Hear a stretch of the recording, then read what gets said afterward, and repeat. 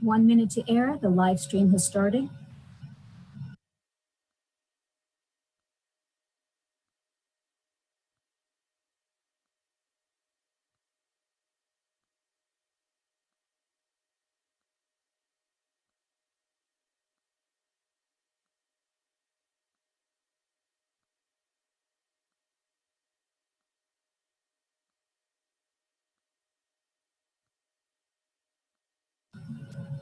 Thirty seconds.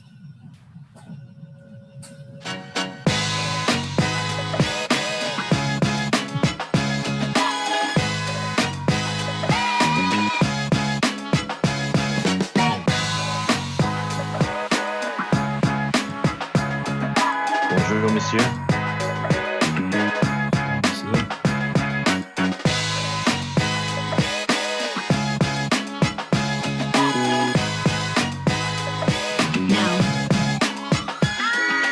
Good evening, everyone. I want to call this meeting of the Durham City Council to order at 7 o'clock on Monday night, November the 1st, 2021. I certainly want to welcome everyone here, all my wonderful colleagues, our great city staff, and everyone who is joining this meeting virtually or listening in some way at home. We're really glad to have you with us tonight. We have a lot of important work to do tonight together, and as we get ourselves prepared to do that, I ask everyone to please join me in a moment of silent meditation.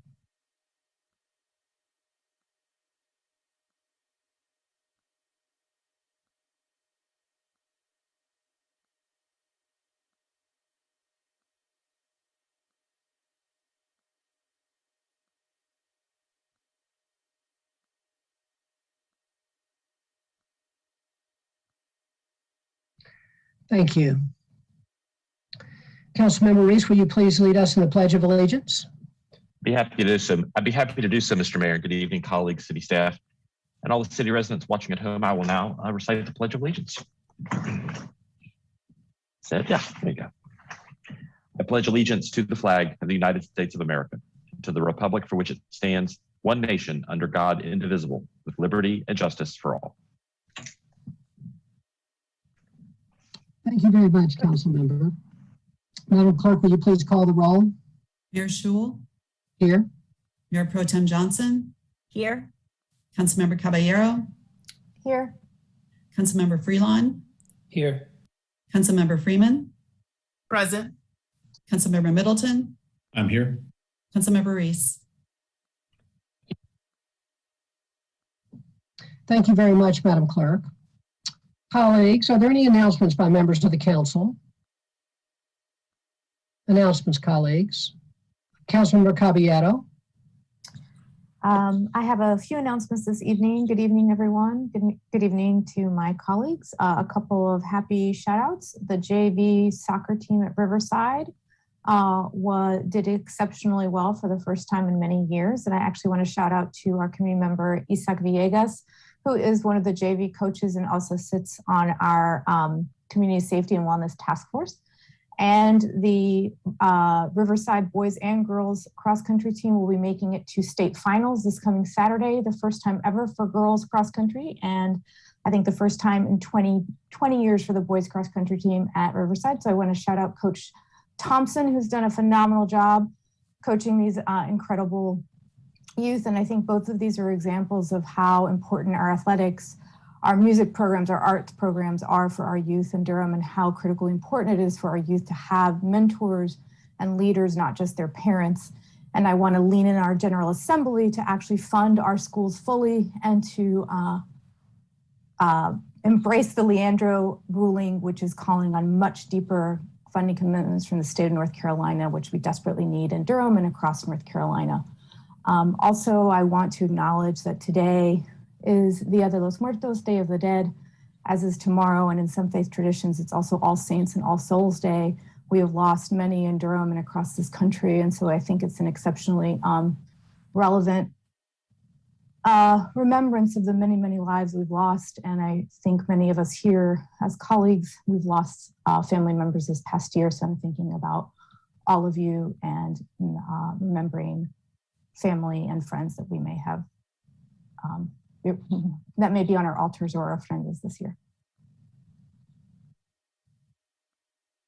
Thank you very much, Council Member. I see one of our residents, Carrie Kamada's put in the chat what I was going to say, which is roll, Pirates, roll. As a former Riverside JV soccer coach, both myself and my son having had that illustrious job at one point, I'm always thrilled when I hear the Pirates are doing well. Other announcements, colleagues. Councilmember Middleton. Thank you, Mr. Mayor, and good evening, colleagues and everyone watching. I want to thank my colleague, Councilmember Caballero, for recognizing the celebrations that we're marking today and All Saints Day. We certainly remember the blood and the sacrifice of the martyrs on this day as well. Mr. Mayor, I just wanted to briefly have a moment of celebration and congratulations. Not long ago, we crossed a very important threshold with respect to our guaranteed income pilot. And I want to thank you, Mr. Mayor, firstly for your leadership and your commitment to align our city, I think, to be part of what could be, I think, will be a very important movement in American history, really. If this becomes a national thing, and I hope it will, Durham will be in the vanguard of it, and a large part of that will have to do with your leadership. You know, when we were in a position to get $500,000, we thought it would be a good idea to use all of that money to disperse checks. It seemed like a pretty good idea at the time, but of course, in doing that, we still needed to have money for administrative costs and other things. So we were burdened, happily burdened, with a fundraising goal that we had to meet in order to bring the pilot to full fruition. I know Brother Pierce and I were cheering and pulling and following your leadership, and we have crossed that threshold, and I could not be more excited. I know we've done it before, but I have to constantly shout out Amber Wade of our staff, who just quarterbacked this thing, and just much of it will be unheralded. Folk won't even know the depth of the work and the connections he made, the rain that she created in this initiative. But this is a really, really great thing. And I just want to thank you again, Mr. Mayor, congratulate you. Thank you, Pierce, for your leadership and for you intoning this in our public square as well for some time. And excited about bringing this to fruition. And whether in office or out of office, I look forward to adding my voice on behalf of Durham to make this a national reality, part of our fabric. And I'm so pleased that Durham will be part of that story of making the case for guaranteed income at the national level. So kudos to all the staff. Thank you again, Mr. Mayor. This will be a shining part of what will be a full legacy, but this will be certainly, I think, one of the shining jewels in it. And I thank you so much, and congratulations to our staff as well and to our city. Thank you, Mr. Mayor. Council Member. Amber is not here tonight because it's her birthday, but I'm going to make sure that she listens to what you said. Those are beautiful words, and she deserves them. And thank you so much. Thank you, sir. Other announcements, colleagues. I have one announcement. Saturday was the run with the mayor. As you all know, about 10 years ago, when I was just on the council, I foolishly challenged city staff to a run during a discussion of health.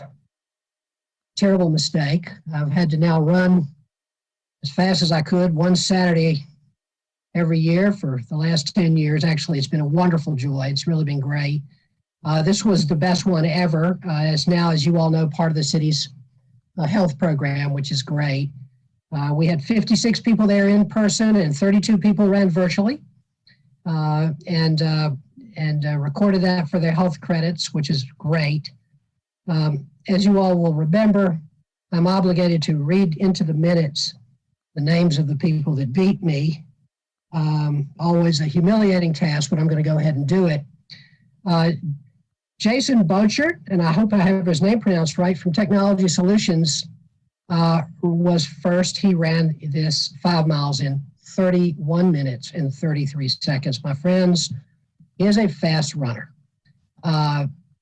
That's something a little over 6 minutes a mile, but I'm sure you already did that math.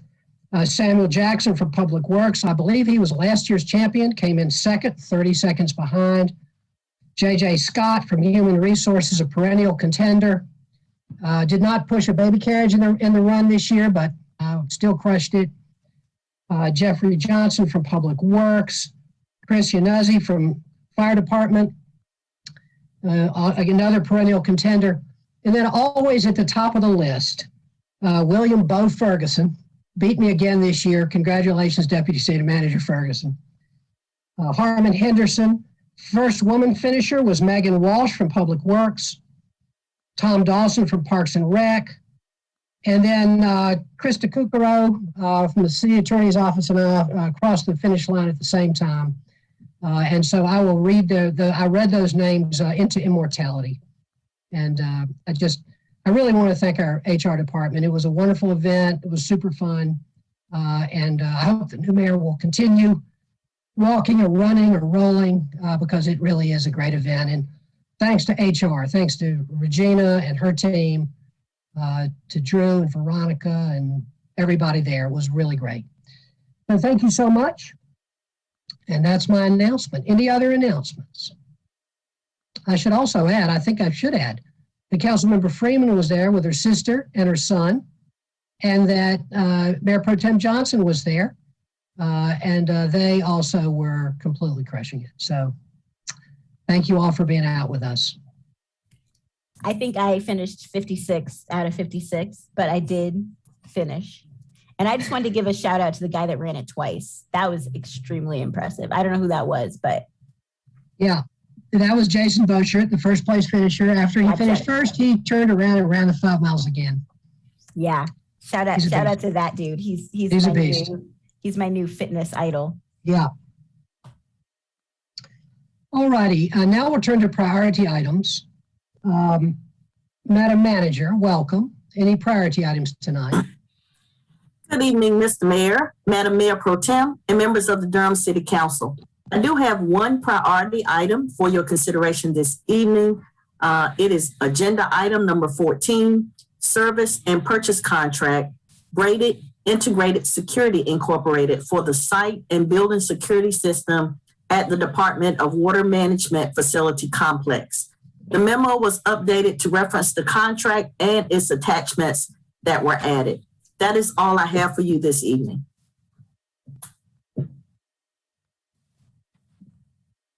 Thank you very much, Madam Manager, and it's great to see you tonight. Madam Attorney, any priority items tonight? Good evening, Mr. Mayor, Madam Mayor Pro Tem, and members of the City Council. It's good to see you all this evening. The City Attorney's Office has no priority items tonight. Thank you, Madam Attorney. Great to see you as well. Madam Clerk, any priority items tonight? Good evening, Mr. Mayor, Madam Mayor Pro Tem, and council members. The City Clerk's Office has no items this evening. Thank you, Madam Clerk. We appreciate you, and it's good to see you tonight. All right, colleagues, we will now move to the consent agenda.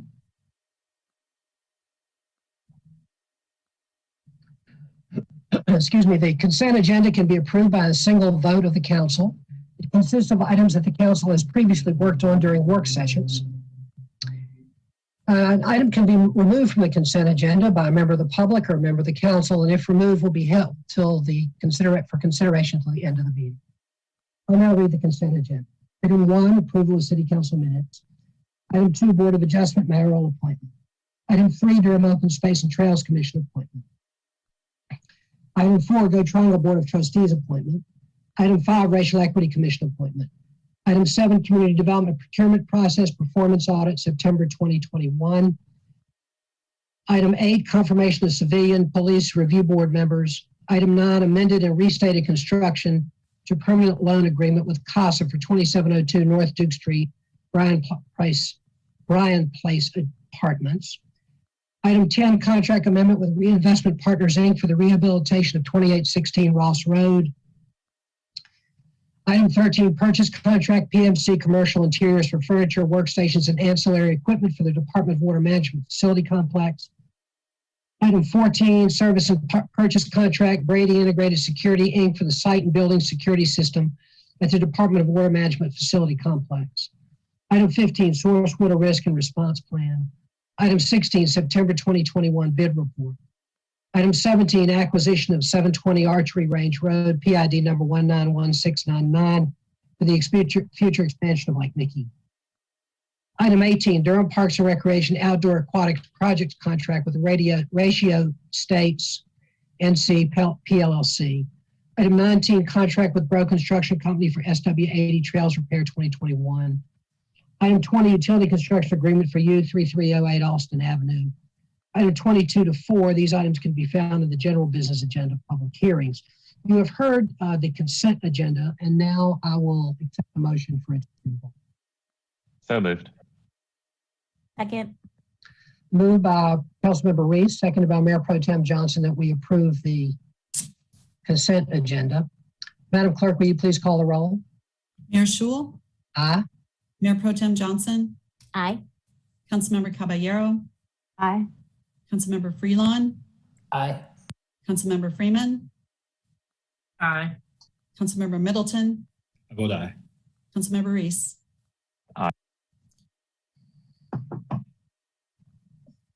Thank you very much, Madam Clerk. The ayes have it, and the motion passes unanimously. Colleagues, we'll now move to our general business agenda, public hearings, and we'll begin with item 2, consolidated annexation of Griffin Place. And we'll begin by hearing a report from staff, and I see that Mr. Coulter is with us. Welcome, Mr. Coulter. Thank you so much, Mayor Schul. Good evening, and to you, good evening, Madam Mayor Pro Tem Johnson and City Council members.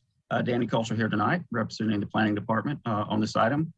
First, I would like to state for the record that all hearing items have been advertised and noticed in accordance with state and local law, and affidavits for those items are held on file with the Planning Department. The request for voluntary annexation, utility extension agreement, future land use map or FLUME change, and zoning map change was received from Jamie Guerrero of Morrison Ritchie Associates of North Carolina, PA, acting as agent for Fred Shekels of 10 Oaks Realty LLC for 3 parcels of land totaling 82.84 acres and located at 2308 East Gear Street, 2015 Farrell Road, and 2402 Carpenter Road.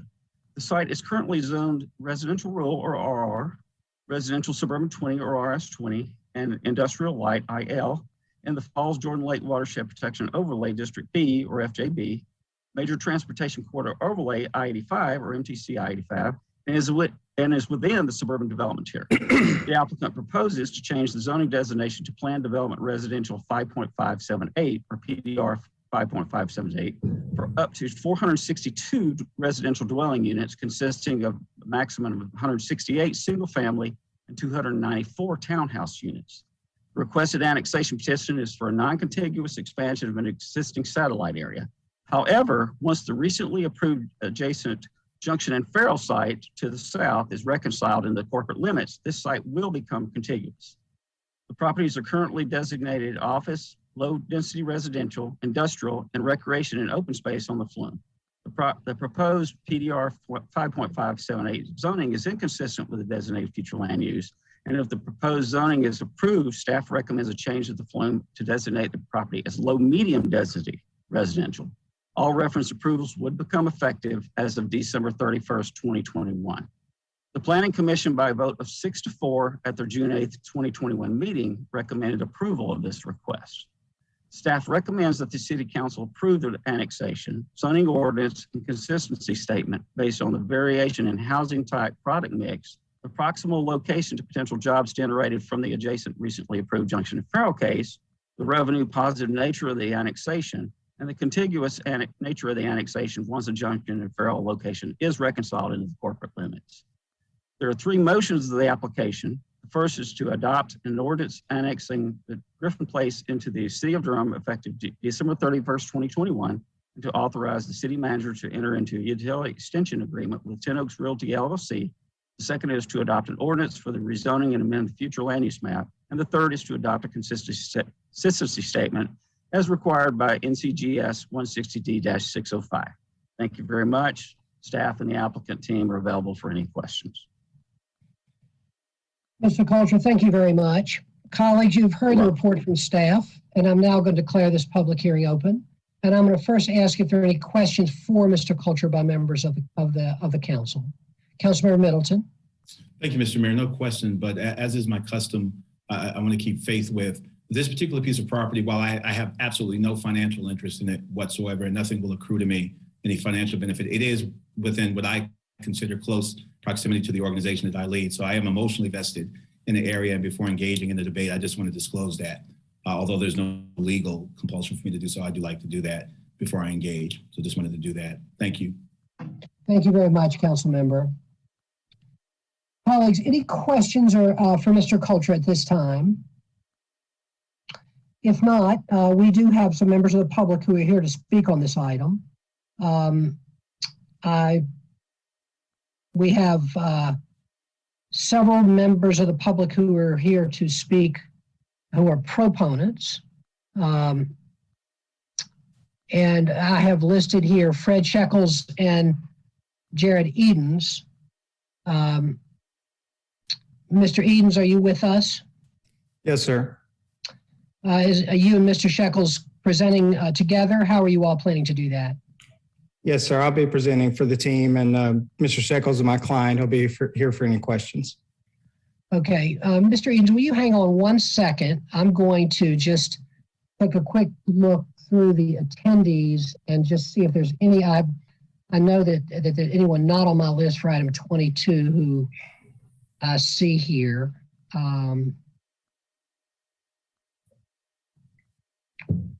Just give me a minute. We got a lot of attendees tonight. It's going to take me a little longer than usual.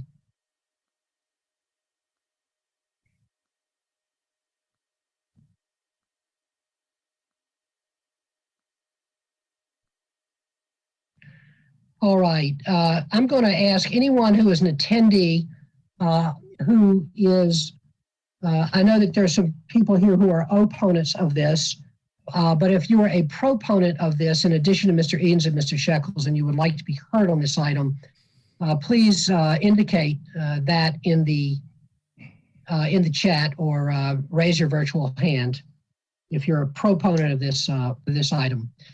All right, Mr. Edens, approximately how long do you think you will need for your presentation? Less than 5 minutes. All right. Okay, go ahead, Mr. Edens. Thank you. We're glad to have you with us.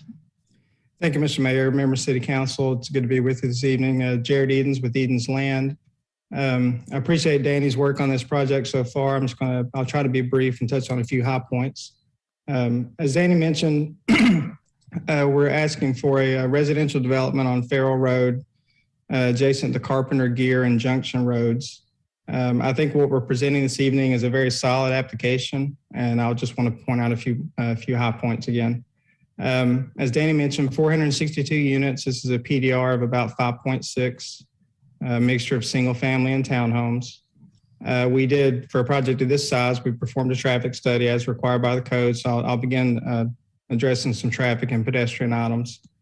But you may have noticed on the development plan in the TIA, for this residential project, we are proposing 3 traffic signals, which, in my career of doing a lot of rezonings in Durham, I've done some retail developments. 3 traffic signals is significant for sure compared to your typical rezoning. We'll obviously have roadway improvements at all the driveways. We're offering 2 pedestrian crossings as part of the development, and we'll have 1 across Farrell Road. This will connect the 2 main pods in the development. Another crossing across Gear Street, which will line up with the sidewalk adjacent to Glenn Elementary School. So this will provide pedestrian connectivity from the development to Glenn Elementary. Both of these crossings will be at NCDOT standards. So I imagine that would be, signalized crossings painted appropriately. Also on the plan, you notice that Northern Durham Parkway bisects the northern portion of the park property. We did a lot of work with our neighbors, Canal, with the industrial park, also with DOT and City of Durham to come up with an alignment for that parkway that worked for everyone. So we were able to work that out during the planning commission process and feel good about how that's shown. We did add some buffers along the parkway. This was in response to some of the comments we got at the planning commission meeting. And one other thing to note that I noticed is you'll notice in the staff report, the rezoning actually generates a reduction of over 8,800 cars a day as far as the transportation report goes from the current zoning. So not only is the project bringing a lot of improvements to the area, but also, according to the report, results in a reduction in traffic from what could be built there currently. Some notable text commitments that we've added.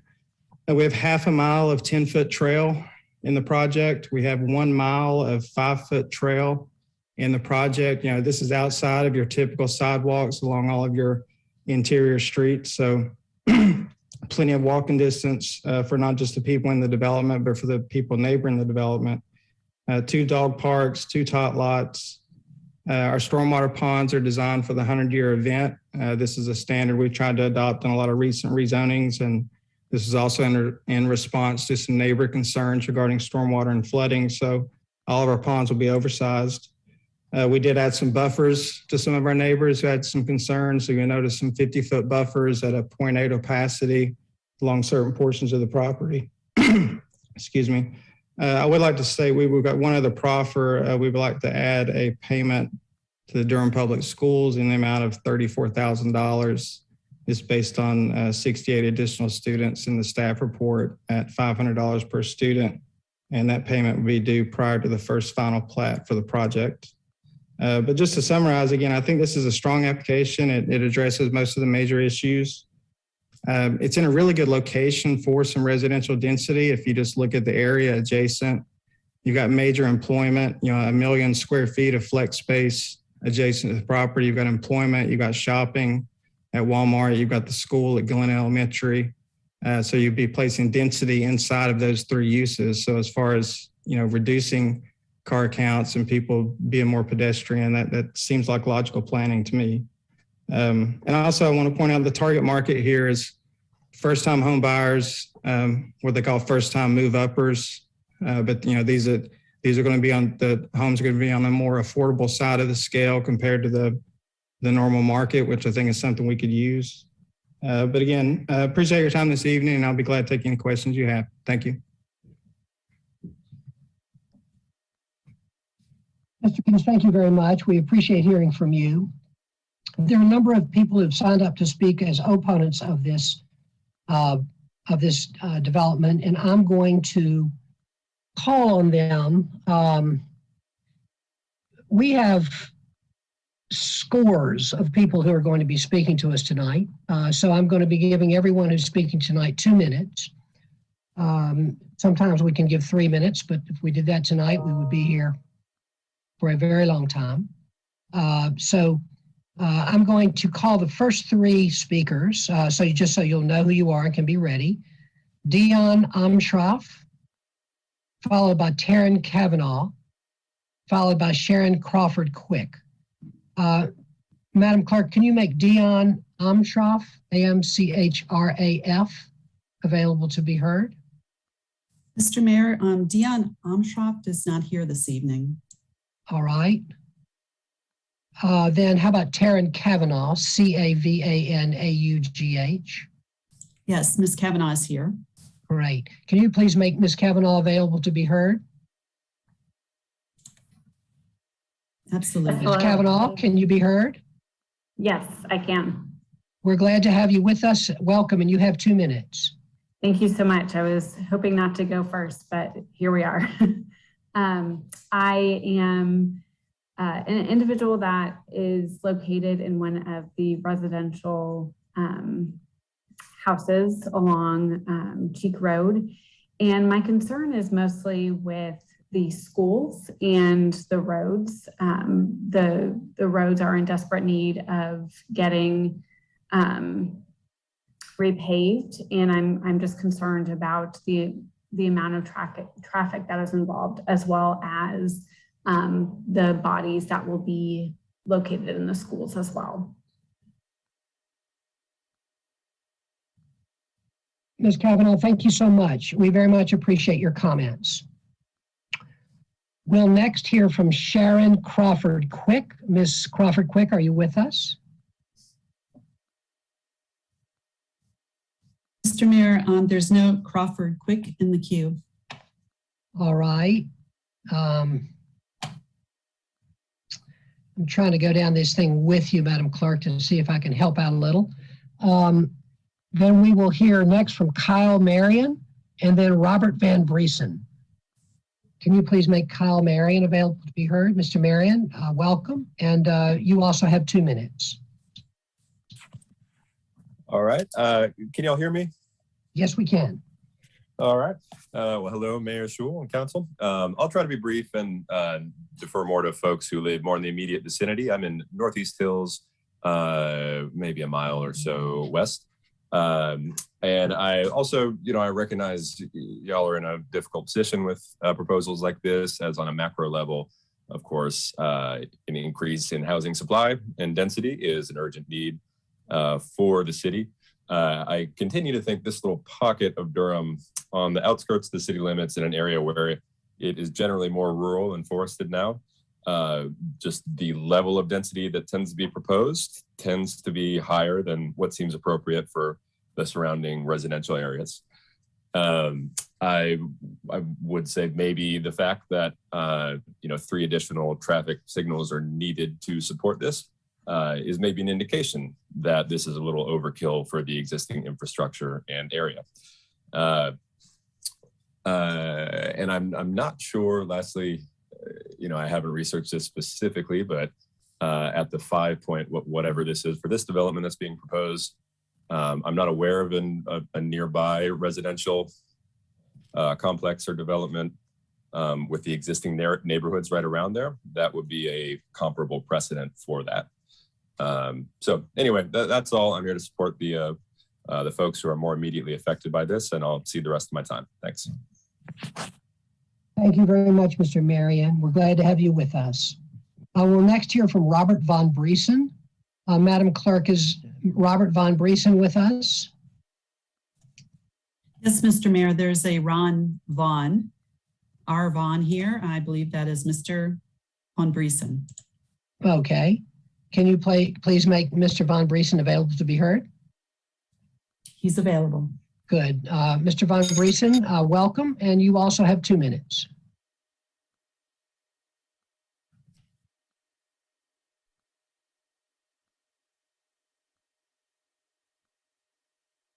Mr. Von Briesen, are you trying to talk to us?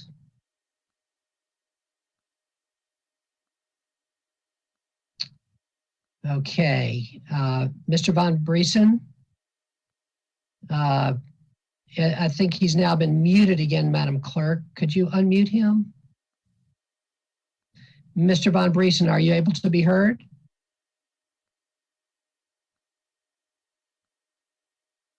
Okay, apparently he's having some difficulties with his computer. Am I on now? Yes, you are. Welcome. We're glad to have you, and you have 2 minutes. I clicked on the wrong mic. Anyhow, I'm 78 years old. I've lived in East Durham for 6 years. But in years prior to that, I've lived in 9 different states with an average move of every 30 months. I'd be moving to another state. I've seen these developments in many other places.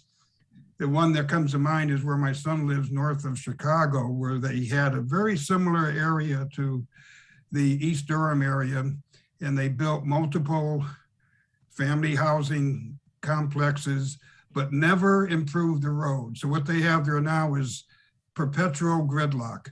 No matter what time of day you go out, you're going to be stuck at an intersection waiting for your turn to go across. So I live off of Junction Road near the Little League field, just down the street from Farrell Road. I know that area very well. And I also know that the intersection at Junction Road and Farrell and East Club is almost at a gridlock situation every morning and every evening when schools are letting out. My concern is that there are 3 other property developments happening now, one on Patterson Road, another one on Mineral Springs, another one on East Club Boulevard, that are multifamily housing developments. And I don't know how many hundreds of homes are going up in those 3 developments, but now we're adding another 462 units. So there's a possibility that a year from now, there's going to be 1,000 more vehicles in this area than there are now. And how the attorney could say that he sees a reduction in traffic is just mind-boggling. I see at least another 1,000 vehicles in this area as residents. We already have a traffic problem in East Durham. So what I really want to know is, what are the plans to improve the road system before all these housing developments become populated. That's my main concern. I think we're going to be looking at perpetual gridlock here in East Durham.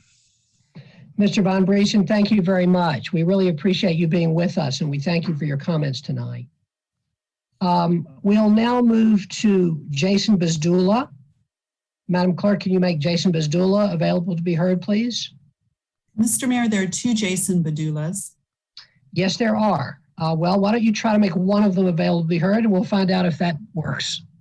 Okay. Can you hear me? Yes, we can. Welcome, Mr. Bezdula, and we're glad to have you. You also have 2 minutes. All right, we got the correct Jason Bezdula here. I just wanted to try to be as brief as I can. East Durham has historically been a neglected area of the city and the county. The infrastructure has not really had the improvements that it needs. And as you're already hearing from other people, and you will hear from everybody else, the roads are not designed for the volume we have currently and can't handle the amount that we're adding to them with these additional subdivisions. There's overall in this area, there's no sidewalks, there's no bike lanes. It's treacherous to walk or bike on these roads. People are getting killed on these roads. So we need an investment in infrastructure. The schools are at or above capacity. And the sewage treatment plant, which is right down in East Club, lately I can actually smell it a mile away from there. It's getting like worse. And we're going to add more capacity to that.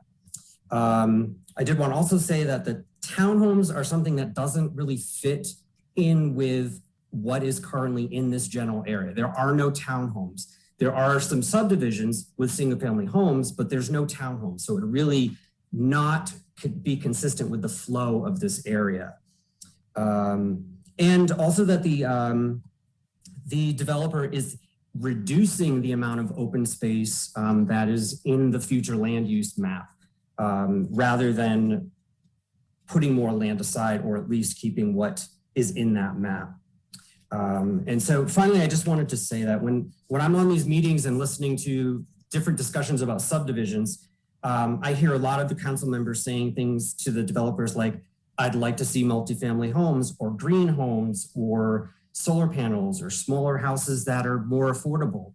But they don't do that because everybody votes yes. The only way to get them to do the kind of development that we want is to really push back with a no vote and make Durham more of an innovative, progressive city rather than a carbon copy of a lot of the other cities in the Triangle. And that's all I have. Thank you so much. Thank you, Mr. Bezdula. I appreciate your being here with us. We'll now hear from Lindsay Dunn. Madam Clerk, can you make Lindsay Dunn available to be heard?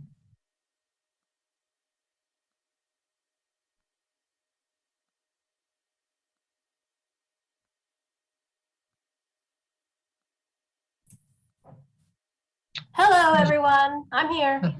Great, Ms. Dunn. We're glad you're here, and you also have 2 minutes. Thanks.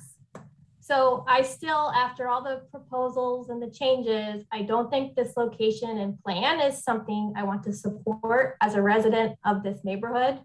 I'm on 2522 Farrell Road, so very close to where it's suggested.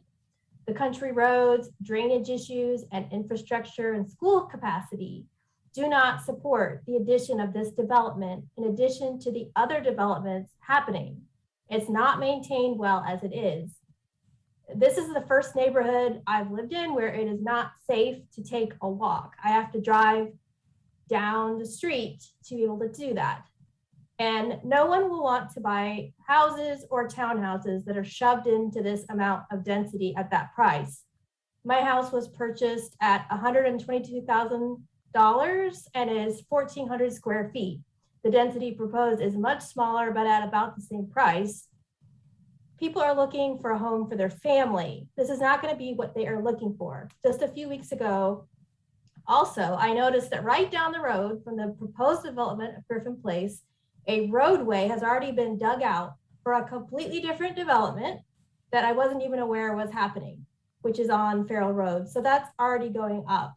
I would like to ask Danny Coltra and Mr. Edens at some point to speak on if that neighborhood was considered when making these plans, because that compounds these problems even further. And that will be direct competition for the resources that are already stretched so thin. And that's all I have for this evening. Ms. Dunn, thank you very much. We appreciate you being with us. Is there anyone else who would like to speak on item 22? If you would you please raise your virtual hand? I see Charlie Gibbs has his hand raised. Mr. Gibbs, are you wanting to speak on item 24 or 22?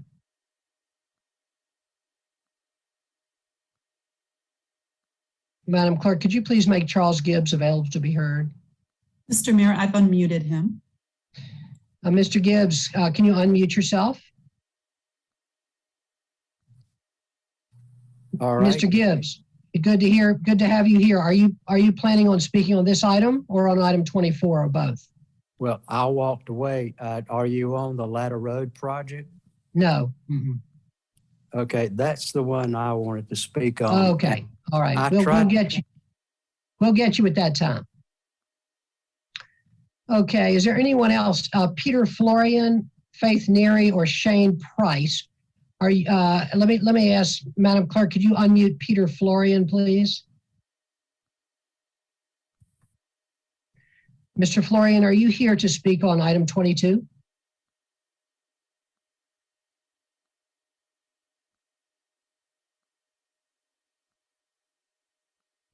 Mr. Florian had took his hands down, so I'm thinking perhaps not. Good evening. Good evening. Are you here to speak on item 22 or item 24, Good Mr. evening. Florian? Good evening to you, Mr. Mayor, and good evening to council. I'm very happy to be here with you all. And I am a big proponent of Latta Park. Mr. Florian, we're not talking about Latta Park at this time. We're talking about another project. We'll get back to you, okay? Faith Neary, are you here to speak on this item? Yes, sir. We're glad to have you, Ms. Neary. Go ahead, you have 2 minutes. Okay, thank you so much for the opportunity to speak. I hate to sound like the broken record here, but I do want to go back to what Arvon, Jason, and Lindsay said about the density and just the condition of the area when multiple homes, probably close to 1,000 homes within a half-a-mile radius of each other are being put up. The roads are country roads. The developer, they do put up sidewalks, but it only extends to the neighborhood. It does not actually extend anywhere near the bus stop. So my thing today is directed towards the city council. Is that going to be addressed? Are you going to actually continue the sidewalk so it does reach a bus stop? But even before that, the traffic, I don't see how the traffic can be reduced with over 500 homes going up within half-a-mile radius of each other. The schools, they say 68. Well, I'm at 2517 Farrell Road. It's just like a spit away from here, and they're going to put almost 500 homes up. And I'm sure that more than 68 children out of 500 homes are going to go there. I know they're starter homes, but stuff happens. I really appreciate Mr. Edings adding to the budget of per child to the schools. That's wonderful. He's done a lot to try to accommodate the neighborhood, but still the same problem is here. Too many houses, old country roads, and the area is not suited for and hasn't been updated to become suited for this amount of developments. And that's all I'd like to say. Ms. Neary, thank you so much. We really appreciate you being with us tonight. Madam Clerk, can you make Shane Price available to be heard, please? Good evening, everyone. Good evening, Mr. Price. We're glad you're with us, and you also have 2 minutes. Thank you very much. I may not be as articulate as my neighbors are, but I've been living in the area for 21 years. I walk my dogs at least once a day, and traffic has gotten dangerous in the past few months or a year or so. My wife and I moved here in 2000 from Raleigh because we like the country area. We think adding 460 homes in our backyard is a little bit inappropriate for the area. Everybody that moves out here likes it because it's quiet and country. And we are emotionally invested in the country atmosphere. We moved here for the oak trees and the quiet walks down the road. We also agree that 68 students is a little underestimated for 460 homes.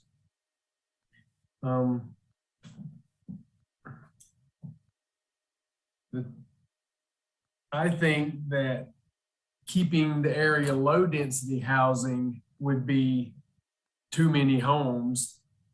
That would put 7 homes on my yard where I currently have 1 now. I think that is a little bit dense. So I don't think the 5.6 homes per acre is appropriate at all.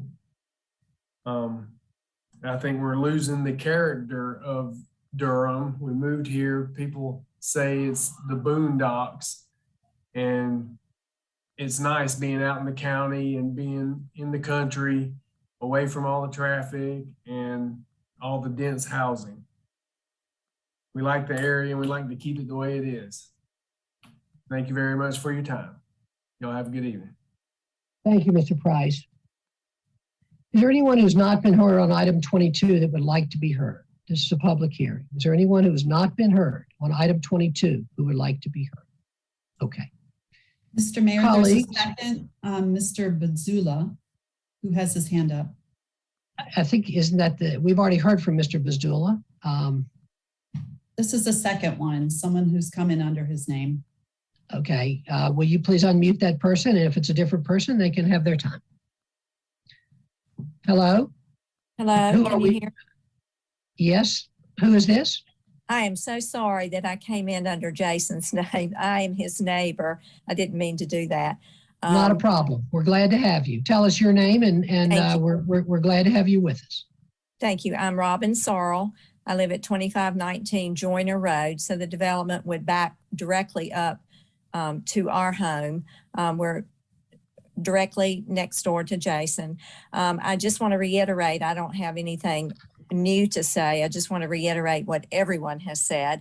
I do have particular concerns about the school and the capacity and the overcapacity that it will hold for Glenn Elementary. I have volunteered in the past before COVID at Merrick Moore Elementary, and I just see the overcapacity that these schools have, and I just believe it's just like everyone else has said, that 68 students is a very low number projected.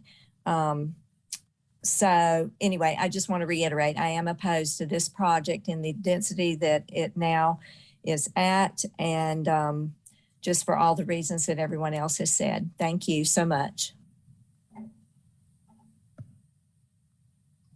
Thank you very much, and we're glad to have you with us. All right, colleagues, I'm now going to ask my colleagues if there are questions or comments that you have for the developer or for Mr. Cultra. And I don't mind starting. Why don't I do that?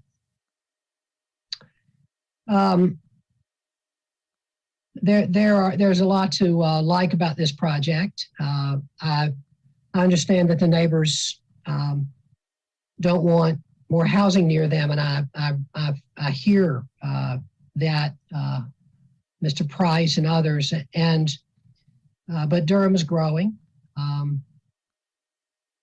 We need housing for people if we're going to try to keep our housing affordable at all. And I think this is a good place in a lot of ways for density, given what else is about to be going in there in terms of employment in terms of the school nearby, in terms of commercial barely nearby, very nearby. I think that there's a lot to recommend this. I think that the density is appropriate. I appreciate the stormwater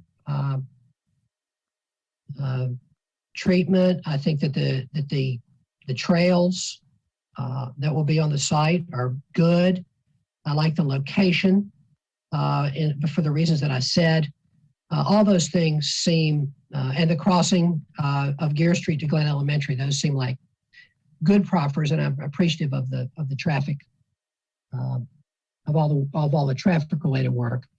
And I would at some point, I might want to hear more from Mr. Edens in response to what the neighbors said about, or Mr. Cultra or Mr. Judge. I think Mr. Judge might be the right person to talk about the roads out there. We know the roads in that area are insufficient. Mr. Judge, I'll get to you in a minute. We know the roads out there are insufficient in many ways. They're state roads, and many of them are state roads, and we're not the ones that maintain them. And I agree that in many ways they're not what we want them to be, and I understand that there will be pressure on the roads from this and other development, and I agree with that. But I also think we're in a situation, as we often are, where that is the transportation improvements unfortunately often follow density.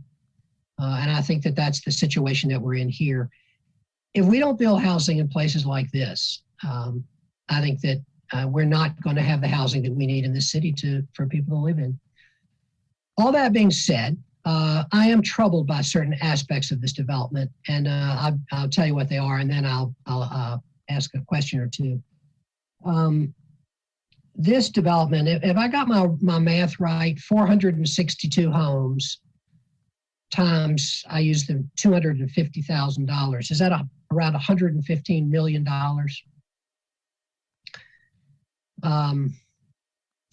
That's a lot. And this development is an enormous development. And I'll just say that I think that I really sympathize with what Commissioner Tom Miller said in his Planning Commission remarks. Given the enormity of this development, I think that that what is being proffered here in several ways is very insufficient. I think that I was pleased to hear additional buffers. I'm going to ask about that in a minute. But I think that there's the affordable housing contribution is paltry, and we're starting now. It's great to get much better affordable housing profits. The last few months, we've had several excellent ones, including Mr. Eden's one that you brought to us recently. But in terms of design, in terms of the buffering, which I'll ask about in a minute, in terms of the fact that the single family units and the townhouses are totally separated from each other. I'm not sure, I don't believe there's a block length proffer. All of these things seem very important. And I think that in a development like this, we can do better. This is development with a lot of resources behind it. And so I'll just say that what I'm leaning towards, and I know I'm in certain ways jumping the gun here, is after we hear from my colleagues and is to ask Mr. Edens and is to hold a public hearing open till a time certain so that we can get some additional proffers that I think will improve this development, because I think in a lot of ways this is what we want, but in some ways I feel certain that we could do better. So let me now, after that long speech, let me ask a couple of questions. Mr. Judge, could you talk about the roads in this area and the future of these roads, the possibility of any upgrade in these roads in the near future and so forth? Yes, Bill Judge, Assistant Transportation Director. Just about all of the roads in the general vicinity here are state maintained roads. This is annexation for this particular property. So the areas inside and outside the city, as state maintained roads, it's given the state's funding situation and the classification of them, it's very unlikely to see any sort of major significant roadway improvements in terms of widenings or capacity improvements anytime in the near future. You likely will only see with development sporadic left turn lanes or maybe other spot safety improvements. In this type of area, this is very common in these sort of suburban areas that are still growing. Sort of capacity wise, the first area that you really see are the intersections starting to break down, which is why the TIA identified a number of intersections for potential signalization. So that's really where you first start to see delay and significant capacity problems. Thank you, Mr. Judge. Mr. Judge, do you agree with Mr. Edens that the improvements they will make are going to improve do you think he's given an accurate description of what's going to be happening at those intersections? Yes, I mean, the proffered improvements include turn lanes for safety at their site entrances, as well as potentially up to 3 traffic signals, as I just indicated. That's really where we see the bulk of improvements needed in these types of areas, is taking unsignalized intersections and signalizing them. Thank you very much. Mr. Edens, could you talk about the buffering? Yes, Mr. Mayor. Thank you. You're talking about some of the perimeter buffering? Yes. Yeah, so I think the code requires, I could be wrong, but I think the code requires a 20-foot buffer between the PDR zone and adjacent residential zoning, and Danny can maybe check me on that, but I think it's 20 foot. At one point in time, that buffer was widened to 30 feet. We had Mr. Bajula and Ms. Sorrell, who spoke earlier and are adjacent to us and obviously are affected by the development. Over time, that went from 20 feet to 30 feet to 50 feet. So we're given a 50-foot buffer at 0.8 opacity, which is pretty difficult to see through adjacent to those 2 properties. There's also some stormwater. It naturally flows to Mr. Bajula's property. I think the added 100-year detention where drainage is exiting our property is a good thing for them also. So yeah, does that address your buffers question? Yes, it does. Thank you. Any other, so you're, in terms of nearby residential, are you buffering everybody at that 0.8 opacity with a 50-foot buffer? Not every property. No, we try to look at the people most affected and also the people who reached out to us as well that we spoke to at the neighborhood meetings and tried to address those first. A lot of the other parcels, they may be occupied, but the homes are a good distance off of the common property line. So it wouldn't make a lot of sense to add the wider buffer there. Okay, thank you. Thank you, Mr. Edens.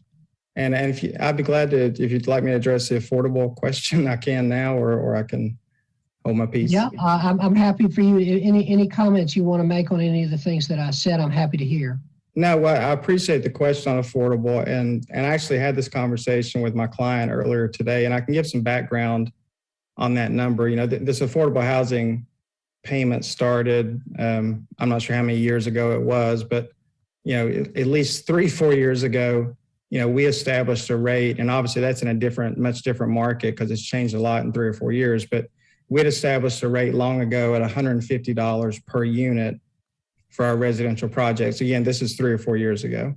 And that number sort of carried over. And I think that number's been approved probably 7 or 8 times in those 3 or 4 years that I can think of, and we kept consistently using that rate, but admittedly, not ever raising the rate going along with the market, with the rates in the market. So we had this conversation earlier because I have current applications where we're going back and making that change because I realize $150 a unit is not acceptable really, and with the amount of dollars we're talking about. So my client and I discussed it. He's fine, and if I can make the change, I'll gladly make the change. But we were going to increase that to $500 per unit, which would be the 333% increase over what's on the plan today. But that would, $500 per unit would make it $230,000 ballpark, as opposed to I think the $69,000 that's on it now. So we're glad to make that change. And honestly, we'll probably make that change on our other applications that are pending coming to you down the road. Thank you very much, Mr. Edens. Colleagues, other questions or comments from Mr. Edens? Or for Mr. Cultra? Sorry, Councilmember Middleton. Thank you, Mr. Mayor. And I want to thank everyone from the community who's out to make comments and offer their perspectives, and to the development team as well. I want to, acknowledge the struggle of balancing a growing city with, the oft times bucolic settings that we love about living in the South and love about living in the county. I've been a private citizen far longer than I've been on the council, and I watched a beautiful wooded golf course that I love disappear and give way to housing, and I didn't like it at all. And I was, as a private resident and citizen. So I want to let the residents know, and I work in this area. I spend a lot of time in this area. Outside of my home, I spend probably most of my time in the city in this area, working there. And I love the trees, and I love the country feel of the area. But I also know that, we're a growing city, and we need housing, and no area is exempt, not even the one I live in, from this type of development. With that said, I do have, development can, I believe, mirror our values and what's important. And insofar as this is a rezoning, I think it gives us a few more on-ramps to have a more probative conversation with developers. And with that, I do want to ask, I guess, Mr. Edens, one of our commissioners, Commissioner Miller, who was already alluded to, made some comments and expressed some concerns about design commitments and the materials for the homes. It's a large development and a lot of homes. I do have some questions about the affordability in a minute, but I want to give you an opportunity to talk to us about the level of design commitment and materials, either their excellence or modesty in yours. So I want to give you an opportunity to I won't say defend, but at least respond to the concerns raised by at least one of our planning commissioners about materials and design commitments. Yes, thank you, Mr. Middleton. I appreciate the question. And Tom has always been a vocal proponent of design commitments, and that's something that comes up often at Planning Commission. And I think we'll miss Tom when he's gone. But just like the council has to balance, density questions and the previous nature of the area and things like that, developers have to balance things like design commitments directly versus the affordability question, because the more design commitments you make, obviously, yes, it will look better if you've got more stone, if you're higher percentage of brick or whatnot. That you can do that. And on some projects, if you're looking at higher price points, I'm sure other applications will have much more hefty design commitments. But here it probably is on more of the modest scale as far as the commitments go. I've actually got our client, Mr. Shekels is here, can probably speak more about the product itself. But you face that balance between the commitments and the product itself and what you're trying to achieve. But we do have commitments as far as, you won't have the same style of units beside each other, across the street from each other and things like that to try to ensure some variability. But I do understand the concern though. Okay. During this conversation this evening, I heard two price points. I heard one anecdotally at about $120 some odd thousand, and then a $200 and some odd $1,000 price point. What are the anticipated price points for these products, both the single home and the townhomes? Okay, if you don't mind, I'd like to let Mr. Seckles can answer that question, if that's okay. Sure, absolutely. Sure, Jared. Yes, so for the, when we started this project 2.5 years ago, we thought the townhouse would be in the 100s, but frankly, between the price points and material escalations and labor rates, we're probably looking at a 1,300 square foot townhome now in the low to mid twos. So still what I would call affordable, but not that 100 in the 100s like we had hoped a few years ago. The single family homes are 1,700 to 2,200 square feet, and they're going to be in the low to mid threes. Low to mid threes, okay. Could you, what is the convention that justifies the separation of the two products so starkly, the townhomes being so distinctly separate from the single family homes? What is the architectural design convention that governs that or justifies that? Our builders, Ryan Homes, and that's part of their sales program to separate those. One thing, the townhouse association often has different responsibilities, exterior maintenance and lawn mowing. So to have a group of towns next to a few singles, next to some more towns, that can get confusing long term when you're trying to maintain the communities. But it's really just the way that they market the two separate communities. How does that impact shared amenities in the community? So that the amenities themselves will be available for the entire community, but so you can cross the street and use the dog park at where the single family, if you own a dog in the townhouses, you can walk across the street and use the dog park. And likewise, you can walk across the Farrell Road to the walking trail loop on the townhouses if you're live in the single family section. Right.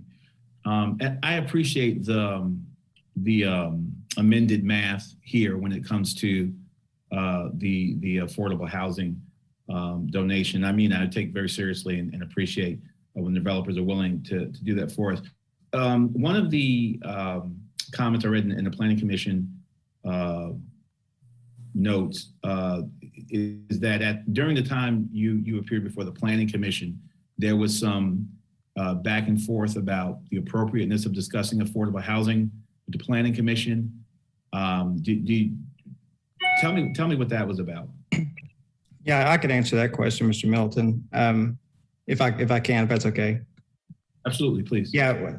So my view on that, and I'll just talk, straightforward. My view on that, the Affordable Housing Fund was set up by council, years ago, and I don't like to be in a situation, because I've seen applicants change their affordable proffer, and as we've done tonight, and I've always thought that was a conversation that was best suited for the council.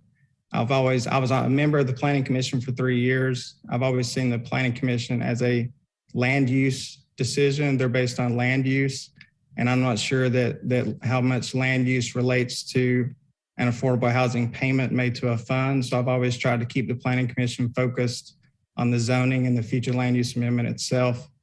Obviously, if that has a change in the future and become part of the conversation, I understand that's how it goes, but that's always been my thinking. I've just tried to reserve that, honestly, out of respect for the council, because that's the council's fund, and I've always felt that was the appropriate time to discuss it.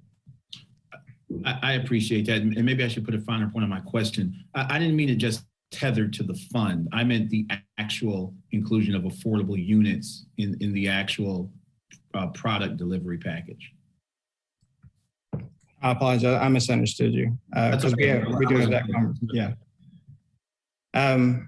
Honestly, I don't recall the exact conversation around affordable housing. you tend to see the affordable housing. The last one is the mayor referred to on TW Alexander Drive. That had an affordable component, but it was a rental project. I've had some conversations with the affordable housing people in Durham because we have some other affordable projects coming up. The code is very well written for rental product as far as Durham's affordable housing and the annual accounting that has to take place. They're not very fond of for sale projects following that same Durham ordinance for affordable housing, that same process, because the paperwork exercise to follow the transactions of sales that I think are capped at a certain percentage because the home is deed restricted and things like that. So they were steering me away from affordable housing on the for sale side, at least based on how Durham's code is currently written. But definitely on the rental side, it's very, very helpful. Okay. I'm going to yield to my colleagues. I've taken a significant time. I've got a couple more questions, but I'll yield at this time. Mr. Mayor, thank you. And thank you for your answers and your responses. Thanks, Mr. Mayor. Thank you, Council Member. If you do have other questions, feel free to go now. I'm happy to, if you want to hold on, that's okay too. Yes, sir. I'll yield for now. Thank you. Okay. Colleagues, questions or comments for Mr. Cultura or the applicant? I'll have another one. Mr. Edens, you're right. We are going to miss Mr. Miller from the Planning Commission for sure. And I thought that, that he did a particularly good job in commenting on this development.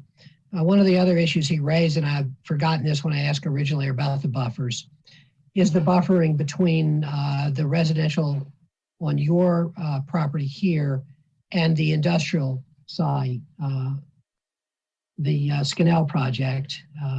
Can you comment on that buffering?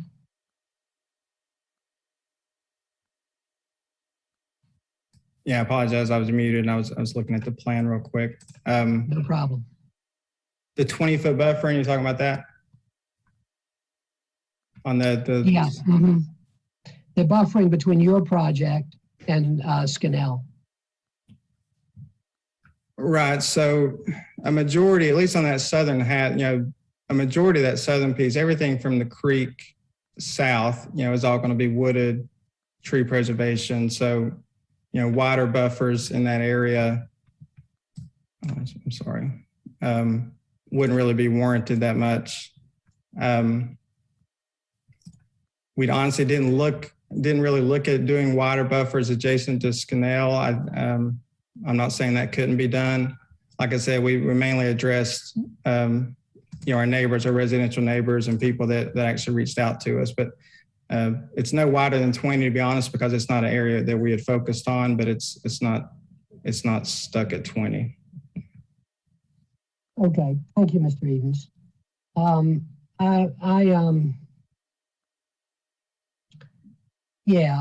think that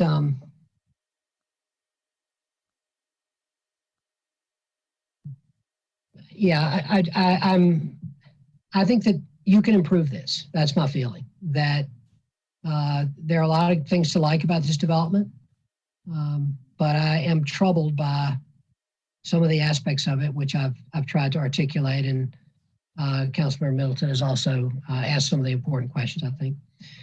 Councilmember Caballero. Thank you. I'm open to holding it as well. We've done that in the past and we almost always get a better outcome.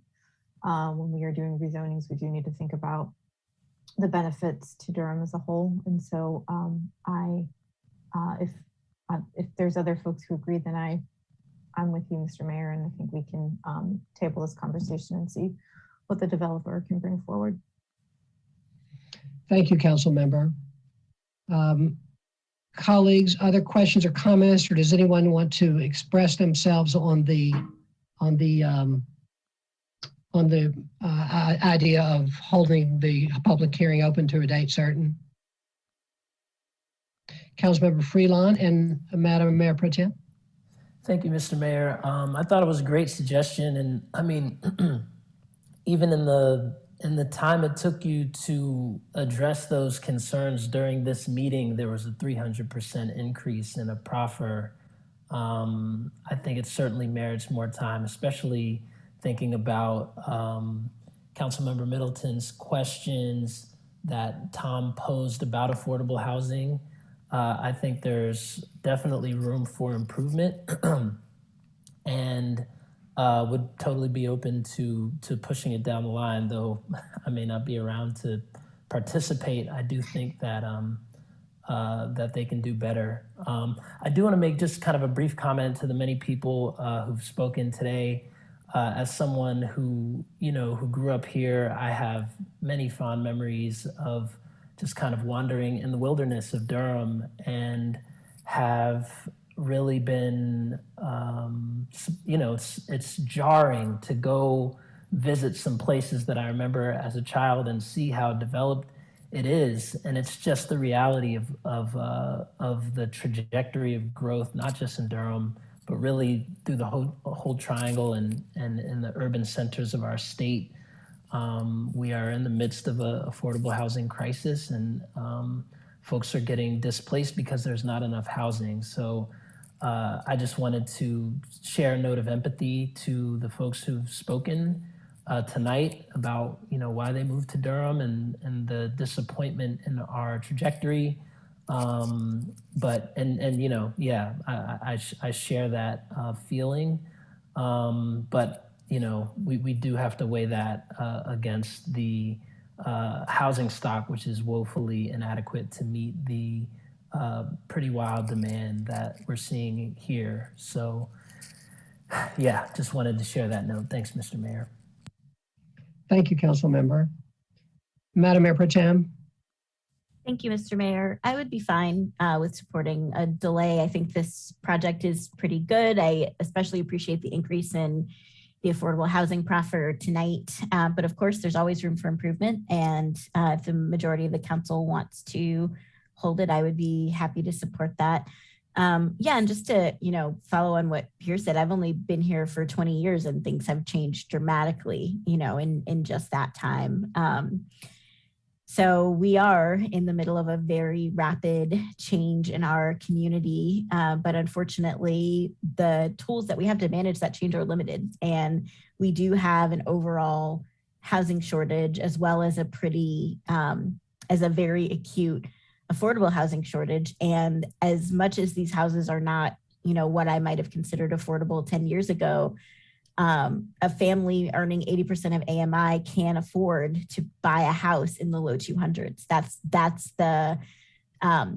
a price point that, if the market is providing homes at that level, is going to greatly benefit families in our community, middle income families who cannot afford to buy a lot of the homes that exist now. I couldn't afford to buy my house today. My neighborhood has skyrocketed in value, and so these homes, while I wouldn't say this is affordable housing, it is housing that that folks at a moderate income can afford, and we need that kind of housing as well. But I would support the mayor's request for a delay and ask the developer to come back with some answers to some of the questions that my colleagues have posed. Thanks. Thank you, Madam Mayor Pro Tem. Councilmember Freeman and then Councilmember Reese. Thank you, Mr. Mayor. I appreciate the conversation this evening, and I also am open to holding it open, but I will note that I think that the concern I know that I've heard a number of times and continue to hear is not mainly around whether the housing is dense or not. It's really around how the traffic will be impacted. And so without a plan, 83 acres, all of that conversation, we still have to have a plan around what that expansion and growth looks like. And so I just want to make sure that we're continuing to have that conversation and moving towards decisions around smaller areas and figuring out how to make sure that the folks in the community understand when their projects for roads or sidewalks or lights will come online, so that they're not coming back to us saying, we don't want this project because of X. Thank you. Thank you very much, Council Member. Councilmember Reese. Thank you, Mr. Mayor. the great thing about going last is everything's been said, but not everybody's had a chance to say it. So now I get to say some of that. Well, first of all, I want to thank the folks who live near this proposed rezoning for joining us tonight and sharing their deep concerns. Contrary to what one of the speakers said, we're not all voting yes on all this stuff, as my colleagues are well aware. Over the last couple of years, I've expressed a certain amount of skepticism about projects in this part of Durham County that are seeking to become part of the city of Durham for various reasons that we probably don't need to get into tonight, because I see where the consensus of my colleagues is heading. I'm fine with that. But I will also say to the proponent in this case, or to the developer in this case, that I have on a number of instances supported projects in this part of Durham for very specific community benefits. And I think that is the measure that I will be taking of this project when it comes back to us, is do the benefits to the community and to the city of Durham outweigh the tremendous cost, the tremendous environmental cost, and to the city in the loss of this land. I guess I shouldn't say loss, I say the repurposing of this land from its current natural state to what the developer proposes. As I said, I have been skeptical of these proposals in the last couple of years, but some of them have won my support, and that will rely that my support on this project, as all of them, will depend on whether or not there are sufficient benefits for the people of the city to warrant the annexation and rezoning. So with that, I'm happy to, I think everyone's gone. I'm happy to make a motion to return this to a date certain if staff can give us that date. Does that sound about right, Mr. Mayor? That sounds great, council member. Thank you. Mr. Cultra. Of course, leaving the public hearing open during that time. Yes. Great. Mr. Cultra, yes, if we were to return at a date certain, what would you recommend that date be? We're probably thinking sometime in early January or the second meeting in January, to give plenty of time to have the applicant prepare something. All right. Why don't you pick which date you want, Mr. Cultra, and then Councilmember Reese will make his motion. Let me confer with Ms. Young and our team. All right. In the meantime, Mr. Mayor, I think Councilmember Middleton is seeking recognition there. Thank you, Councilmember Middleton. Sorry.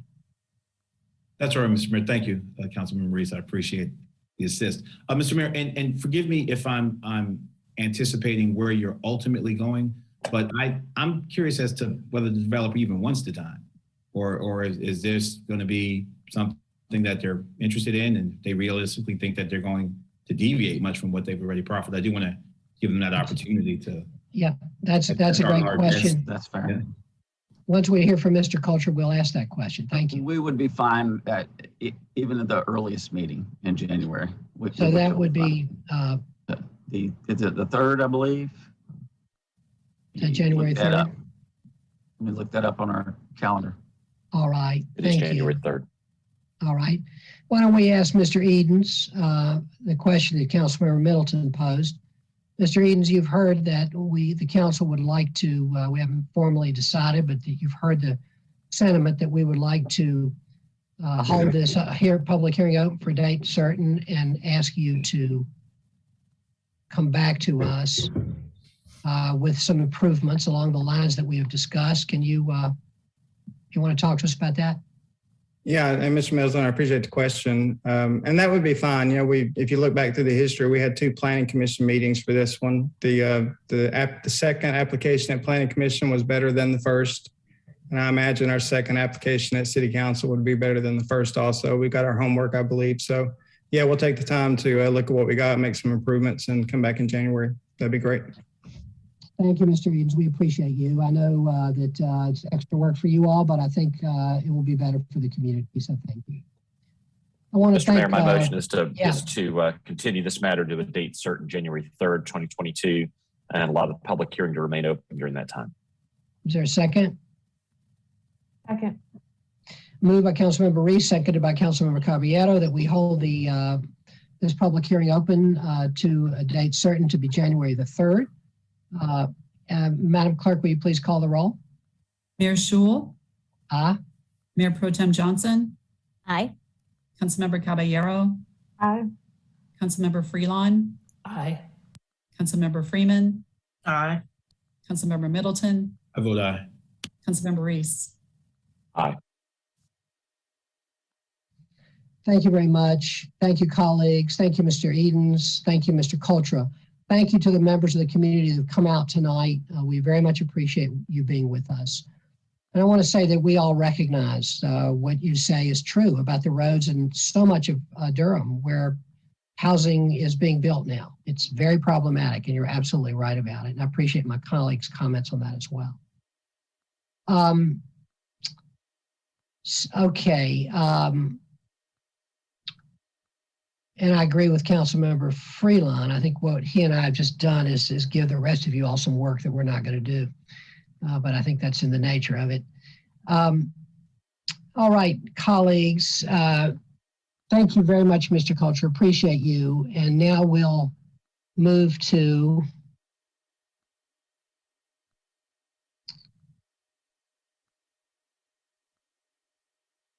item 23, zoning map change for Bethpage Office 2. And I see Mr. Kultra is back with us. I am back. Good evening again.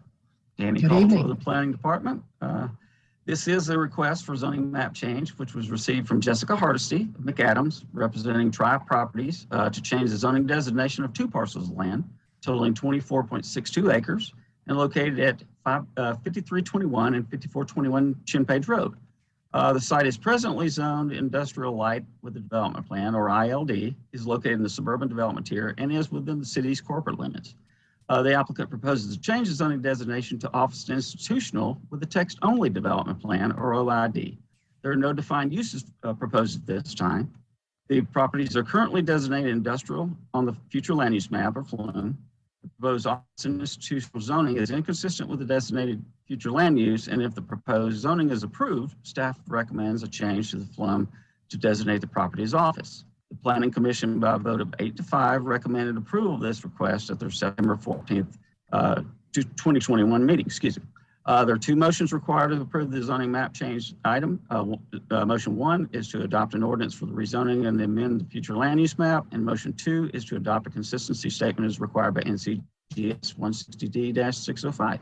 Thank you very much, and staff and the applicant team is available for questions. Thank you very much, Mr. Kultra. Colleagues, you have heard the report from staff. I'm now going to declare this public hearing open. And I'm going to first ask if there are any questions for Mr. Kultra from members of the council. Mr. Kultra, I do have one question. Yes, is this is zoned industrial, and I went out to look at the site. Would you agree that this is an industrial site that has a low score in terms of its availability to be developed for an industrial site? It does. I think we had identified that in the staff report for you, and yeah, it doesn't have that a serious grade like the others at the industrial land use study. And I think that's why we recommended it would be better suited for a transitional use. Thank you. I'm sorry I missed that in the staff report. I did see it. I thought maybe in one of the planning commissioner's comments, but it may have been in the staff report. Thank you. Okay, colleagues, any other questions for Mr. Kultra? All right then.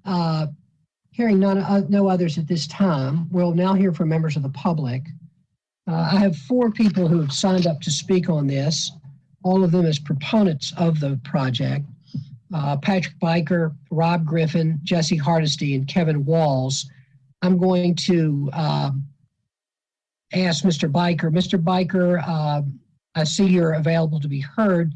Can you let us know, are you speaking for the team or individual members of the team speaking? Mr. Mayor, can you hear me all right? Yes, I can. Mr. Mayor, I will follow your guidance and speak for about 2 minutes, and then I'll turn it over to Mr. Kevin Walls, as he's the representative and leader of the Creekside neighborhood to speak after me, and that'll be it. Okay, great.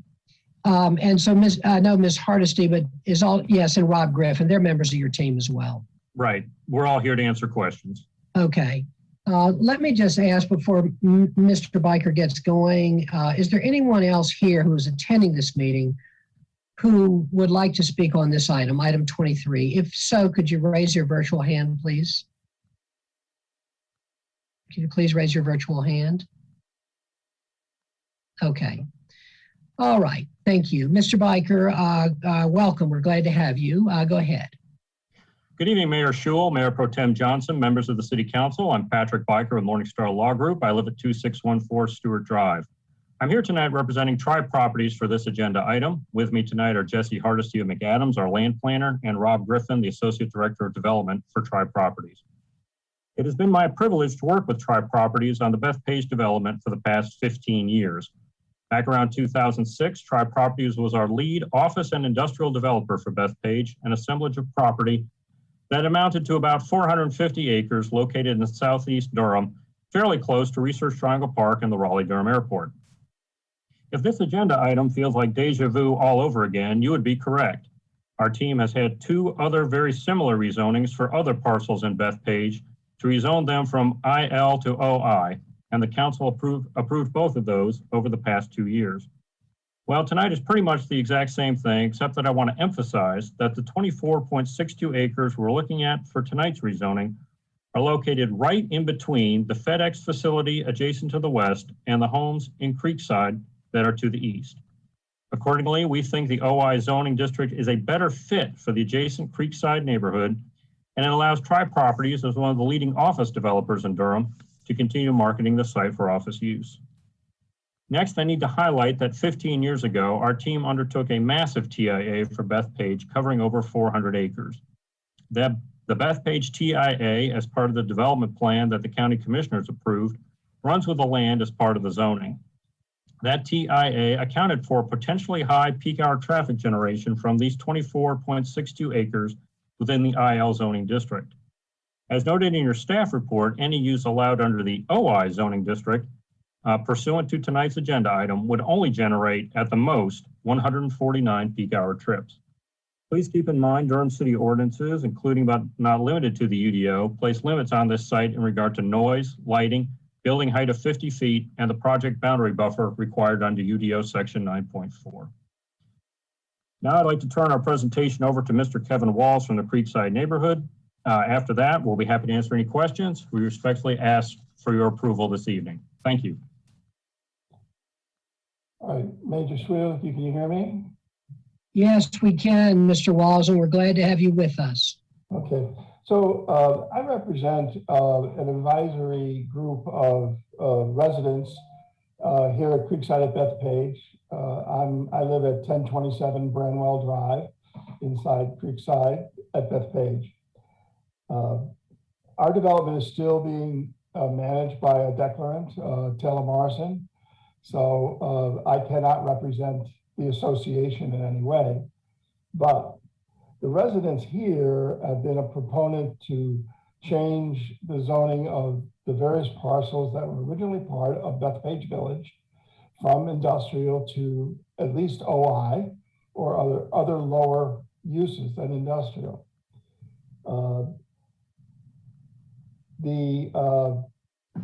It allows commitments to address transportation and other improvements because this is the last parcel in that PUD that was developed years ago.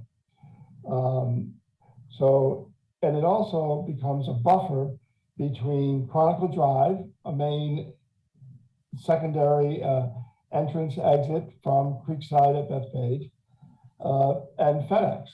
Okay, so it also operates as a buffer.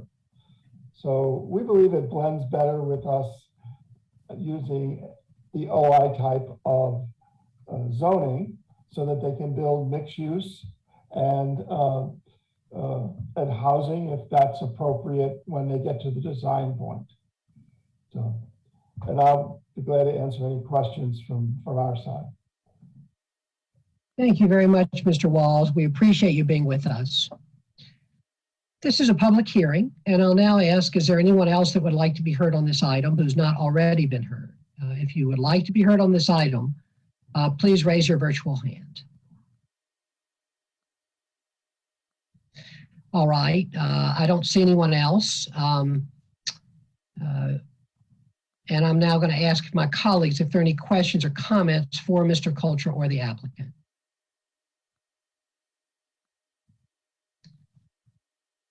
I have one question for the applicant. Mr. Biker, you and I had a brief email exchange. I asked you in an email about the whether or not, so this OI would allow both residential as well as office. Can you give us some assurances? You are talking about putting office here. Can you talk to us about why we should have confidence in that once we do this rezoning? Well, it's a small infill site, Mayor Schewel and members of council. So this is, it's actually a tough site, and I hope y'all had a chance to look at the aerial map. And of the 24 acres that we're talking about, it's got a large 200-foot Duke power easement going through the middle of it. So this is a tough site. And so I can't tell you that for sure it'll be office or for sure it'll be residential. What I'm concerned about, Mayor Schewel, and I want to amplify a point that Mr. Walls made. Sometimes you rezone property to promote a good thing, and sometimes you rezone property to prevent a bad thing. And what I think all of us on the Bethpage team are fairly concerned about is that the FedEx property next door would be able to expand. And the one thing you can do in that 200-foot easement is put parking. So you could have industrial and parking right next to the Bethpage residential Creekside neighborhood. So I'm afraid I can't answer your question as in terms of what use is going to be put there. All I can tell you, Mayor Schewel, is it's a tough site, and it's not one that has a whole lot of development potential because of that Duke power easement.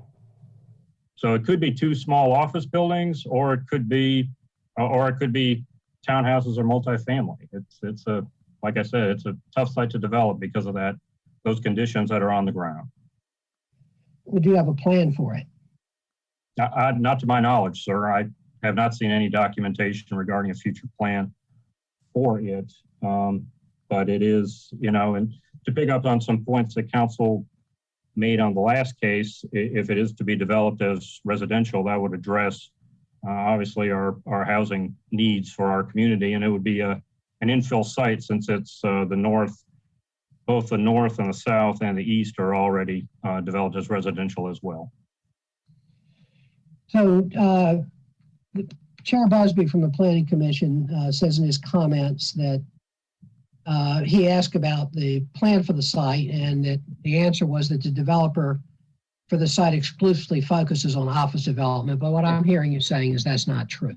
You really no, I'm sorry. I meant what the property could be used for. In terms of Tri Properties, they're exclusively an office developer. That is a correct statement. Okay. Let me do one more. Let me ask this one more way. Is your first plan to develop this as office if you can? That's what I'm trying to understand. That's how we've marketed it. Yes, sir. All right. Thank you. That's helpful. Councilmember Reese. Thank you, Mr. Mayor. Had some questions along that line that you very ably identified for all of us.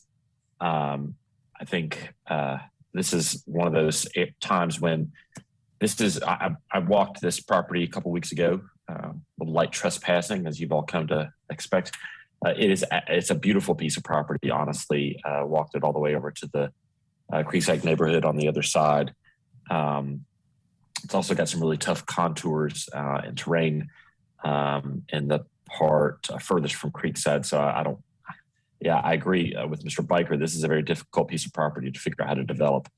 I think one of the things that the proposed zoning designation will do is allow the developer to figure out if there's a way to do it under an office designation. I don't think we should be surprised if they can put, as Mr. Biker said, put 2 small office buildings here, I don't think we should be surprised after the rezoning if the property goes back in the market for another purpose consistent with the proposed zoning.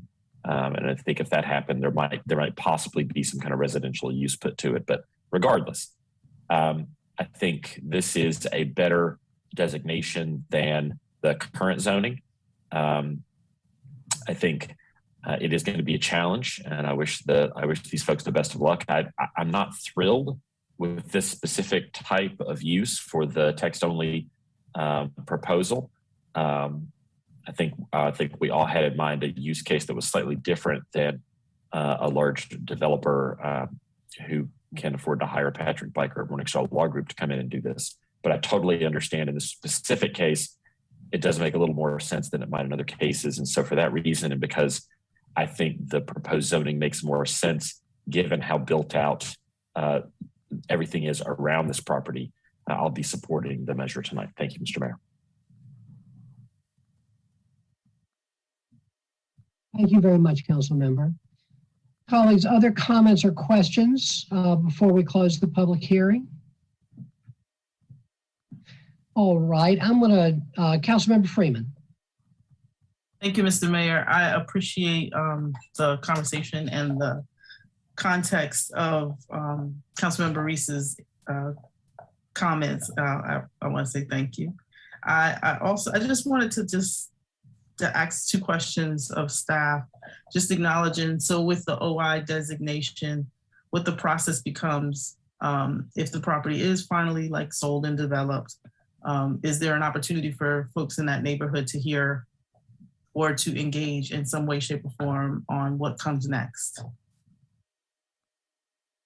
Thank you, Councilmember Freeman, for that question. No, if it is developed, it would be developed through an administrative review with the site plan.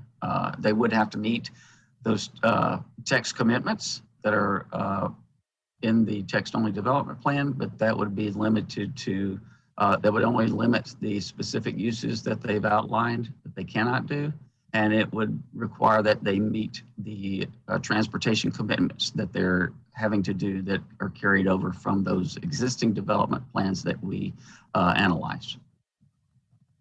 Just a follow-up, for any of those administrative approvals, how does council hear about that happening? I'll take this one, Danny. That is fine, but you're probably going to tell the same thing I would. Yeah. Good evening, members of council. Sarah Young with the Planning Department. Councilmember Freeman, I will say that the administrative site plan process, which by law does not include public comment, we are working on making sure that those approvals are online. Those cases, when they come in and are under review, folks can look up through our mapping application what projects are happening near them. So that's the best way for folks to find out what's going on. Council does not get direct notice of those pending cases, but they are public record and we do put them out there on the internet. Just one additional follow-up.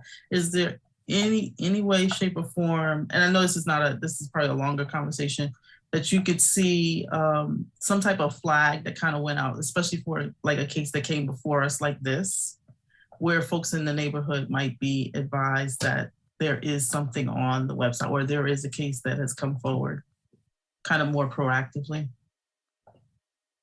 So and you don't have to answer this evening, but I just want to put it on your radar and just maybe think about it. Sure, and that's a very good point, good suggestion. Sometimes some of these things require technology and kind of some additional software that we don't have in order for it to really be effective. So that's something that we'll definitely keep in mind. Thank you. I appreciate it. Thank you, Council Member. All right, colleagues, I'm now going to declare this public hearing closed. The matter is now back before the council. The first motion would be need to adopt an ordinance amending the UDO by taking property out of industrial light with a development plan, ILD, to office institutional with text-only development plan, OID. So moved. Second. Moved by Councilmember Reese, seconded by Councilmember Freeman. Madam Clerk, will you please call the roll? Mayor Schul, Aye. Mayor Pro Tem Johnson, Aye. Councilmember Caballero, Aye. Councilmember Freelon, Aye. Councilmember Freeman, Aye. Councilmember Middleton, I vote aye. Councilmember Reese. Aye. Thank you. Thank you, Madam Clerk. The ayes have it. The motion passes unanimously. Now I'll accept a motion to approve the consistency statement. So moved. Second. Moved by Councilmember Reese, seconded by Councilmember Freeman, that we approve the consistency statement. Madam Clerk, will you please call the roll? Mayor Schul, Aye. Mayor Pro Tem Johnson, Aye. Councilmember Caballero, Aye. Councilmember Freelon, Aye. Councilmember Freeman, Aye. Councilmember Middleton, I vote aye. Councilmember Reese. Aye. Thank you. Thank you very much, Madam Clerk. Mr. Biker and other folks who were here to discuss this, we appreciate you being here with us. We're looking forward to what is done on this property being an excellent development, and we'll be watching for that. So thank you so much. Thank you. Appreciate all your time. Good night. Good night. All right, colleagues. It's now 8:44, and we're going to move into the last item of the agenda, which is the zoning map change for Latta Park. Let me just say, remind everyone that at 9 o'clock, we will be taking a break for our closed captioners to get a little bit of rest. But we're going to go ahead with this item, and when we get to a good stopping point, roughly around 9 o'clock, we will do that. All right. So item 24, zoning map change, Latta Park. And I see we're hearing from Mr. Cahill. Welcome, Mr. Cahill. We're glad to see you. Hey, good evening. Thank you, Mayor Schul. Madam Mayor Pro Tem Johnson, honorable council members. I'm Alexander Cahill with the Planning Department, and I'm here to represent the Latta Park case tonight. Austin Williams of C4 Investments proposes to change the zoning designation of 14 parcels of land totaling about 31 acres and located at the southeast intersection of Guest Road and Latta Road, and within the existing corporate limits already. The current zoning is residential suburban 20, and this existing zoning would allow for the construction of 54 single-family homes by right as of now. The applicant proposes to change this designation to a split commercial general on the western portion of the site and a planned development residential on the eastern portion of the site at a density of around 10 dwelling units an acre. The properties are currently designated low-density residential on the future land use map. The proposed commercial general and planned development residential zoning is inconsistent with the designated future land use. If the proposed zoning is approved this evening, staff recommends a change to the future land use map to designate the property as a split commercial and medium-density residential designation. Excuse me. At the Planning Commission hearing on September 14th of 2021, the applicant proffered 2 additional commitments for this proposal. These include a commitment to disperse the affordable housing units throughout the site, which you can see in amended text commitment number 1, and the installation of a photovoltaic system on the non-residential portion of the project, as you can see in the new design commitment number 12, both found in the development plan. Additionally, Unified Development Ordinance states that any graphic representation shared during a public hearing become committed elements of the proposal. As such, 3 sites that were shown on the applicant's presentation at the Planning Commission hearing that showed elevations, labels, and site layout are now committed and are incorporated into the development plan itself. And consistency with them must be demonstrated through the site plan as indicated in text commitment number 23. Additionally, design commitment 9A was revised to meet the intent of these new illustrations. This proposal includes numerous text, design, and graphic commitments. A few of these highlights do include the commitment to affordable housing dispersed throughout the site, an outdoor seating area for the commercial areas, residential block lengths not to exceed 600 feet, a publicly accessible park space, a public art feature, stormwater control measures that are in excess of the ordinance, a limitation on the commercial uses that would be allowed on the site, an area for food trucks, construction of numerous transportation commitments, including turn lanes, the modification of existing traffic signals, and the construction of several site drives. In addition, there are limitations on the height on both the commercial and residential portions, and some commitments related to alley loading the dwelling units, and also internal buffers within the roadways and the internal part of the portion of the site. As a reminder, 2 motions are required for this application this evening. The first is to adopt the zoning ordinance itself. The second is to approve the consistency statement. Thank you for your time. Staff from planning, stormwater engineering, and transportation are with us tonight and are available to answer any of your questions. Mr. Cahill, thank you very much. Colleagues, you have heard the report from staff, and I'm now going to declare this public hearing open. We have a lot of people who have signed up to speak tonight on this item, which is great. We're always glad to hear from members of our community, and we're looking forward to hearing your voices tonight. Let me first ask about the applicant team. I'm going to ask Ms. Matthews. Ms. Matthews, LaDeirdre Matthews, Madam Clerk, could you make her available to be heard?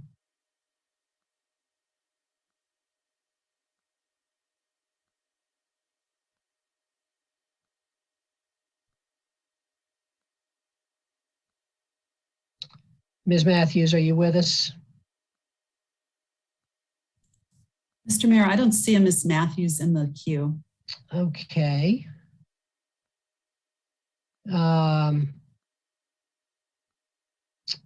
How about Jamie Schwedler? I see Ms. Schwedler is here. She's been unmuted. All right, Ms. Schwedler. Good evening. Welcome. We're glad to have you here with us. Ms. Schwedler, can you talk about the applicant's presentation tonight? Approximately how much time you think it might take, and who will be the members of your team and who are presenting? Yes, thank you. I will be presenting the PowerPoint that we submitted earlier in the week or last week, along with Mr. Austin Williams. And the remainder of our team will be available to answer questions at the council's pleasure. All right, thank you. We could finish in less than 10 minutes. All right, Ms. Schwedler, can you tell me, just so I can try to run this hearing in a way that's efficient, who are the members of your team who are with us tonight? You should have registered Ms. LaDeirdre Matthews with my office, Chris Bostick and Tim Carter with Kimley Horn. Mr. Earl Llewellyn might also be registered. Okay. I mentioned Mr. Austin Williams, and then Steve Toller, I believe, is also on the line. Okay, thank you, Ms. Schwedler. I'm asking that because I have a list of names and I go through them, and I want to just make sure that I'm getting everybody in the right spot. So thank you. Thank you. What we're going to do, colleagues, is we're going to hear the presentation from the applicant. Then we're going to take a break. We'll then come back and we'll hear from other proponents. Then we'll hear from the opponents, and then we'll discuss it. So Ms. Schwedler, welcome. We're glad to have you, and we're looking forward to your presentation. Thank you very much.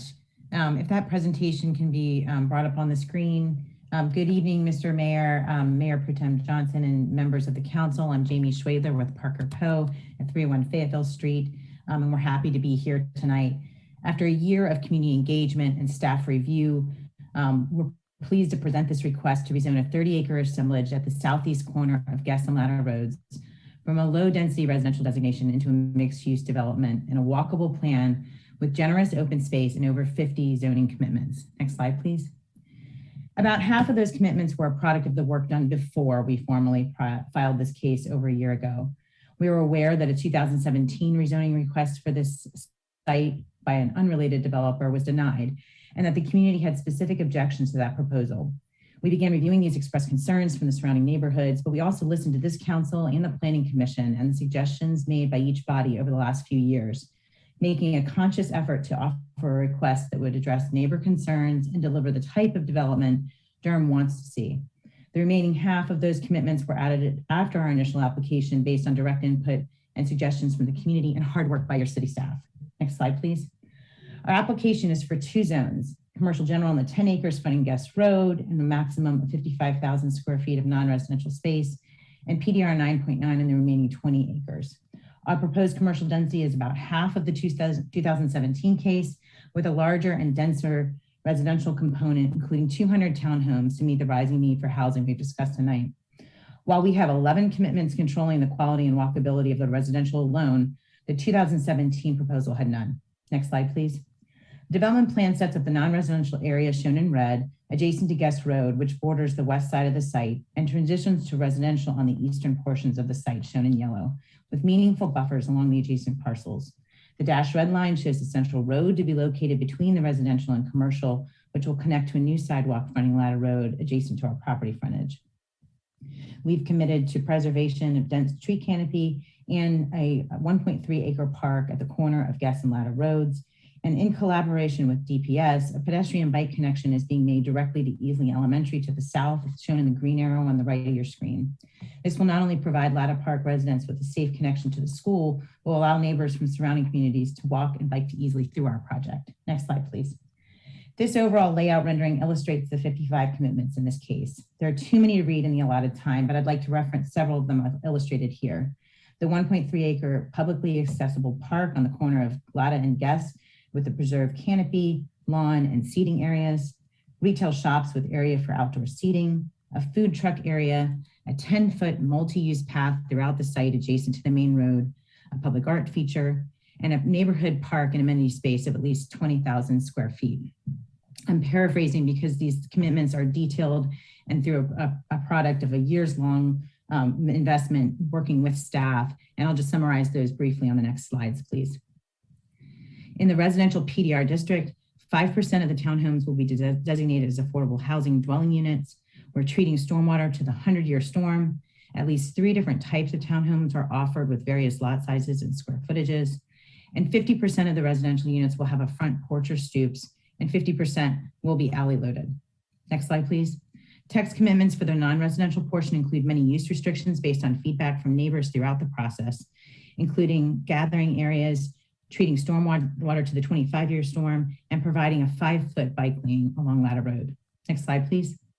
Key design commitments for the non-residential portion include facade materials, height limitations, architectural facade distinctions, and significant energy commitments, 4 electric car charging spaces, and a solar commitment that's the first of its kind, requiring the developer to install a solar photovoltaic system of at least 40 kilowatts, which may be distributed to the grid or used on site. Again, these are markedly different from what was offered in the 2017 proposal and provide significant binding legal commitments that were not on the table 4 years ago. Next slide, please.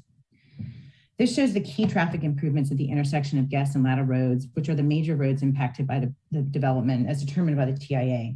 There are no scheduled city or DOT road improvement projects planned for this area. So similar to our discussion earlier this evening, this project provides a meaningful means to ease existing traffic congestion and mitigate new trips, and commits to the same level of improvement as the 2017 case, even though we're committing to half of the commercial square footage maximum.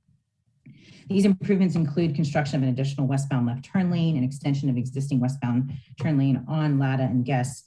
And these improvements will mitigate traffic impacts by allowing twice the number of cars through the signal from this movement phase. We've noted in field visits and heard from neighbors that significant queues and delays exist on Latta at the intersection today, and those are expected to increase in the future if this project and associated improvements are not built. Next slide, please. However, even with the addition of our traffic generated by Latta Park, our analysis shows that the level of service will improve from a D to a C with these improvements in place, since the additional left turn lane eliminates the compounding queue effect we see today. This is significant for a project of this size. Next slide, please. As such, the request meets the zoning criteria of the UDO shown on your screen. Next slide, please. And is overwhelmingly consistent with the comprehensive plan policies noted on the screen and in your packet. With the remaining time, I'd like to ask Mr. Austin Williams to address the market demand for the commercial component and our community engagement process. Next slide, please. Good evening. I'm Austin Williams with Carlson Southeast. My office is at 121 West Trade Street in Charlotte, and I'm happy to be before the council tonight. To give more insight into how we approach this rezoning request, I wanted to first address the demand for commercial development in this area and also discuss our community engagement on the project. Our market analysis shown here demonstrates significant demand for the proposed retail component of the development, with that demand steadily increasing in the future. The yellow area on the slide shows the primary trade area for Latta Park, which consists of approximately 23,000 residents, all living north of the Eno. When analyzing the expanded trade area 3 miles south of Latta Park, the existing retail centers in the trade area are 98% occupied, with 0 square feet of new construction within the last 10 years or more, and no new retail under construction. Just over the last 10-year period, while no new retail has been added to either the primary or extended trade areas, the population of these trade areas have increased by approximately 9%. The 55,000 square feet of retail proposed at Latta Park represents a modest catch-up with the population and will provide services closer to where people live in a well-designed park-like setting. Next slide, please. As Jamie mentioned, significant commitments have been made, and those commitments have been generated through conversations with the community, planning staff, commissioners, and council members throughout the life of this request. In addition to the 2 large advertised meetings, we've met with over 30 neighbors and residents through a series of one-on-one, small group, virtual, and in-person meetings. A communication log in the staff report also outlines more than 50 phone calls and email correspondences that took place throughout this rezoning. We also launched a social pinpoint website to allow for digital input and engagement, which provided residents an avenue to interact with the project team and allowed us to collect candid feedback from the community. The magnitude of public interest in the project has prompted our team to form a community advisory board that will ensure continuous participation from local residents after the rezoning process. The board is comprised of neighbors who are interested in assisting in the selection of retail tenants, public art installations, design of the park, and several other aspects of the development on an ongoing basis. Next slide, please. This is a screenshot of our interactive website on Social Pinpoint that provided an overview of the application and the process. We had very active engagement that resulted in over 225 comments and responses. We provided a summary of these to the council before the hearing, and they totaled 94 positive comments, 46 negative comments, and 87 replies and clarifications by our team. This was a meaningful, ongoing way to understand the impressions with the community and where additional information was needed. Next slide, please. In the interest of time, I'm going to just move on past this slide quickly, but this is an additional rendering with detail in the park and shops area that we can come back to if desired. So next slide, please. In conclusion, we're proud of our level of engagement, our level of commitments, and the level of quality proposed in this project. We're especially proud of our commitment to provide at least 10 affordable housing units here, which is an important community benefit and one that will cost us an estimated subsidy of $125,000 per affordable unit, or $1.25 million in total, to meet the committed affordability requirements based on rents at 60% AMI. While we recognize we haven't satisfied every resident, the sum of our approach resulted in a well-designed development plan that is consistent with the comp plan, exceeds UDO requirements, and addresses the need for additional housing stock and access to amenities in the Northern Durham area. We'll be happy to answer any questions. Thank you very much.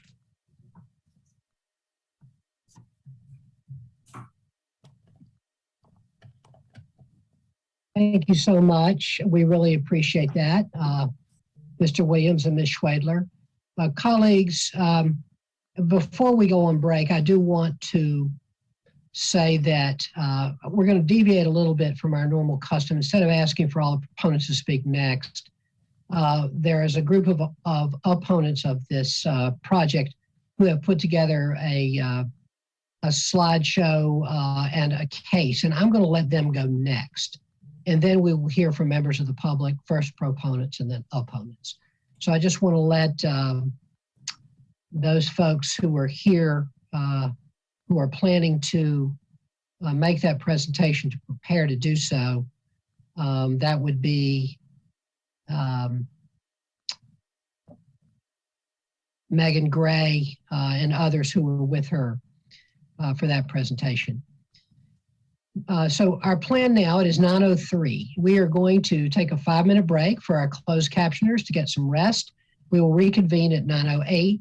Colleagues, please please mute yourself while we're spending this next 5 minutes taking a little break. Thank you.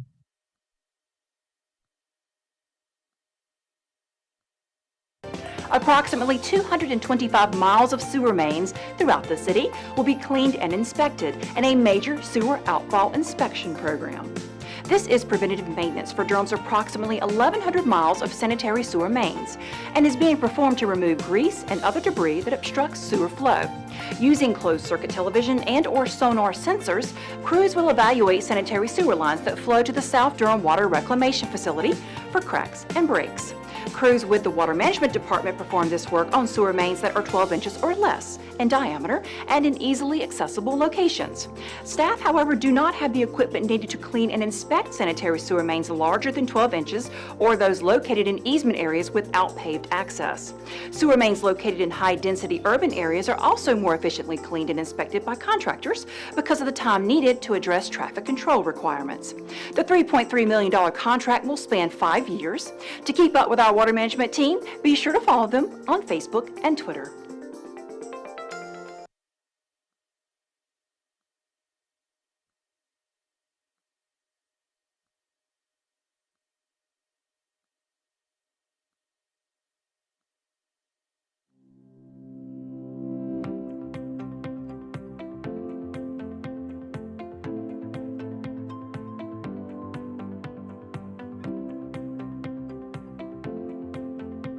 My name is Dwayne McIntyre, and I'm a dispatcher at the Durham Emergency Communication Center. The best thing about being a dispatcher at the Durham Emergency Communication Center is truly being able to make a difference. Sometimes you don't realize how much of a difference you're making. However, being able to hear feedback from when people call to say thank you, that you may have saved their relative's lives or was able to calm them down, really makes it worthwhile being a dispatcher. One day I received a call from a man. He was trapped inside of his home. There was a lot of smoke. He was really struggling to be able to see and get out. He was able to tell me where he was inside of his home. I was able to relay that information to the firefighters, and they were able to get him out safely. My job is satisfying because at times I do go home tired, but I don't go home ever feeling like I didn't help anyone that day. There's always someone that's calling in that's in distress, that just may need someone to talk to, or just may need some type of emergency assistance. But every day I go home fulfilled with the knowledge that I've helped someone that day.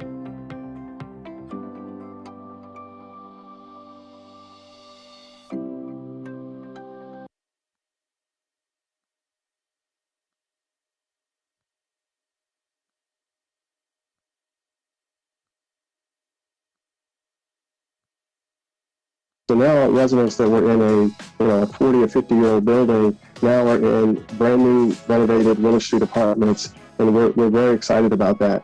And it's also an important point to make that we have 447 units in that downtown area. And the one thing that has been a commitment by the Housing Authority is that none of those units will move outside of the downtown area. They will remain in the downtown area. Some of them will move to other sites like Willard Street. The county is building a parking deck now that soon will have housing surrounding it that's directly across the street from the DHA office. But we're going to put some DHA units in that building as well. So it's something that is important because that becomes part of the solution to help diversify where our residents are so that they're not just in these pockets of poverty, but they get to be in healthier communities, both socially and economically.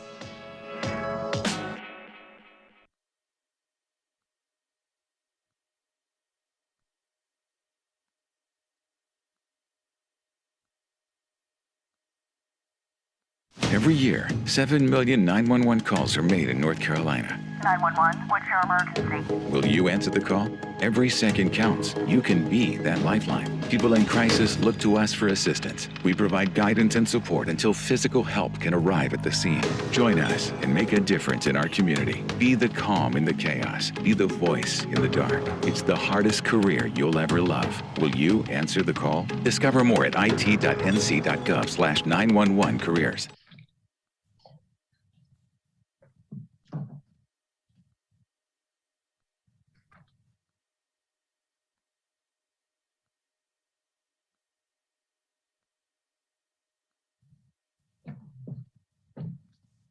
All right, colleagues, it is 9:08 and we're back in session.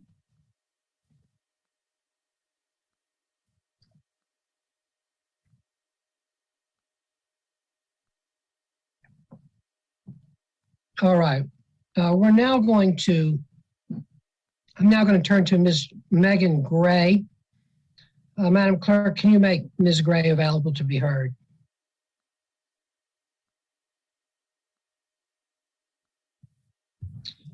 That should do it. Ms. Gray, yes. Are you available to be heard? Good.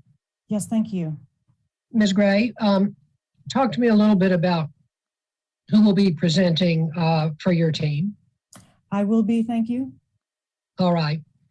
Thank you very much, and we look forward to your presentation. Thank you. Thank you, Mr. Mayor. Thank you, members of the City Council. I appreciate the opportunity to speak. We are a group of residents that are proud to be in our 20th year of working together on behalf of the residents of North Durham, and we wish to voice our opposition to this case. Next slide, please. Durham puts forth in their UDO that a community center should be a goal in rezoning. Oh, sorry, you would like my address, 1017 Wood Owl Way. Thank you very much. Durham puts forth that a community center should provide unification, increase pedestrian activity, enhance attractiveness, and improve the overall quality of life. We took this in mind, and we also added some elements of the new comprehensive plan that is not formed yet, but is forming via resident survey. And those future-looking objectives are for innovative housing, intentional development, integrated housing and neighborhoods, resilient green building, and healthy, safe schools and transportation. Next slide, please.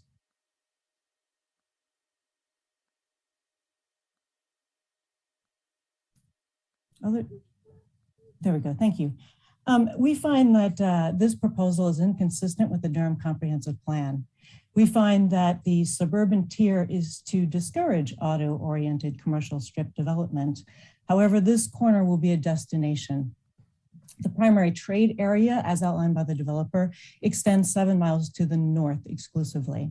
There will be an additional 9,600 trips a day, which will be a doubling of traffic. There are not paved connections to the nearby neighborhoods, and it's not safely walkable. Another policy that is in the Durham Comprehensive Plan with which this is inconsistent is that Durham should restrict new isolated mid-block commercial uses. This would be 55,000 square feet of commercial, and the high traffic level alone will cause this corner to be pretty much isolated. Durham is to provide an incentive to revitalize existing and aging abandoned commercial areas, and there are plenty of spaces nearby, including a 40-acre open site that's 4 miles north within the trade area that could be developed today that's already zoned commercial. And we'll get into the vacant storefronts. Then also, parcels are to be separated if they are too close to a commercial node, at least by 1/2 mile. And this parcel is 0.18 miles from an existing commercial node. Next slide, please. Durham is to employ unifying design elements. And this particular plan doesn't offer unifying elements to adjacent parcels. There aren't any other elements that serve the existing neighborhood as it is. We were told there was not enough room for a northern Latta Road sidewalk to be built. And there's just no connection to others for any kind of walking path or bike path. And it's dangerous to walk there now, and then you add another additional 9,600 cars. You can't really think that that would be more safe. Durham is also looking for walkability, connectivity, connecting a new development with the surrounding community. And I've already outlined how this particular parcel will not be connected. Facade variety is a growing concern, and facade monotony is a concern. We saw in the plan that there are 3 facades, but there aren't a lot of details provided. And also providing a broad variety of housing types, different lot sizes, and encouraging diversity. And these are 200 townhomes in a 20-acre parcel. Doesn't seem to be, a lot of variety there. Next slide, please. The planning department provided this map to residents within the notification area. And you'll see here that there's a commercial node at Umstead and Guess. You'll see below that, it's all residential. So this is a significant change that would be incurred, and it's not in keeping with the area. Next slide, please. In addition, the commercial node is only 0.18 miles from this proposed area. And so it's not planned as part of the node, and it may contribute to commercial creep all the way up Guess, kind of like what's already happened on Roxborough. Next slide, please. There are already nearby commercially zoned parcels. This is south of the area. There's a new self-storage area, and then there are commercial node and commercial zoned area south of the parcel. Next slide, please. And north, a very large one at Snow Hill and Roxborough that is already commercially designated. Next slide, please. And then 2 commercial nodes north as well that are already just waiting for additional commercial. Next slide, please. There are 4 nearby grocery stores which are under capacity, 2 Food Lions and 2 Harris Teeters. The developer is looking solely to the north for the primary trade area, which would bring more people down to this corner as a destination. One of the Food Lions is actually in existence, is the exact same square footage of the grocery store that's being proposed on this parcel. And the developer's website actually says that this parcel will put the current Food Lion out of business. Next slide, please. There's plenty of grocery delivery that is increasing in Durham, actually. There's now a Yelp top 10 grocery delivery site, and these are what are listed there. So if you want to have Whole Foods or you want to have Wegmans, you can have it delivered. Next slide, please.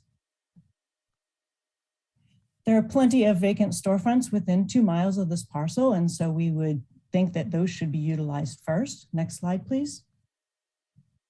A couple more. Next slide, please. There are plentiful local restaurants. All of the little red fork and knife designations are local restaurants. And you can see here travel time to some sit-down restaurants from 90 seconds to 5 minutes. You could go from McDonald's all the way up to the award-winning Gacciolina. Next slide, please.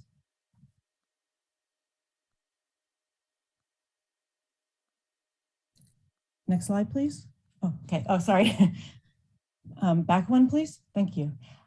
In addition, one of the greatest concerns we have is that this is going to create a traffic nightmare. Latta Road is going to receive basically all of the traffic from this because of the right-in, right-out on Guest Road, and I'll get to that in a second. In addition, Lebanon Circle has an elementary school on it. So the traffic's going to double. The level of service at Latta and Autumn drops from a B to a C, even with the extra lane and striping. The similar proposal that the developer mentions in 2017 did offer more improvements and was level of service C to D, so I'm not quite sure what's happening there. And then guests going northbound will be right in and right out, and it will begin on day 1 of this being built at level of service D. Autumn Drive's exit from the development is level of service D as well. And what's that going to, incur with an 18-wheeler that'll be exiting onto Latta Road? The traffic impact analysis does not consider newly built Huntington Valley or the new Northern High School or Riverside High School, which has traffic that also backs up toward this proposal. The biggest element we need to consider with this is that Latta Road cannot be widened. It is a state road and each parcel is individually owned. So at this build out, it will begin at 99% capacity. As Planning Commissioner Cease noted in his comments, the walkability stops at the property boundary. And from a transportation perspective, it's the same suburban model which replicates the traffic problems in suburban context. Essentially, Latta Road residents will be trapped in their driveways or in their subdivisions. Next slide, please. In addition, there are magnet school safety issues. There is an adjacent Easley Elementary you can see in the upper rightmost panel. The safety of the students is a concern. There's 100% traffic increase. The water reclamation ponds are adjacent that parcel. There will be a walking path to connect the retail area to the school, and the parents cannot park right now for pickup. So there's been an increase already in accidents at Guess and Lebanon Circle.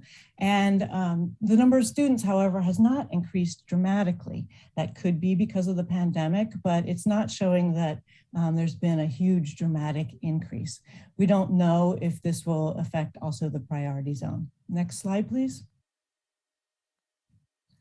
In addition, we're not exactly sure about the residential commitments. Most of the commitments were on the commercial side. So there were some things that changed during the process, and we're not quite sure what we're going to see. Stoops changed to 50%, backloading units became 50%. Garages, we're not quite sure. Electric vehicle stations went from 50% of housing to 4% at the commercial. Next slide, please. The homes in this area, it would be nice to see a rating on the homes. This is an example of a home in Durham that is already rated in this HERS rating energy certificate example. It looks at the square footage and the green construction features in the home. And so what this demonstrates is that in an average home in Durham at this latitude, a proposal with 40 kilowatts of solar equals to about four to five homes. So the proposal that the developer is bringing forward is enough to power about 4 or 5 homes. Others in Durham build with HERS. They do green building. It would be nice if the city council were to demand that all new homes were HERS rated and in this flavor. Next slide, please. Another concern we have is environmental. The topography slopes from this area down to the Eno. The extreme weather events have been increasing with the climate change that's already upon us. And we're concerned about impervious surface. The Eno River Association also spoke against this. And we have an environmental engineer that provided a letter to the city council stating that this could be a concern. Next slide, please. Again, more impervious surface is coming with the new high school and with Huntington Valley. Next slide, please. This is a picture of Guest Road Bridge in June 2020 in a routine thunderstorm. This same storm washed out Latta Road as well. This is a concern with the extreme weather events that are happening. Next slide, please. And we had an environmental engineer comment in a study of this proposal showing that the plan shows a high intensity of impervious surface and outdated protection approach using stormwater ponds. These measures are largely unsuccessful, and with the latest stormwater rules, it's his opinion that the project would have lasting, unavoidable impacts to the Eno River corridor. It's not okay to continue to allow developers the status quo when it's clear that our precious sanctuaries are at risk. Next slide, please. In addition, we have a lot of people that have opposed this rezoning. We have signatures on a petition as of Saturday of 539. We had 18 speakers at the Planning Commission. The Eno River Association is speaking out against this, and the opposition seems to be growing. Next slide, please. In addition, our petition is not a NIMBY sort of situation. As you can see, there's a diverse group of people from all over this area that have opposed this particular proposal. So it's a concern to a much wider group of people in the area than one might see at first blush. Next slide, please. So in summary, we would ask the council please to vote no. We enjoy the quality of living. It's quiet and peaceful. We depend upon the comprehensive plan. We don't need the development. We don't want the development. And we have quite a number of signatures on petitions. Next slide, please. We would ask all those that are present in the Zoom meeting that oppose this proposal to please type vote no into the chat. And thank you very much.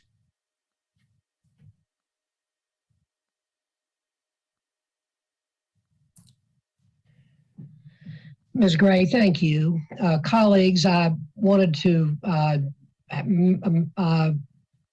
that presentation out of our usual order because I do think that it gave a good comprehensive summary of the opponents of this development. And I I want to thank Ms. Gray and the others who helped her put this together for an excellent presentation.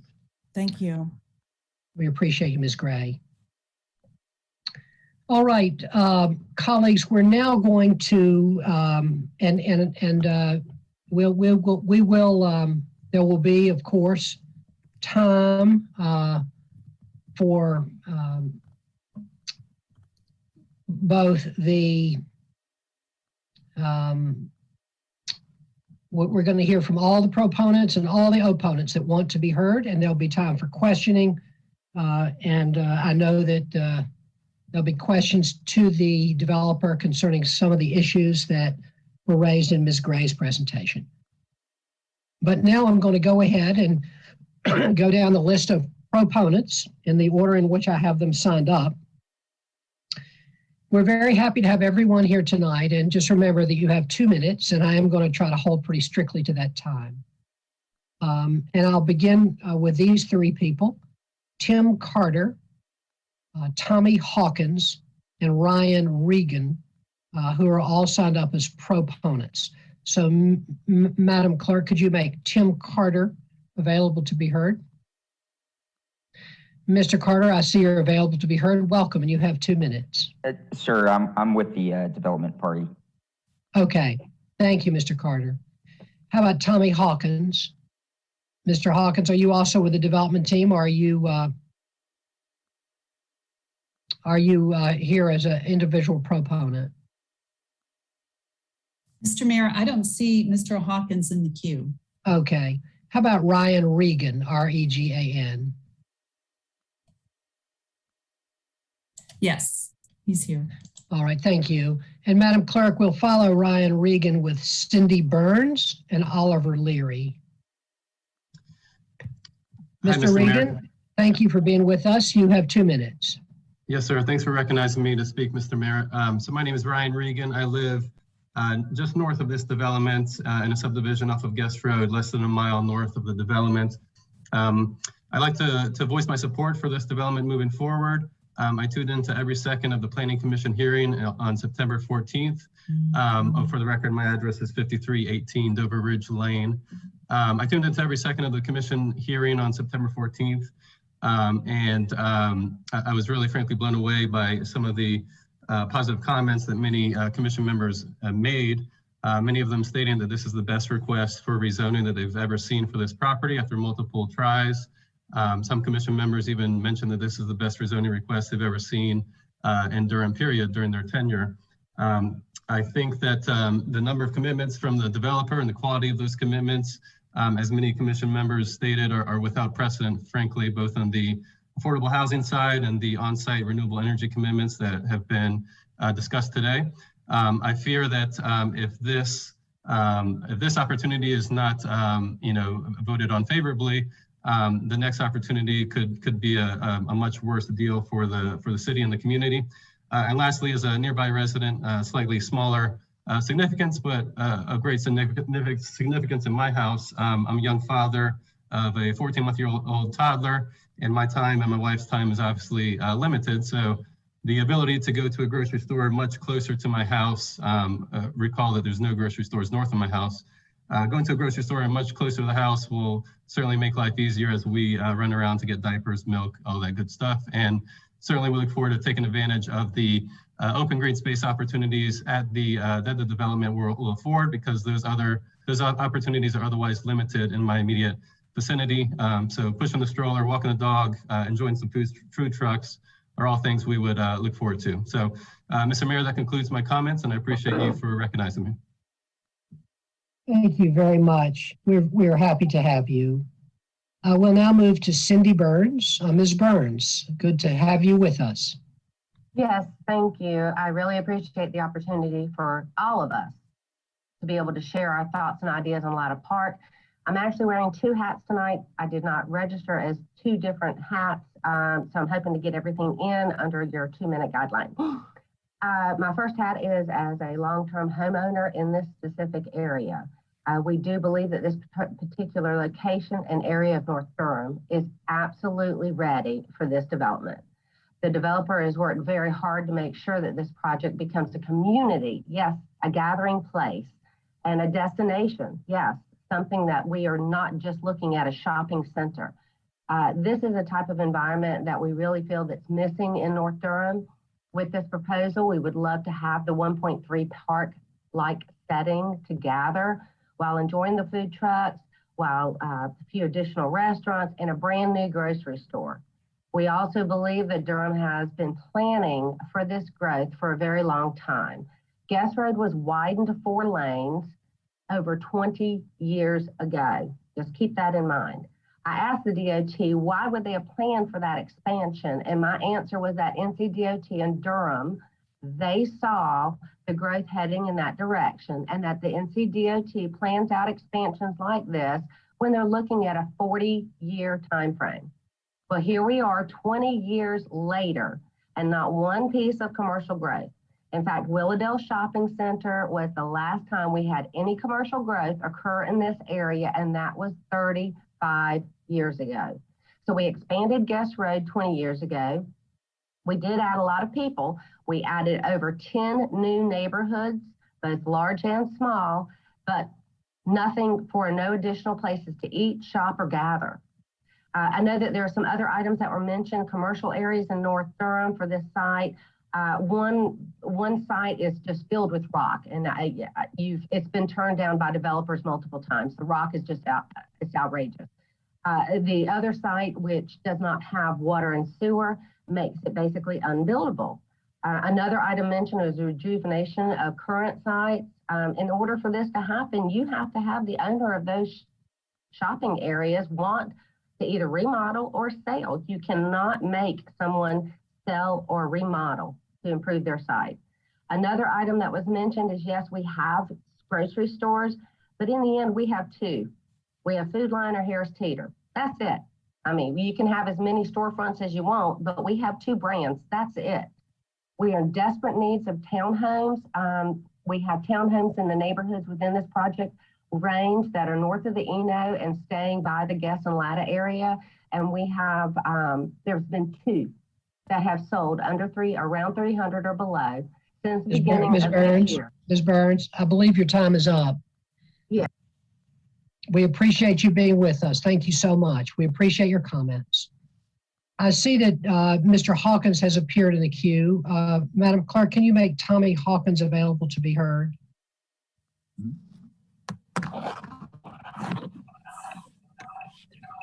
Mr. Hawkins, are you with us? I am. Thank you. Good. You have 2 minutes. Thank you, sir. Thank you, Mayor Schul and the members of the City Council. Thank you for allowing me to speak tonight. My name's Tommy Hawkins. I live at 10 Sagamore Place in Durham County, and I have lived my entire 70 years in Northern Durham County. Northern Durham has seen some growth in population over the past 50 years, but not like what Southern Durham has experienced. Not everyone wants to live in South Durham, and I strongly feel that the Latta Park townhomes in Northern Durham are needed for our population growth. If you compare Durham County with other North Carolina counties, Durham County is small in size, but the city of Durham is the 4th largest city in North Carolina. This speaks volume. We should all be proud that people across the country would want to live and work in Durham, North Carolina. These new townhomes will help shelter not only this new influx of people, but also serve our older residents that may need to downsize into a smaller home. The developer, Mr. Austin Williams, has put together a great project, so I am asking for your blessing to approve this park. Thank you for your consideration, vision, and direction. Thank you very much. We appreciate you being with us, Mr. Hawkins. Colleagues, Madam Clerk, we will now hear from Oliver Leary. Is Oliver Leary available to be heard? Mr. Mayor, there's no, I'm sorry. There's no Oliver Leary. There's no Oliver Leary in the queue. All right. How about Kirk West? Yes, Kirk is here. So Kirk West, and then Kirk West will be followed by Adam Gusa. Mr. West, are you available to be heard? I am. Can you hear me okay? Yes, we can, Mr. West. Welcome. We're glad to have you, and you have 2 minutes. Thank you. My name is Kirk West. I live at 5 Deerwood Court in northern Durham. My father grew up in northern Durham. I grew up and have still grown up in northern Durham, and I'm raising my kids in northern Durham. I remember when Carver Street was paved and Willowdale Shopping Center was developed, and I don't remember any other development as far as, or much development after that. I think it's definitely time for a neighborhood just like this, that's a mixed neighborhood with a shopping center. It's what northern Durham needs. It will help bring other things to northern Durham, which we need. And I'm excited to see it. I know we're short on time and we have a lot of people to speak, but I think it's something that we've needed for a long time, and I'm excited to see it finally where we are as far as at this point. Thank you for your time. Thank you very much. We appreciate your being with us, sir. And now we will hear from Adam Gusa, and Adam Gusa will be followed by Carlotta Dunnigan. Mr. Gusa, we're glad to have you with us. Hi, good evening. Thank you for taking the time for this. Dem Gusa, 1607 Crystal Creek Drive, 27712. So I live about a minute from this proposed development. This is my neighborhood. I was initially on the fence about this proposal, but I've come around to supporting it for the following 4 reasons. Number 1, the traffic improvements. So the left turn lane from Latta to Guess is currently a mess even with today's volume. The developer has agreed to fund intersection improvements, including 2 dedicated left turn lanes from Latta to Guess. The traffic analysis from Kimley Horn concluded that even with the additional volume that will be created by this development, these improvements will significantly improve the level of service. There are no funding plans by the city of Durham or the DOT to improve that intersection. So if we want something done, the quickest way is with this development. Number 2 is, second reason is modern retail. So while I may not be a huge fan of an additional grocery store in North Durham, because we have plenty, we do need modern retail. All the proximate retail at Guess and Horton or Latta and Roxborough is 1970s or 1980s style retail. It's in poor condition, and there are no developers that I'm aware of that are willing to purchase these sites to redevelop them. A modern grocery store that is not a Food Line or Harris Teeter would be nice to have, as would the restaurant and retail out parcels that would be associated with it. Number 3, the restrictions that have been agreed to by the developer. So no tobacco stores, liquor stores, adult stores, etc. There's no need to fearmonger about what this could turn into. Even if this property is simply flipped and gets purchased and developed by someone else at a later time, those restrictions are actually tied to the parcel and can't be changed. And number 4, finally, is additional residential. So there's a serious imbalance of supply and demand in Durham, and relatively affordable townhomes will help to address the lack of supply and provide for more affordable options than single-family homes. So in conclusion, change is inevitable. We live in a desirable area, so it's coming. We shouldn't consider low-density single-family developments as the only acceptable alternative in North Durham. I welcome the intersection improvements, the modern retail, the townhomes, and the public park that's proposed within this development. This proposal is not perfect. I wish it were truly mixed use, but I support this rezoning and Latta Park as a whole. Thank you for your time. Thank you, Mr. Gusa. We appreciate you being with us. Now we'll move to Carlotta Dunnigan.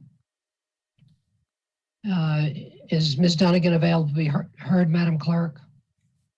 Mr. Mayor, Carlotta is not in the queue, but Austin Williams is. Right. Mr. Williams is with the development team. Okay. So we'll go to Charles Gibbs. And then Chris Bostic is also with the development team. So we'll go to Charles Gibbs to be followed by Kathy Odell. So Mr. Gibbs, welcome. I think I'm unmuted. You are, Mr. Gibbs, and we're glad to have you with us. Thank you so much. Mr. Mayor and Mayor Pro Tem and the City Council. I have listened to presentations, and I really do appreciate Mrs. Burns' rebuttal, I'll say, and being a former planning commissioner, it's hard for me not to argue, but that's not what I am here for. I'm here to speak for the rezoning and for this really, really good development. We all remember 217 that was premised on actually one large grocery store with some housing included. But this development since the beginning, and I have followed the developer from the very beginning, the commercial area is going to be diverse. It's not going to be overwhelming. It'll be accessible. And I want to say something about the townhouses too, before I run out of time. They are arranged very well designed. Their arrangement allows for some open space. The people will not be crowded. They won't be lined up in several rows of buildings. But this, in a word, this development and this neighborhood will blend in and include the surrounding neighborhoods, and this traffic mitigation at the corner it's like the speaker said before. It is one of the main supports for getting something done there. Mr. Gibbs? I'm mainly for this development. Thank you, sir. Thank you, Mr. Gibbs. Thanks for being with us.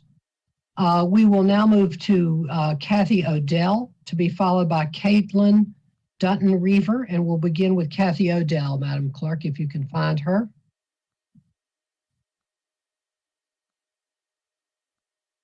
I see Ms. Odell is available to be heard. Ms. Odell, welcome. You have 2 minutes. Good evening, Mayor Sherrill and City Council members. My name is Kathy Odell, and I live at 3718 Bivens Road in Northern Durham. I am a longtime resident of Durham, and I support the rezoning for Latta Park. The developers delivered a well-thought-out design for Latta Park to the City Planning Department on September 14th. Their vote of approval, 10-3, supports the choice to rezone the approximately 30-acre parcel of land in Northern Durham. Unlike other areas of Durham, the only 2 grocery stores in Northern Durham are Food Lion and Harris Teeter. The location is a prime destination for a new variety of a grocery store. The LattaPark.com website, designed by the developers, has been a valuable tool to fully understand the expectations of Latta Park. Also, the website allows for suggestions and ideas from the community.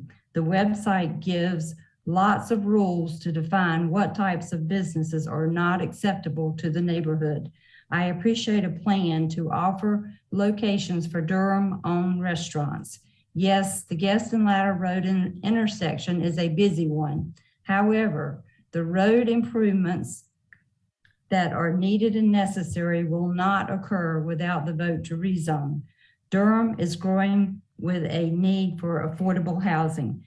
Latta Park offers homes with spaces for community living. This plan shows a park, seating areas, and walkability. Also, there are trees designed to support privacy for the current neighbors. Lastly, I believe the developers have delivered a well-thought-out design for Latta Park. I fully support the rezoning of Guest and Latta roads.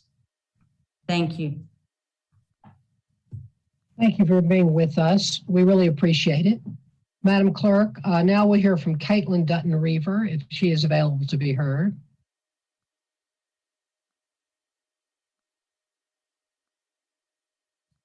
Mr. Mayor, I don't see Ms. Dutton-Reaver in the queue. I don't either. Thank you. And Madam Clerk, while I'm at it, can I just take a minute to thank you for helping us get through?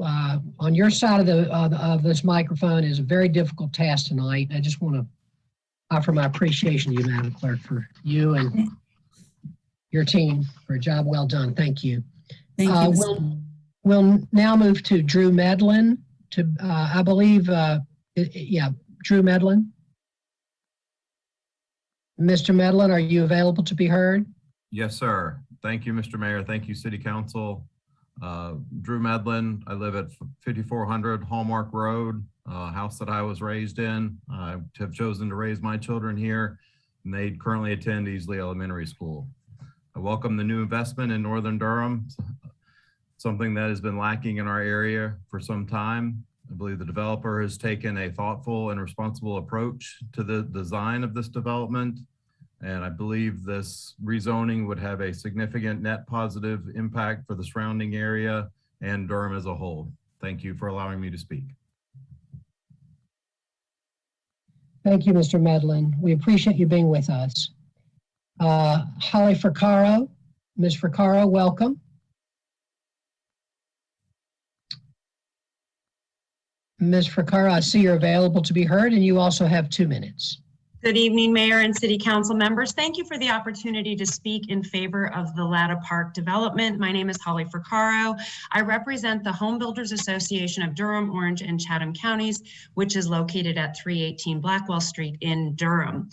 I respectfully disagree with our earlier speaker. We do need this development. As you all know, we are experiencing tremendous growth in the region, and Northern Durham could be a very attractive option for home buyers. Given that this area of Durham County has had limited growth over the years, opportunities for buyers are limited. Latta Park would be the bridge to delivering an exciting new opportunity for both residential and commercial growth. Latta Park has been so thoughtfully planned out. In fact, it is one of the most comprehensive development plans I've seen in my 8 years as CEO of the HBA. I was very pleased with the Planning Commission's approval of this development.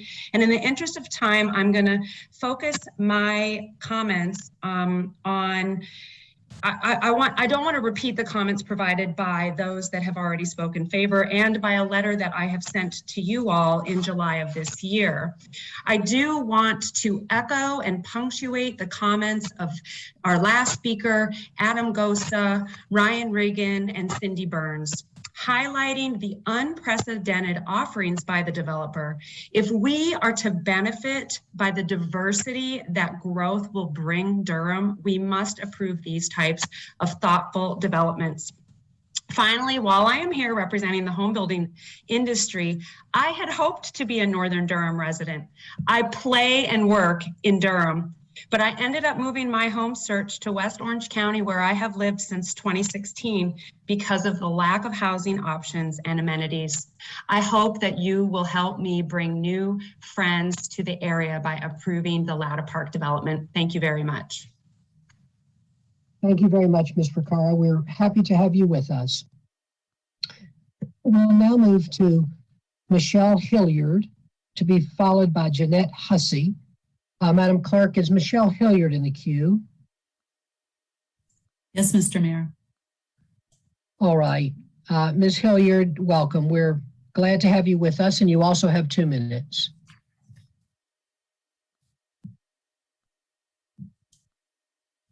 Ms. Hilliard, can you unmute yourself?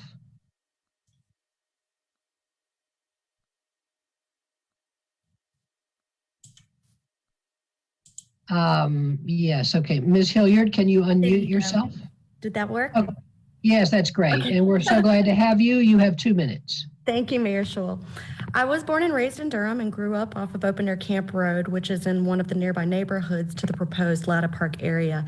As a kid, I would ride my bike all through the neighborhood with friends, family, and neighbors almost daily. Today, I work in downtown Durham within the American Tobacco Campus, also known as ATC. For a couple of years, I lived downtown and could walk to work as well as ride my bike to nearby restaurants and shops and just love that lifestyle. Occasionally, food trucks would be scheduled to visit ATC, and having immediate access to them was an absolute perk in my opinion. I am currently trying to buy a new home, and because I'm interested in Northern Durham and neighborhoods within the vicinity, I am a proponent for Latta Park because I still enjoy riding my bike, and I want to continue to have that walkable and bikeable access to shops, food trucks, and everything that this park has to offer. I love the idea of knowing that I can grab my book bag, hop on my bike, and make a quick trip to the grocery store that's to be incorporated in the built environment of Latta Park. I also like knowing that the plan for Latta Park does not solely integrate commercial development, but also residential. This is important to me, and I would imagine many others, in that it only extends and maintains a sense of community whilst creating fun indoor and outdoor areas and spaces for friends and neighbors to come together and enjoy another great Durham neighborhood. I very kindly still want to be your neighbor and contribute to keeping the goodness in what makes up every great Durham neighborhood. Thank you all so much for your time. Ms. Hilliard, thank you very much. We're very glad to have you with us. We will now hear from Jeanette Hussey. Is she in the queue, Madam Clerk? Mr. Mayor, I don't see Jeanette Hussey in the queue. All right, then we will move to Evian Patterson, to be followed by Jeremy Wickersham. Is Evian Patterson in the queue? No, sir. All right. Then we will go to Jeremy Wickersham. He is here. All right. Mr. Wickersham, welcome. We're glad to have you with us, and you have 2 minutes. Thank you for having me. Again, my name is Jeremy Wickersham. Live at 119 Muirfield Court. I've lived here for 12 years. My wife was born and raised in this area. I'm about a 5-minute drive from Latta Park. I've been keeping my eye on the happenings of this site over the past several years, and especially over the past year or so with the launch of this website on what the developers have in mind. And I'm just thoroughly impressed with it. There's been no thoughtful commercial development out this way since I've lived here. It seems like whenever I go to the grocery store, whether it's Harris Teeter or Food Lion, there's always tons of people there. So having another option there, I think would help alleviate that. I've been impressed with the expansion of Latta Road with the additional turn lane, as well as the park area and other open space We got a church with a lot of people who would like to live in North Durham, but there's just nothing here that's within their price range. So they're having to live in Wake Forest or Roxburgh or Rougemont, stuff like that, way further out, because there is nothing available here. More and more people are moving to Durham. I've seen what's happened in South Durham, and I can certainly appreciate the quietness of North Durham. But growth will come out here, and I just like the thoughtful design to this area. So thank you for having me. Mr. Wickersham, thank you. We're very glad you were here with us. We will now move to Heather Hilliard. Ms. Hilliard, you also have 2 minutes. Do we have Ms. Hilliard with us? Heather Hilliard? No, Mr. Mayor, there's no Heather Hilliard in the queue. All right, and then we will, thank you, Madam Clerk. We'll move to Nathan Swanson, and Nathan Swanson will be followed by Mark Abram. Mr. Swanson, welcome. We're glad to have you with us. Thank you, Mr. Mayor. Can you hear me? Yes, we can, Mr. Swanson. Wonderful. I'm Nathan Swanson. I live off Latta Road on 5018 Green Oak Drive in Durham. I'm just a block away from where all this is going to happen. I lived at this address for 25 years. My participation right now is to support the proposal. The Latta Park proposal is realistic, it's forward-thinking. The builder has also encouraged and accepted input from the community. It will improve traffic congestion with longer turn lanes, at least begin to address it. The only alternative is to sit still and do nothing, and something needs to be done. Right now, Latta Road is unsafe to walk on either side. At least with this proposal, one side will include sidewalks and will now be safe. A park, art exhibit, bike lanes, affordable housing, and community stores are a legal obligation. They all would be fantastic to have. The current site right now has structures or homes that are being rented, and they're going to be in decline, and they're going to continue to decline until something is done. Thank you for your time. Thank you, Mr. Swanson. We appreciate you being with us. And now we'll have Mark Abram, followed by Debbie Anderson. Mr. Abram, we're glad to have you with us, and you have 2 minutes. Thank you. Good evening, Mayor and City Council members. This is Mark Abram with the Core Construction Group. We're both builders and real estate developers, and we are proponents of the Latta Park, which is a smart, walkable, well-designed, thoughtful, mixed-use development with wonderful retail amenities for all Durham residents, all meaning those with significant or comfortable means and some with affordable means. We raised our kids in North Durham, and most of our family is still there after 3 generations. My direct family left North Durham because there were no well-designed, modern, mixed-use developments. There were none, and that's what we were looking for. So, as an ex-director of the Raleigh Housing Authority, I want to note affordable housing is different than low-income housing. Neither is negative, they're just different. In a well-designed community like Latta Park, what a benefit there is for a percentage of the units to be affordable housing. You might combine all of the affordable housing units from all the real estate development groups in Durham, and we still wouldn't have enough. Moderate and affordable income residents are struggling to find affordable housing, especially in well-designed communities. More expensive houses and apartments largely draw upon newcomers that power the region's growth who are continuing to relocate here. Engineers, for example, might likely come for higher salaried jobs at Google's new hub in Durham. And COVID is just accelerating this process. Those buyers are willing and able to pay higher home prices. So we are proponents of Latta Park. It's a smart, walkable development for residents, those with comfortable means and for some with limited means. Thank you. Thank you very much, Mr. Abram. We're glad to have you with us. Madam Clerk, is Debbie Anderson available to be heard? Mr. Mayor, there's no Debbie Anderson in the queue. All right. Steve Toller. Mr. Toller, are you available to be heard? I believe he's with the development team. All right.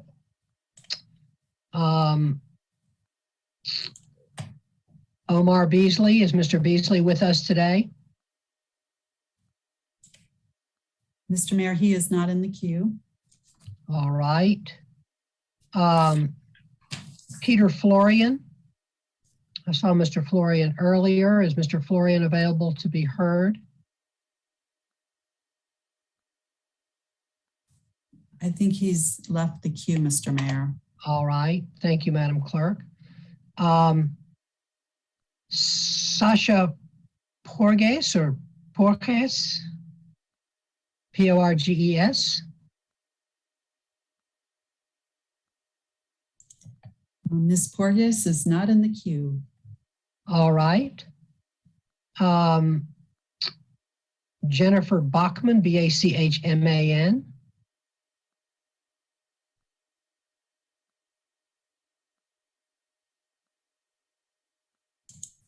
Ms. Bachman is not in the queue, Mr. Mayor. All right. Thank you, Madam Clerk. Appreciate you. I'm now going to ask if there anyone else here who would like to speak as a proponent. If you would, before we get to the opponents, could you raise your virtual hand? And I see that Mr. Toller would like to speak.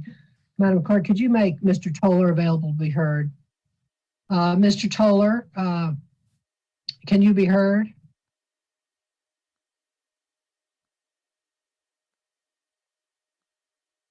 Hang on a second. I think the clerk is working on it. Madam Clerk, can you make Mr. Toller available to be heard?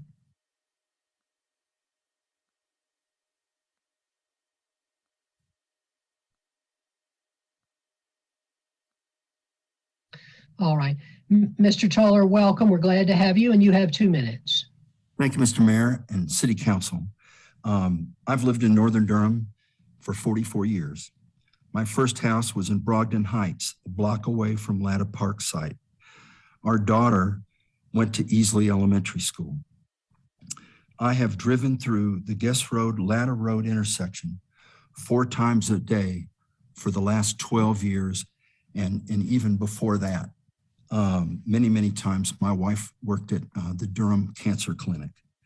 I was an early supporter of the affordable housing bond, and the Latta Park proposal has an incredible contribution to affordable housing, as well as adding much needed housing supply. I mentioned the traffic, going through that intersection. The traffic improvements are significant. To be able to improve an intersection after a development is made, I think is just amazing, and is a real credit to what's happening here. This is something that we need to make Northern Durham more accessible to the community. I've heard people from the Community Development Department say that they moved away from Northern Durham just because there wasn't any amenities. We need more amenities. We need more housing. This is the planning department had so many compliments about this development. If we don't get this, what we'll get will make the traffic even worse and won't give us what we need to make Northern Durham a special place to live, work, and play. Thank you so very much. Thank you, Mr. Toller. We're glad to have you with us. All right, I will ask again. Can you, if you were a proponent of this and you have not been heard yet, could you please raise your virtual hand or let us know in the chat? All right. Patricia Poole, are you a proponent of this? No, mistake. I'm sorry. Okay. All right. Don't worry. We'll get you in at your time. Any proponents? That's what we're looking for here. I want to make sure we get everybody gets a chance. Chris Herndon, are you a proponent of this project? Madam Clerk, could you let Chris Herndon be heard? Chris Herndon, are you able to be heard?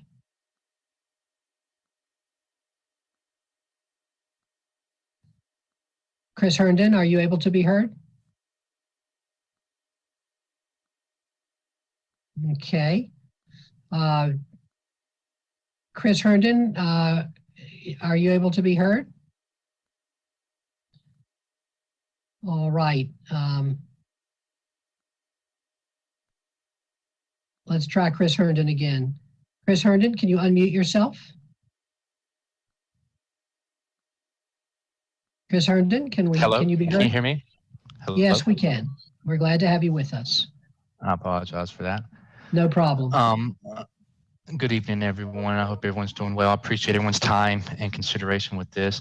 I am a proponent of this, and I do think this kind of alluding to what everybody said before now is Durham and RTP and Raleigh is a very growing area, prosperous area.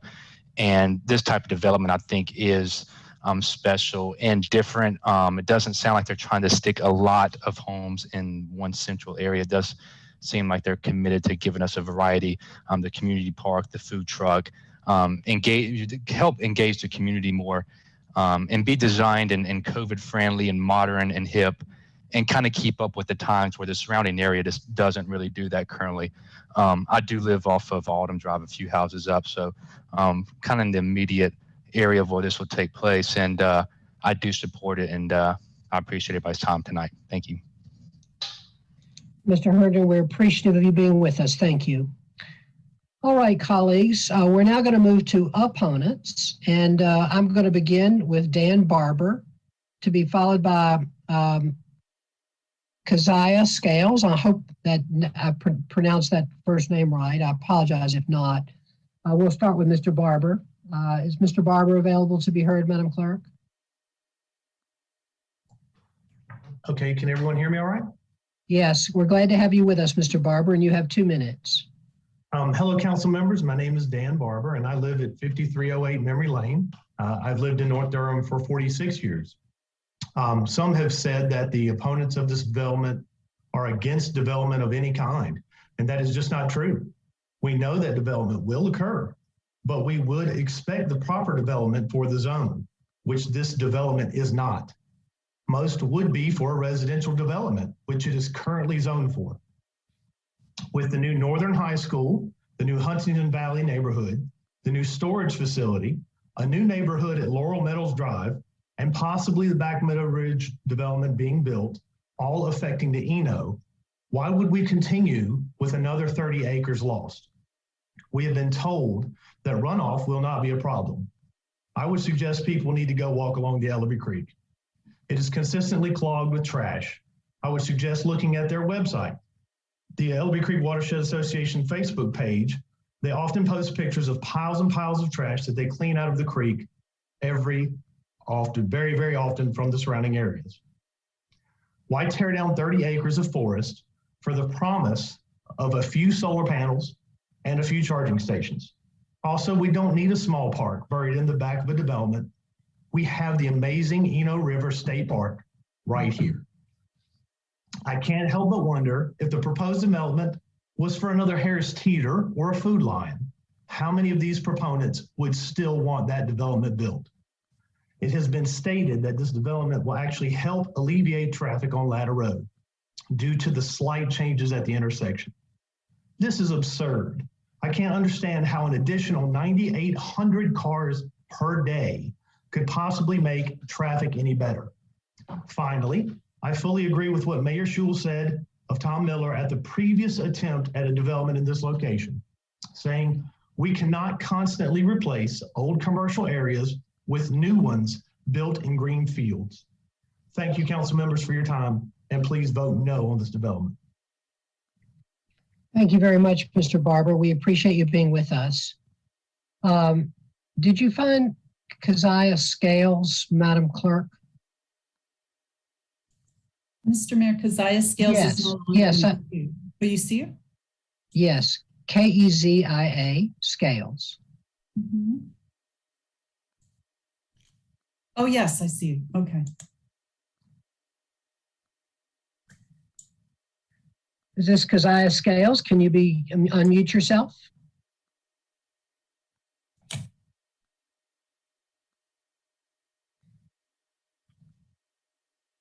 Keziah Scales? Can you unmute yourself, please?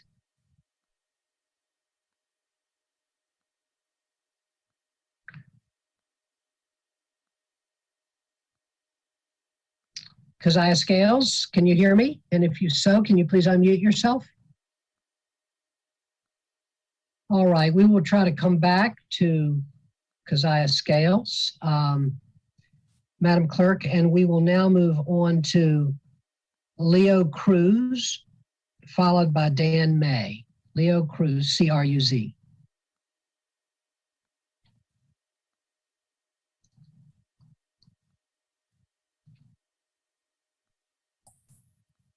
Hi, good evening. Can you hear me? Yes, we can, and we're glad to have you. And you also have 2 minutes. Great. My name is Leo Cruz. I reside at 1624 Crystal Creek Drive, and I wanted to begin by declaring my opposition to the Latta Park proposal. I spoke in opposition during the Planning Commissioners meeting and provided a few technical reasons for my opposition at that time, but those technical points seem to be overshadowed by several benefits commitments of this proposal. The Latta Park design is very well thought out and appealing. It has been revised multiple times based on feedback from both the planning staff and members of the community. So I applaud the developers for their work there. The main issue for me is, as they say in real estate, location, location, location. So before I proceed, I wanted to reiterate that this proposal in front of us is a request to change what is already in place for another purpose. I have looked over the entire planning packet and safety is a big concern for me. This proposed development will severely hamper egress traffic that desires to travel south on Guest Road, which I anticipate will be the primary desired direction for interstate highway travel. To flow south on Guest Road, there are two choices. Exit onto Guest Road, cross 2 lanes of 55-mile-per-hour traffic, enter a turn lane that can only queue about 4 to 5 cars max, and then wait for a light to make a U-turn. The other option is to exit onto Latta Road and compete with the almost constant influx of vehicle traffic from both directions and with vehicles exiting existing neighborhoods. Lastly, I think we need to consider that to address the housing shortages that Durham seeks to address, that we execute these types of developments closer to the heart of Durham instead of at the fringe of the city boundaries. Several folks have said that plenty of people would love to live in North Durham, but housing is limited. Living at the beach is also a desirable location, but I'm sure the local ordinances there specifically restrict high-density developments. This proposed development is inconsistent with the FLUM by an almost 400% increase in density. It is also almost 150% increase over Lattimore's density, which is PDR4 development right across the street. I'm happy to live in a place where technology and healthcare are top tier, not only in the country, but also in the world.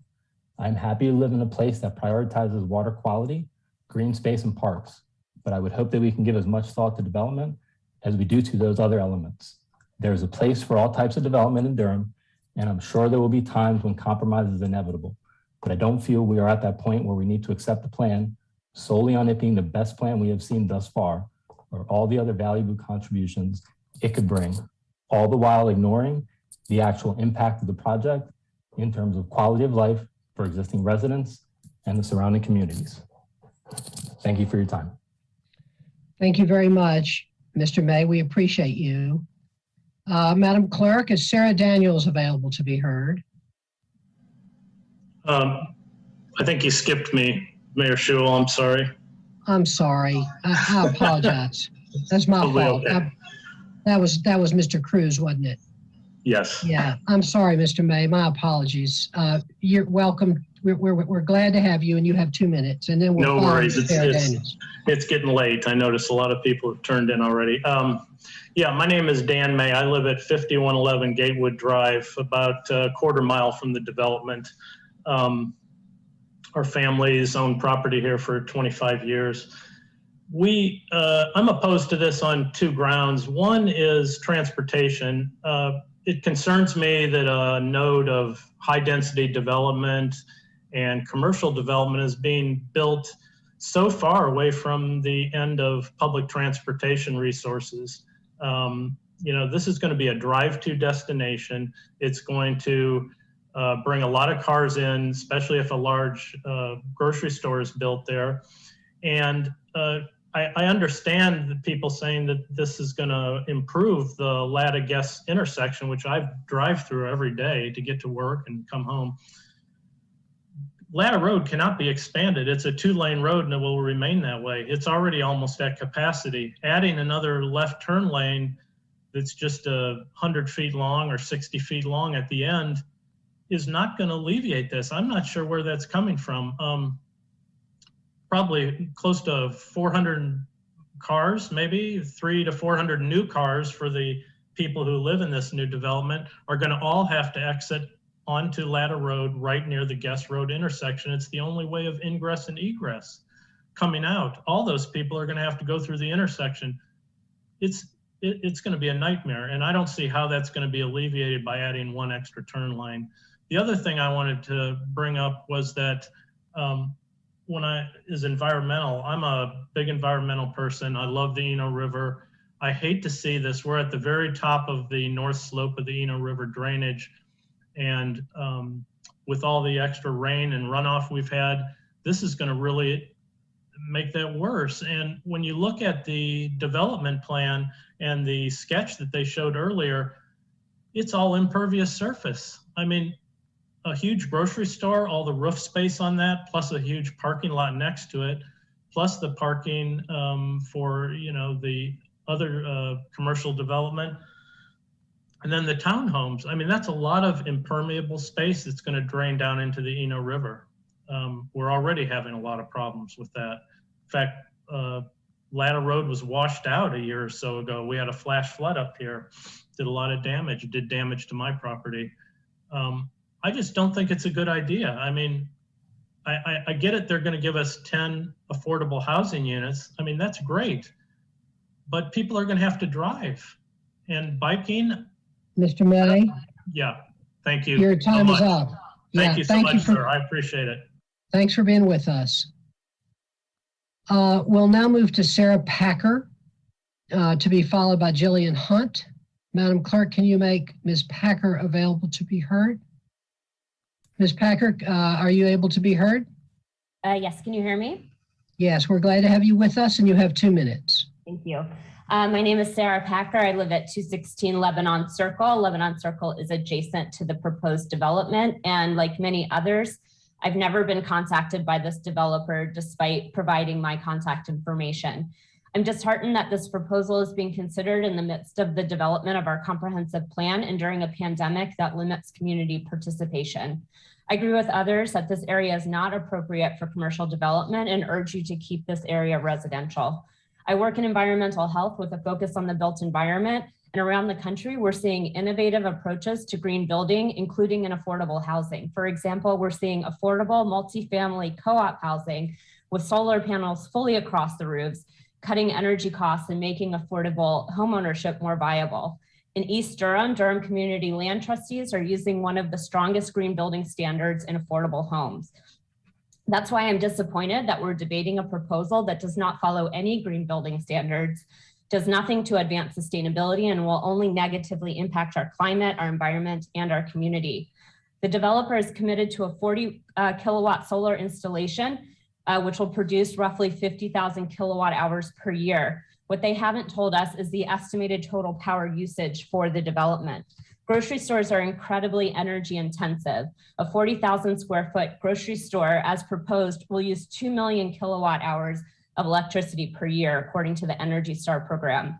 So the developer's solar commitment would offset 2.5% of the grocery store's energy utilization. That's almost negligible. In an effort to provide an abundance of options, grocery stores also waste tremendous amounts of food, and many food items come in plastic packaging that either can't be recycled or isn't recycled.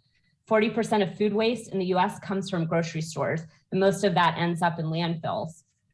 Putting another grocery store amidst several other grocery stores that are operating under capacity is environmentally irresponsible. We'll never reach carbon neutrality if we continue on this path. Apple and Google both have strong sustainability and community engagement goals and are expanding in our area. Why not go to them and ask for contributions to the Affordable Housing Fund, or better, to partner with us on green building? Green affordable housing is possible and we need it, and this isn't it. This development would be a step in the wrong direction and will put us further behind the 8 ball when it comes to climate change. One of the planning commissioners that voted in favor of this proposal rated it a 5 out of 10, but said they normally get 1s. I think we can do better than a 5 out of 10. I believe our city could be a leader in restorative and regenerative design, and I hope you'll put the good ideas and needs of Durham before the financial interests of this developer. If each proposal for this parcel is better than the one before, it stands to reason that the next one will be better than this ill-conceived one. But if this proposal is approved, there's no going back. Thank you for your time. Thank you, Ms. Parker. We're glad you were with us tonight. Ms. Packer, I'm sorry. We're happy you were with us. We'll now move to Jillian Hunt. Is Jillian Hunt with us? Madam Clerk, can you make Jillian Hunt available to be heard, to be followed by Louise Hall? Ms. Hunt, can you unmute yourself?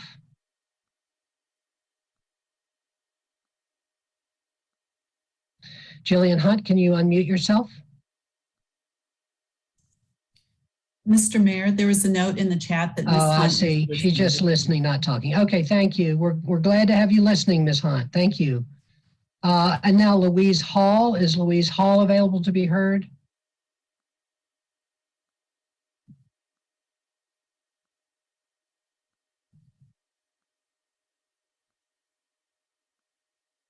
I don't see Ms. Hall. Do you, Madam Clerk? Yes, she's here. Oh, okay. I'm sorry. Oh, I see her at the top. Yeah. Ms. Hall, welcome. We're glad to have you, and you also have 2 minutes.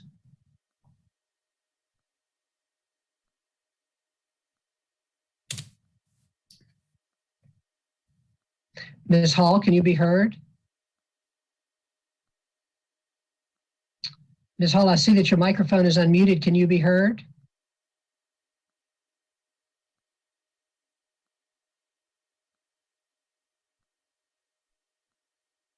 Okay, Ms. Hall, can you hear me? If you can you be heard? All right then, Madam Clerk, we're going to move on from Ms. Hall and maybe she can come back later. I will move to Adam Faber, F-A-B-E-R, followed by Alice Sharp. Mr. Mayor, Adam Faber is not in the queue. All right. How about Alice Sharp? I do not see Alice Sharp either. Okay, I don't either. All right, thank you. Thomas Berman, B-U-H-R-M-A-N, to be followed by Denise Witt. I see Mr. Berman. He's at the very bottom of the queue, Madam Clerk.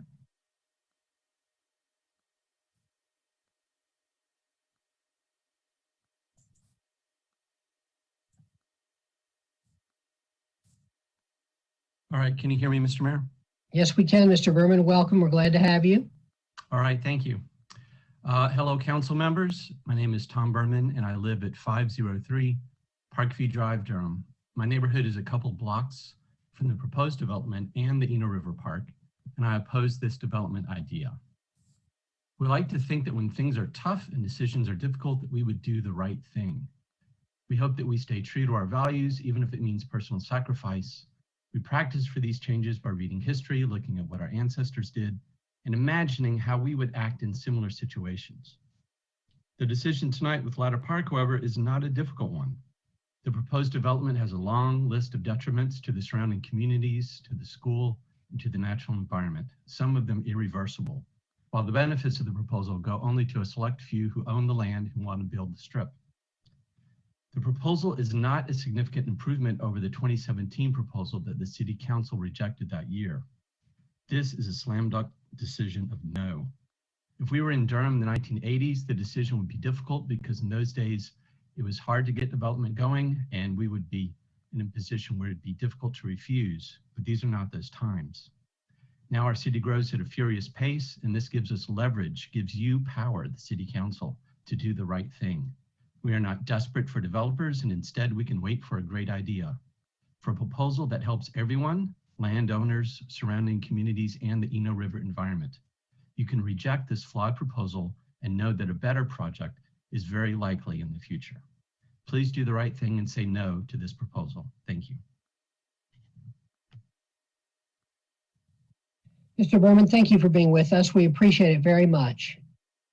We'll now hear from Denise Witt, followed by Delilah Sarah.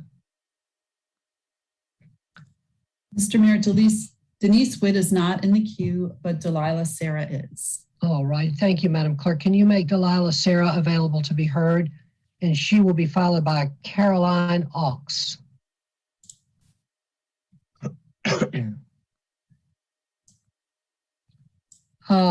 Ms. Sarah, we're happy to have you with us. Can you be heard?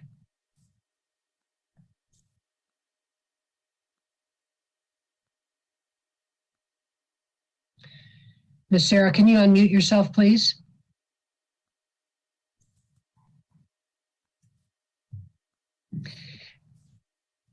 Ms. Sarah, are you able to be heard? Oh, I see someone else says that she thinks she just wanted to listen as well. All right. Thank you. And so if we'll move on then. Thank you. Caroline Ox, A-U-X, Madam Clerk, is she in the queue? Mr. Mayor, I do not see Caroline Ox in the queue. All right. then we will move to Edward Buckley, followed by Atticus Green Street. And I see that Mr. Buckley's here. Mr. Buckley, we're glad to have you. Thank you for being with us. And you have 2 minutes. Thank you very much, Mr. Mayor and City Council members. I first of all just want to thank you for taking the time and energy that you've put into listening to all this that's been going on. I really appreciate Mr. Mayor's patience with the system and the technology. So my name is Edward Buckley and I live at 122 Lebanon Circle. My properties are adjacent to this project. I have lived on Lebanon Circle for 50 years. This immediate area, while growing, has remained appropriately residential. I have purchased 20 acres of property and houses on Lebanon Circle, relying on the future land use plan. I now find that right in the middle of an area that has always been residential and right next door to my home, somebody wants to build a grocery store that we don't need. This is not substantially different from the previous rezoning request. I have no problem with homes. I clearly expected that this would be built out as a residential area and maybe even increased density beyond R20. But this is not an appropriate location for unnecessary businesses for all the reasons that have been presented tonight. I am requesting that you stick to the current well thought out land use plan and say no to this problematic rezoning proposal. Thank you for your time.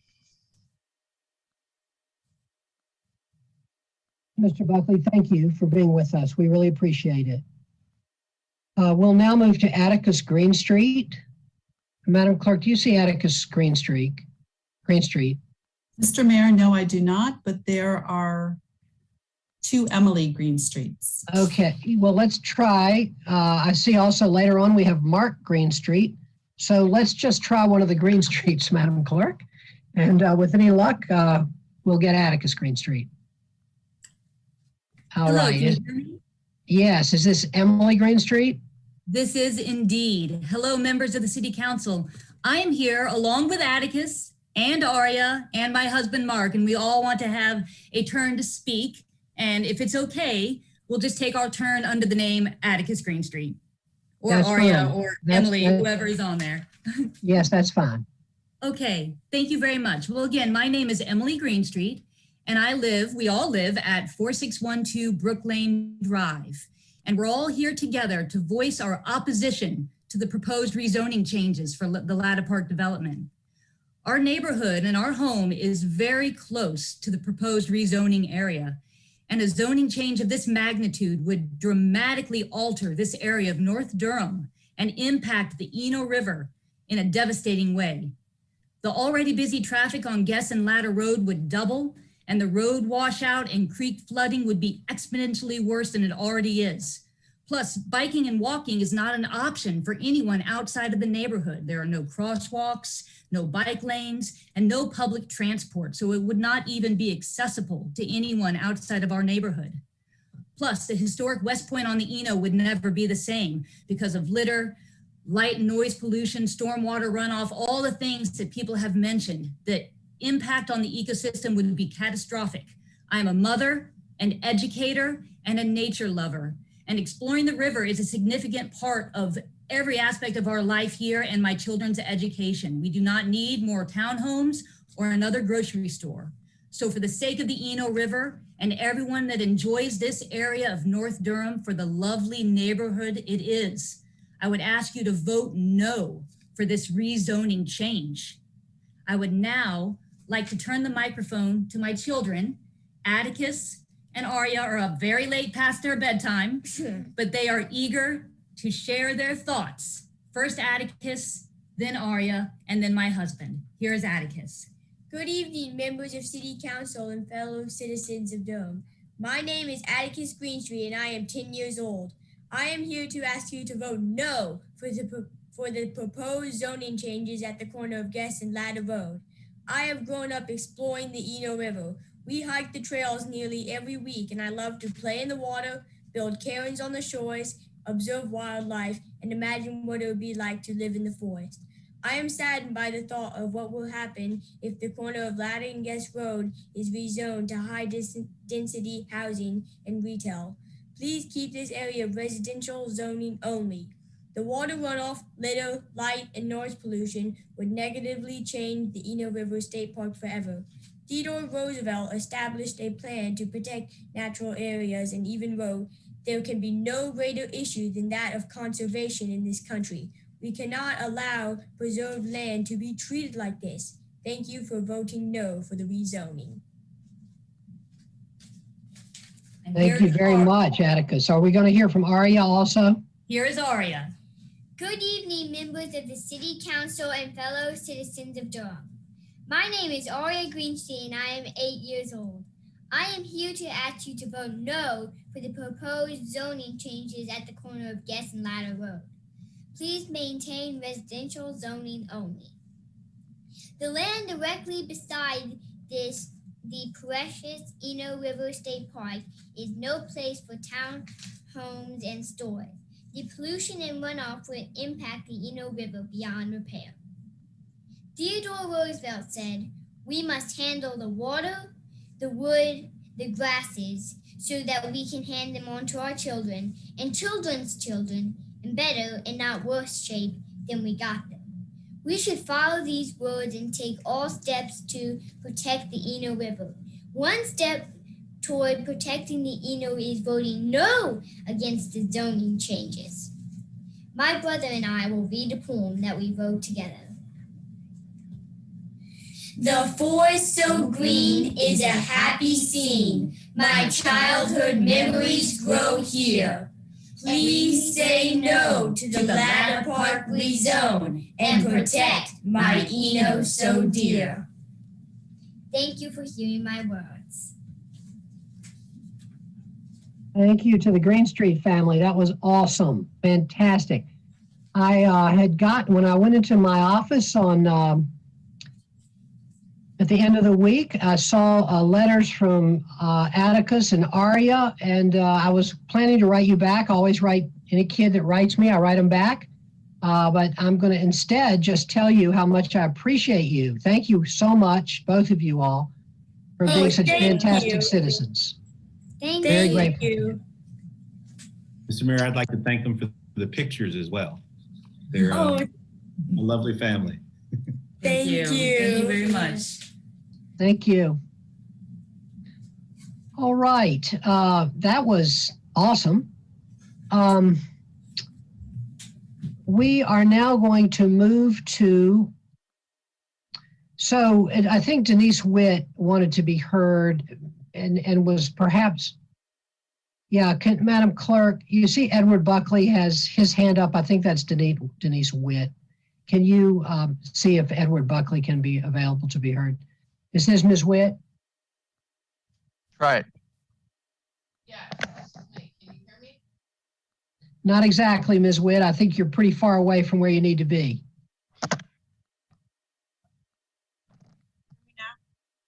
Is that better? There you go.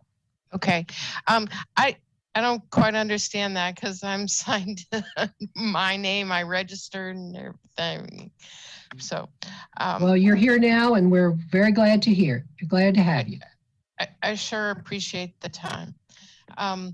So first of all, Megan and I spent a lot of time on these slides, and we both feel like there might be a couple that were missed during the presentation. One in particular, the drone video of the traffic backup, the school easily pickup line. But having said that, I live at 122 Lebanon Circle. And I first want to thank the city council members who spent their time with our opposition group and listened to our issues with changing the land use plan prior to this meeting, requesting a no vote on it. This commercial development has no place in a residential only area. I have no problem with housing, especially affordable housing, which Durham needs, but it's not the right location for all the reasons outlined in our presentation tonight. Traffic on water pollution, light pollution, noise pollution, and it will destroy an existing neighborhood for a grocery store we don't need at all. I would rather see this zoned a higher density residential to accommodate some of the housing issues. But I appreciate your time and thank you for letting me speak. Thank you for being with us, Ms. Witt. Madam Clerk, we will now move to Emmy Marshall to be followed by Eric Irwin. Is Emmy Marshall with us?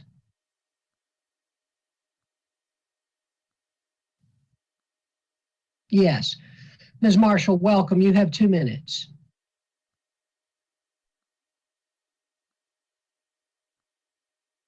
Ms. Marshall, are you available to be heard? I see the clerk has unmuted you.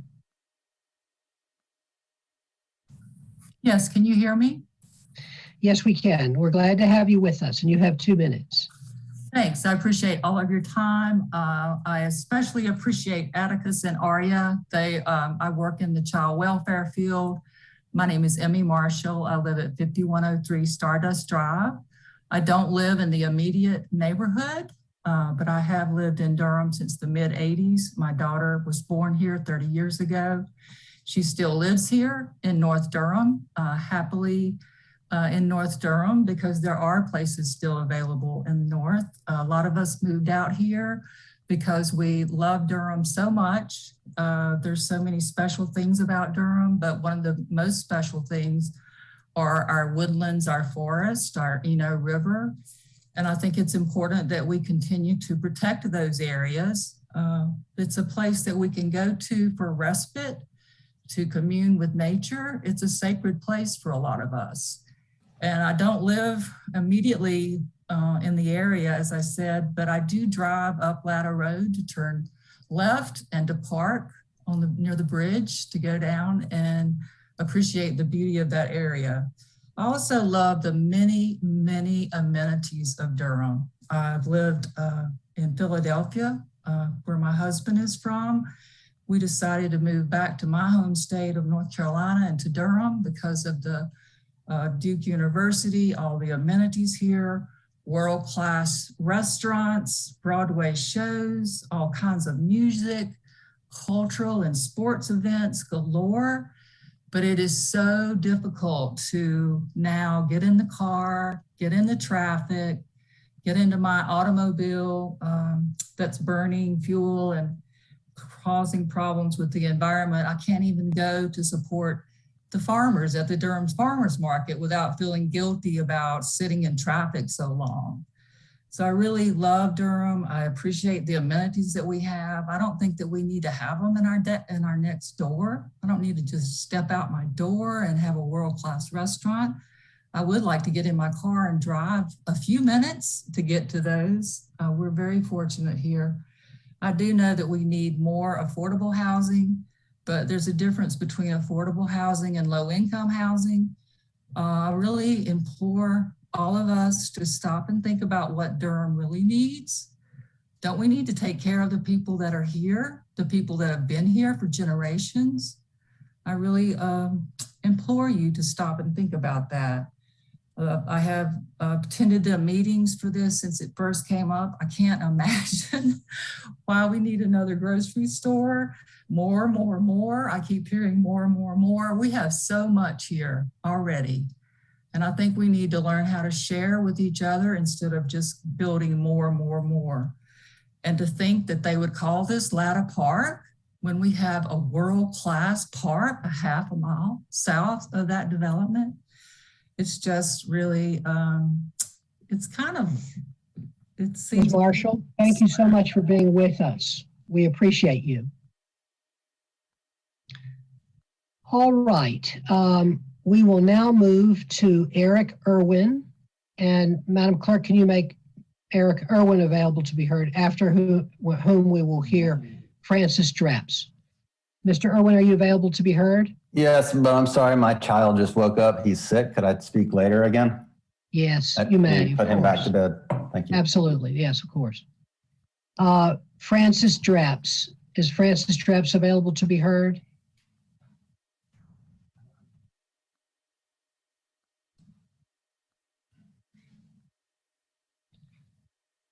Madam Clerk, do we see Francis Draps?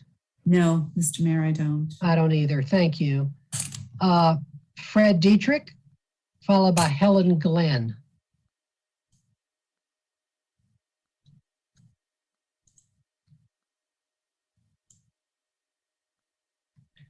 Do we see Fred? Oh, yes, Fred Dietrich. I see Fred Dietrich. Mr. Dietrich, welcome. Are you available to be heard? Yes, I am. I am an associate professor at Duke and a Durham resident living in a house at 831 Sedgefield Street that I purchased 20 years ago. This house, my wife and I probably could not afford today. So I'm really aware of the need for additional housing. For 12 years as a volunteer, I've overseen the Mountains to Sea Trail along the Eno River. And I'm concerned about projects close to the Eno River that significantly increase impervious surface that will make flooding worse along the Eno. And these factors that make flooding worse, particularly downriver from Guest Road in the old farm and River Forest neighborhoods where houses have flooded in the past. There are really three factors worsening flooding. One is climate change. Another is the accumulation of silt above Falls Lake that's increasing the back pressure on the river during storms. And very importantly, and relevant to this proposed zoning change, is the additional impervious surface close to the Eno River, which significantly can increase flooding. Just in the last months, there has been significant flooding in areas like Waverly, Tennessee, where 21 people died in significant flooding in Germany, New York, and so forth. And housing downriver from West Point is really being set up for similar devastating flooding. And so I'm very concerned that approval of that significantly increases this upstream impervious surface will increase the risk to downstream housing with likely future catastrophic effect. Okay, so that's what I wanted to say about this project.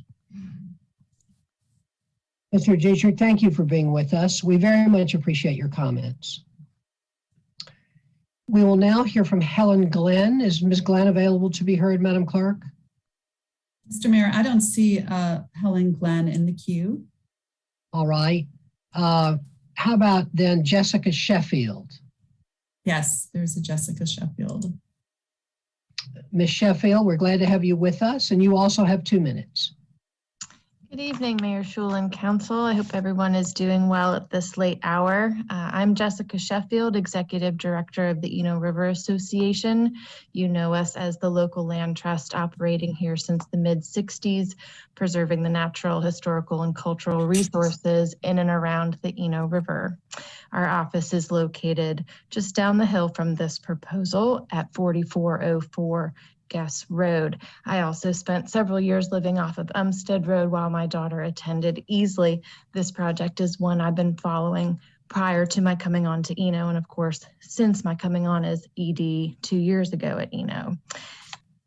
As we all know, there's a zoning designation on these properties already. It is our strong hope, as I represent the Eno River Association membership, that you would not approve the rezoning request tonight. We don't believe any amendments to the current zoning designation would be in the best interest of the trees and river for which we speak. There is no demand for pavement. There is no demand for retail. There's no demand for such dense housing at this wooded corner. I hope truly that none of us here tonight who have the power of this decision in our hands would feel pressure to make any changes.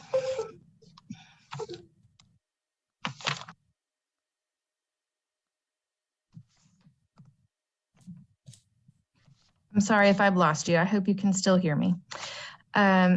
There are those who I've heard. We can hear you, Ms. Sheffield. Yes. Terrific. Thank you. There are those who I've heard say, well, this current plan in front of us tonight is better than the last plan we saw for this wooded lot at the corner of Guess and Latta.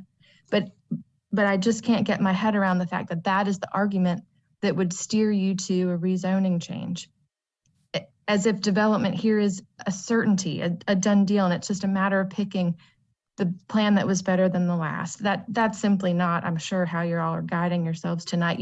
You do not have to agree that clearing this and paving this area is what Durham needs. Certainly not in such a sensitive area just outside the Eno and its tributaries. I understand that y'all might be stuck in a hard place, as they say, with the southern pressures on the Eno at Black Meadow Ridge. And if that's true, if you really can't get us out of that catastrophe, then all I can do tonight is beg that you do what you can to help our environment on the north side of the river and do not agree to rezone for a denser development at Latta and Guess. The impacts to the Eno and to those of us who take our lifestyles from that would be impacted in such a negative way that we're just here to plead with you to please vote no. Thank you. Thank you very much, Ms. Sheffield, and we're really glad to have you with us. We'll now move to Joel Kmetz, K-M-E-T-Z, Madam Clerk, to be followed by Julie Monley-Plourde. Mr. Kmetz, I'm sorry if I've got your name wrong, but we're glad to have you with us, and you have 2 minutes. Okay, thank you, Mr. Mayor, and that's close enough. My name is Joel Metz, and I reside at 4808 Kinloch Drive in the Lock Haven Hills subdivision. Thank you, Mayor Schewel, Mayor Pro Tem Johnson, council members. Also, thanks to Megan Gray for a very professional and well-researched presentation opposing this rezoning. My comments will echo many of Ms. Gray's comments and also comments of other opponents, including Atticus and Area Green Street, who stayed up late to voice their opinions on this matter. This proposal will disrupt this quiet, established North Durham neighborhood and will negatively impact the character of the entire area. This proposal only addresses one end of the Latta Road traffic funnel with additional turn lanes and traffic controls. Latta Road can't be widened, so the other end of the Latta Road traffic funnel remains the same 2-lane road destined for gridlock. There are several other large commercially zoned areas along Roxborough Road and Guess Road. Traffic on Roxborough Road and south of Eno River on Guess Road is already heavy, but would not place further traffic burden on Latta Road if developed.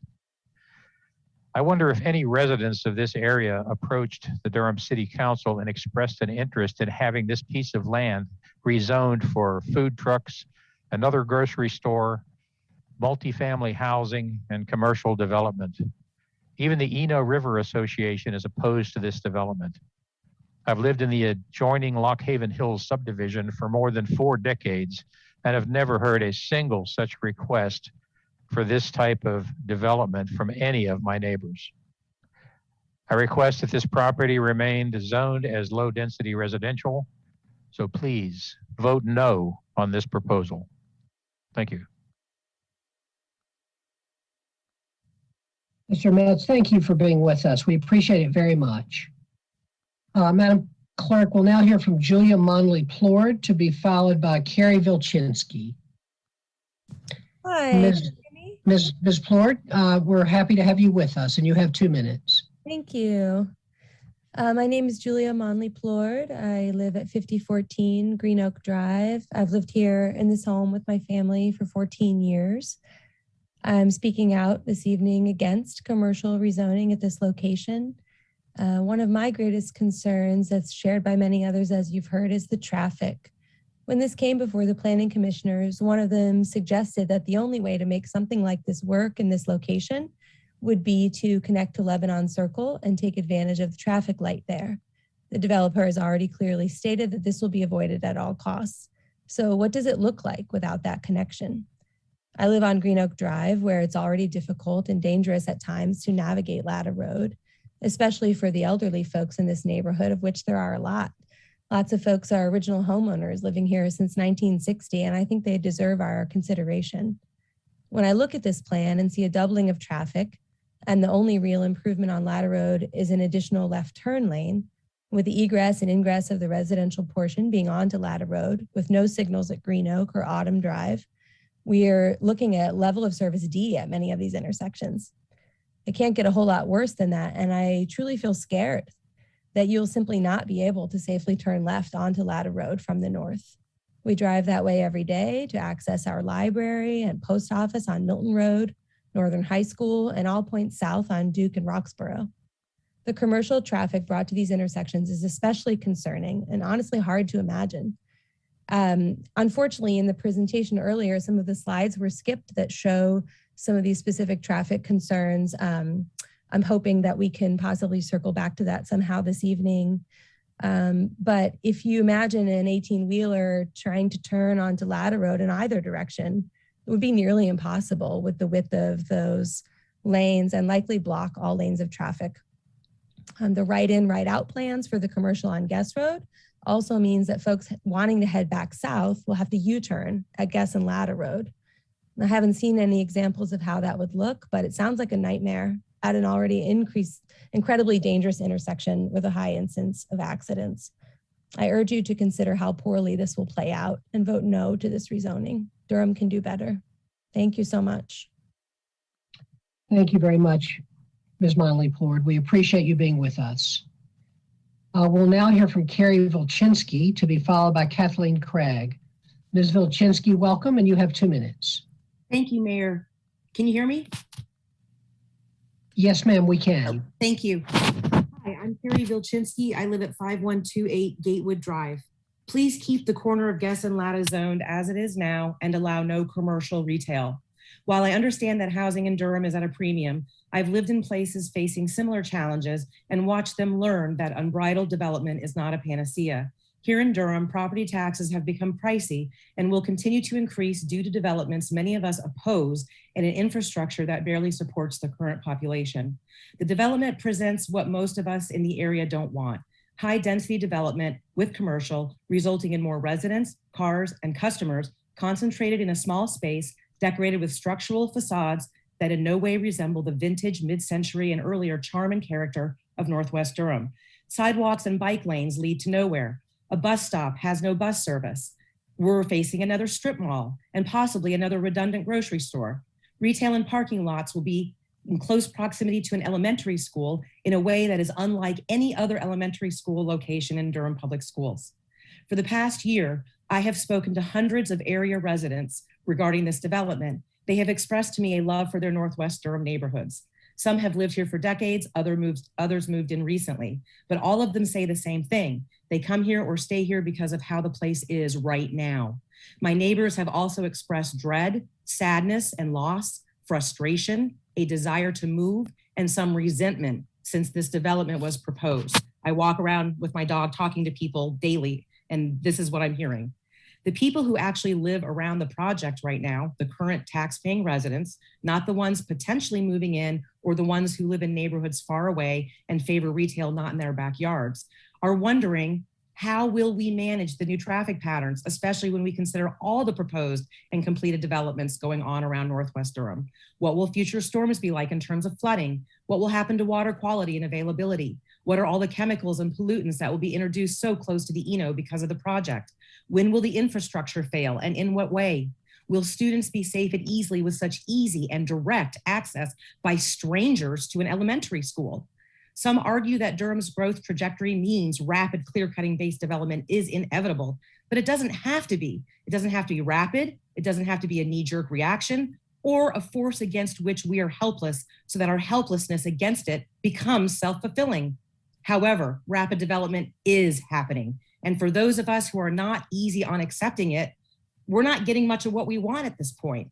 So we're asking that you please remember those of us who do not favor high density and commercial development, and to please consider a pause so that you can conduct deeper investigations for infrastructure, natural and cultural impacts. Please keep the zoning as it is now at Guest and Latta, no commercial retail at the site. Thank you. Thank you very much, Ms. Volchinsky. We really appreciate you being with us.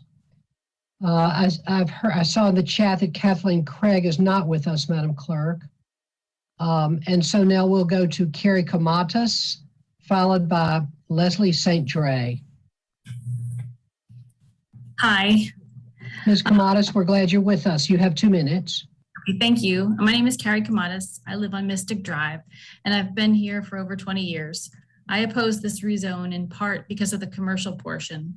We have empty storefronts we need to fill before building new, regardless of the facades not being new and fancy. We have enough grocery stores to support our current market and then some, and we have actual commercially zoned parcels we should use first.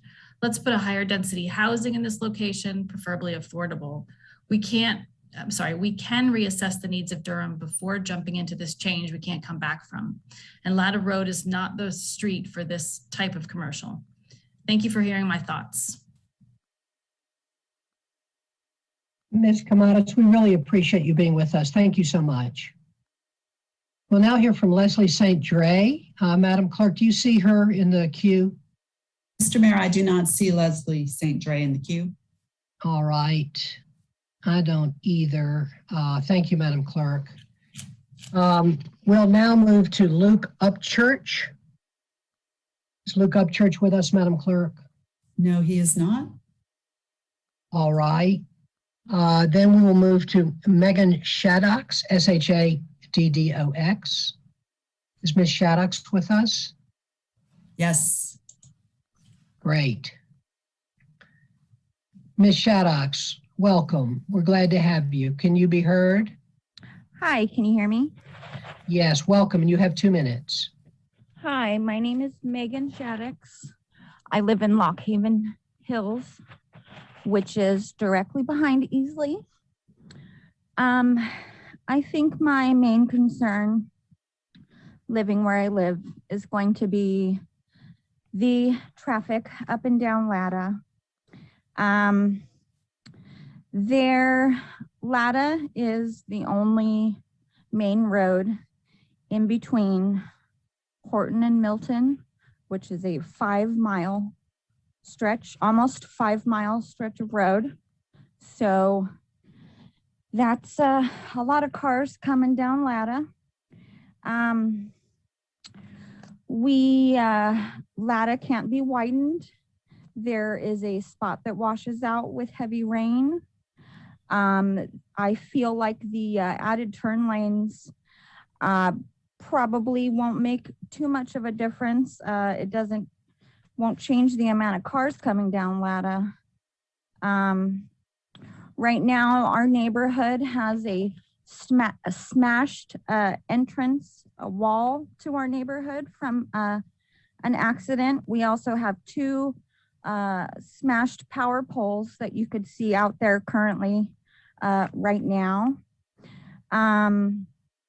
With an opening with access to Lebanon, that's going to bring unwanted foot traffic, strangers onto the campus, possibly the school campus.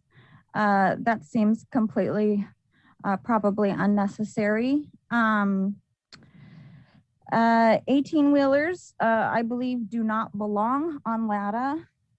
I think that this is just not a good spot for that. I am all for some housing out there, but commercial is just, Latta cannot handle the traffic, that would come from what's proposed to be built there with rezoning.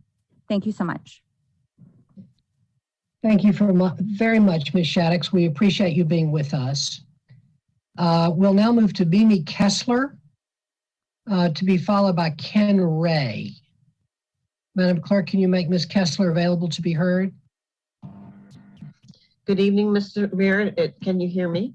Yes, Ms. Kessler, welcome, and you also have 2 minutes. Thank you. My name is Mimi Kessler. I live at 1418 Woodland Drive. I don't live near this site, but I do follow development across the city and the county. And I think that there is a lot that is very good about this proposal. I agree with the planning commissioner that said it was 5 out of 10, where normally it's only 1 out of 10. And so I think that we should go for more than 5.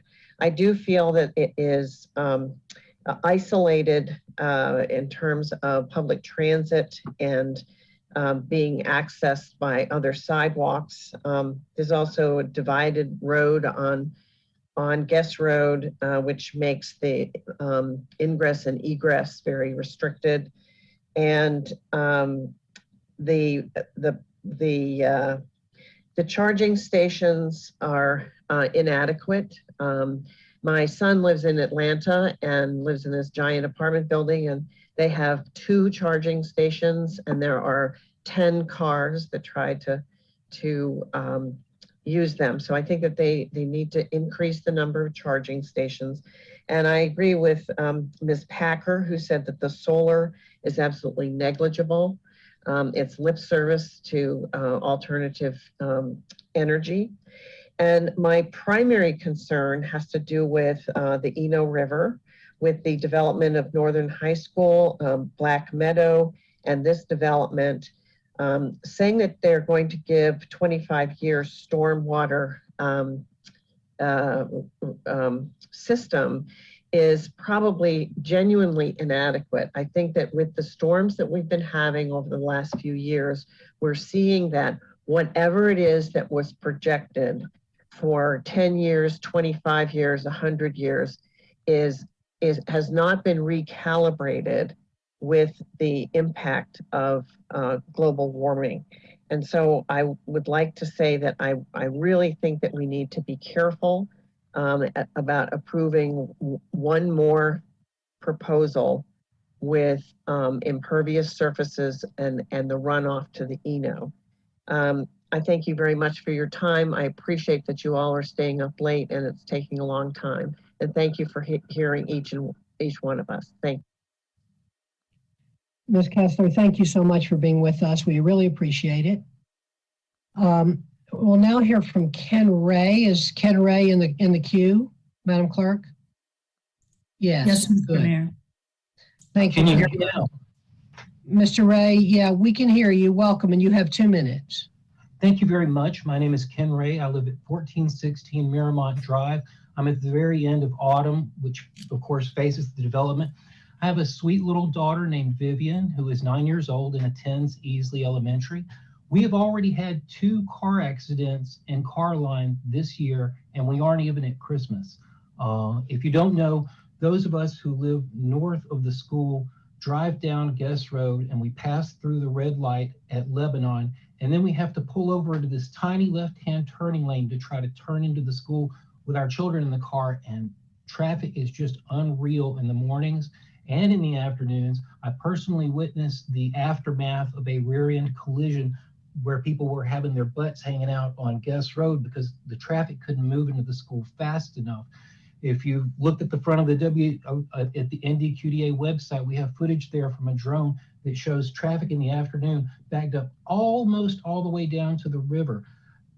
I don't think we should have this commercial development at Latta and Guest because the additional cars coming from the proposed residence and the magnet attractor of the commercial, it's just going to max the place out and make it really unsafe for our students and for our teachers and for everybody involved at Easley Elementary.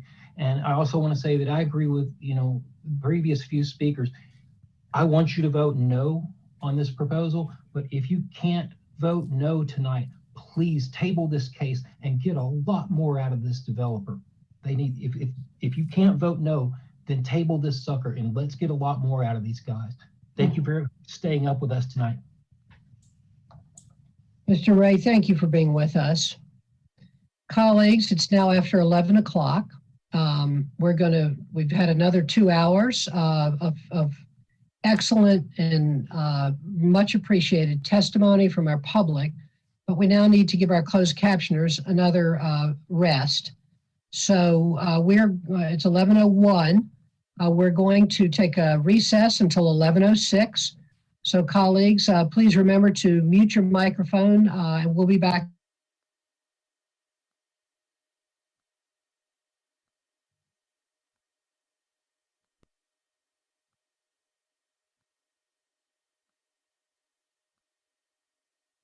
Expanded outdoor seating will continue at restaurants, bars, and private clubs throughout Durham.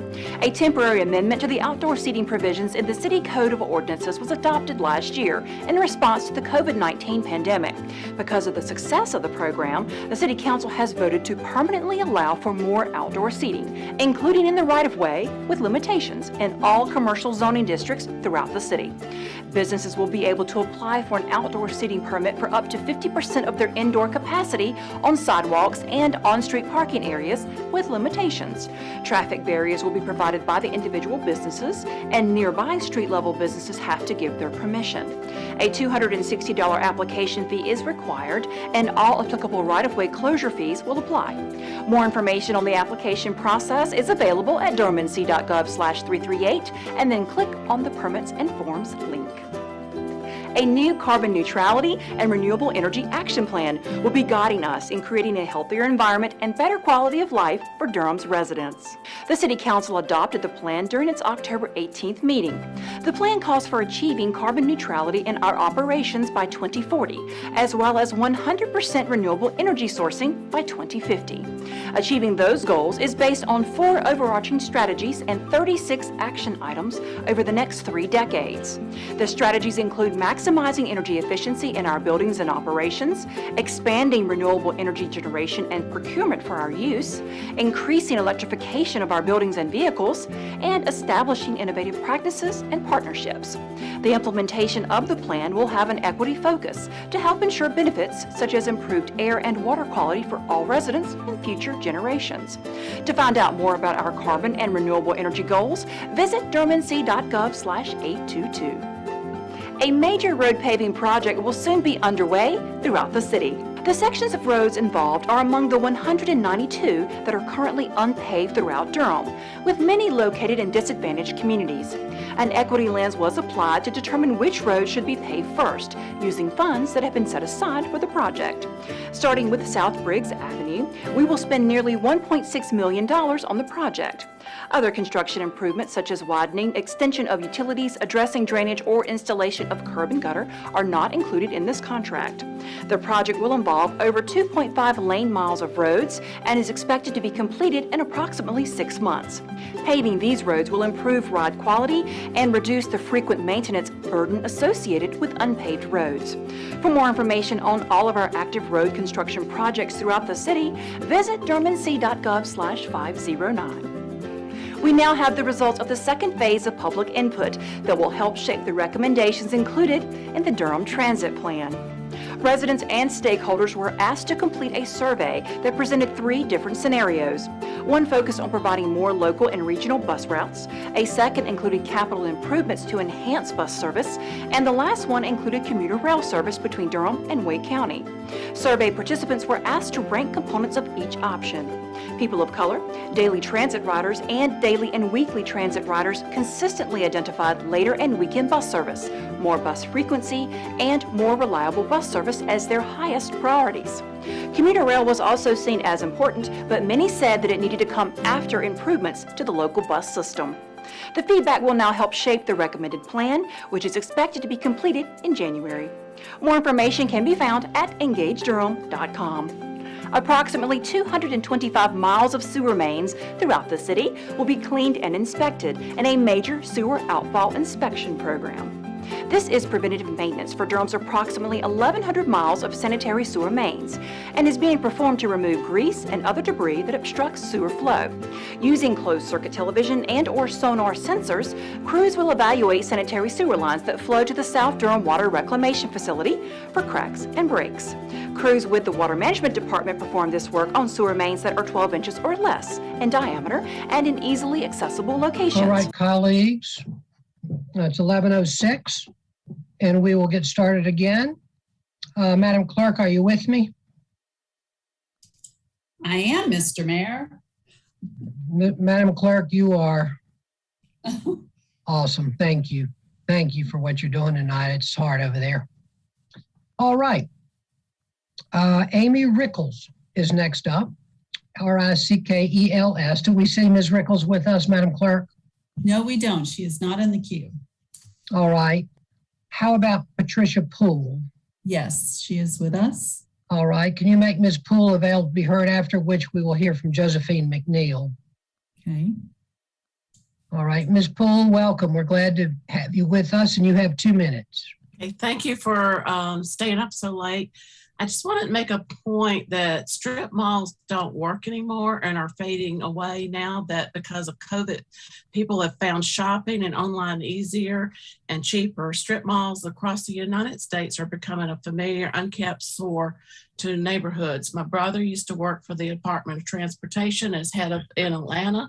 He also was Sandy Springs planner, and now he goes around Georgia and Alabama helping to propose developments. And he said that this was a big mistake for this area. I've lived in this area 66 years. And he said that it's a very, very big mistake, and it was going to really cost us in the long run, that you're really not looking at this appropriately and not the way the normal status of what big cities are doing now. And you need to look at it closer and look at what you're doing to, especially the Eno River area. I've lived in this area, like I said, all my life, and I watched Eno River go from just like a trickle creek to now where when we have the heavy rains, it comes almost to the bottom of the river. And I've also watched them change bridges twice and heighten up the bridges. And so the river is gradually creeping up. My dad lives off of Rosa Sharon Road, and he was told that he needs to get 100-year flood insurance. So the insurance companies are predicting that this area is due for a major flood. And so you need to take that in consideration. They recognize that there are extra contributory things happening to this river, and when you add more impervious surfaces, you're going to increase that runoff. And I've been at the bottom right there at Eno Bridge, and it was flooded because of trash from just the developments we have now.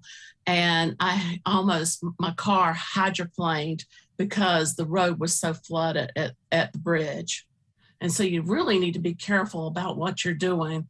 You know, there's also future proposals that are being made that's coming to you down the road on the northeast end of Guest Road and Latta, where they want to commercialize that. And they also, within under 1/10 of a mile at the corner of Gumstead and Guest Road on the southwest corner, they want to propose. Ms. Poole, thank you. Thank you. Your time is up, and we really appreciate you being with us tonight, and thank you for your comments. All right, we'll now move to Josephine McNeil, followed by River Dave Owen. Ms. McNeil. Good evening. Can y'all hear me? Yes, we can.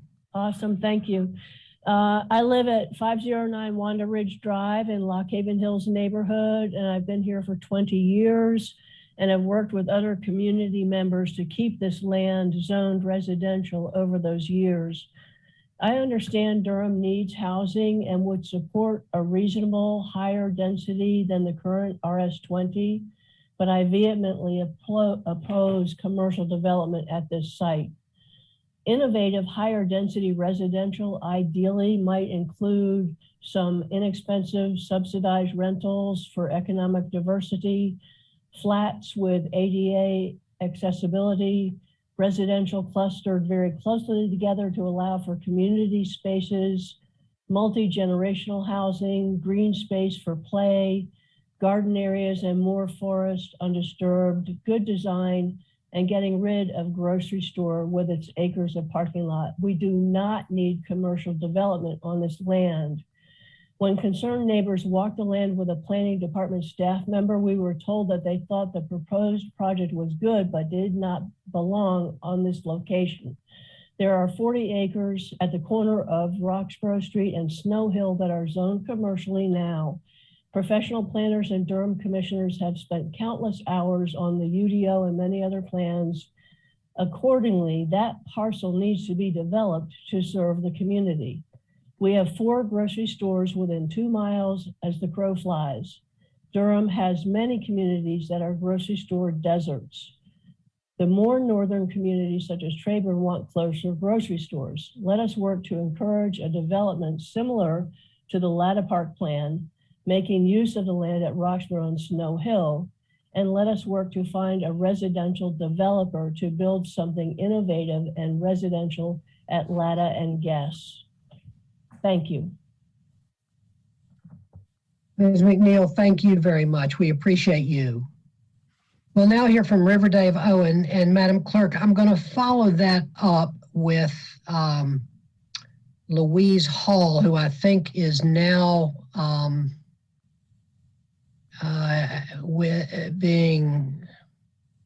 see if we can find out who she's, who the person that Ms. Hall is with. Could you raise your virtual hand?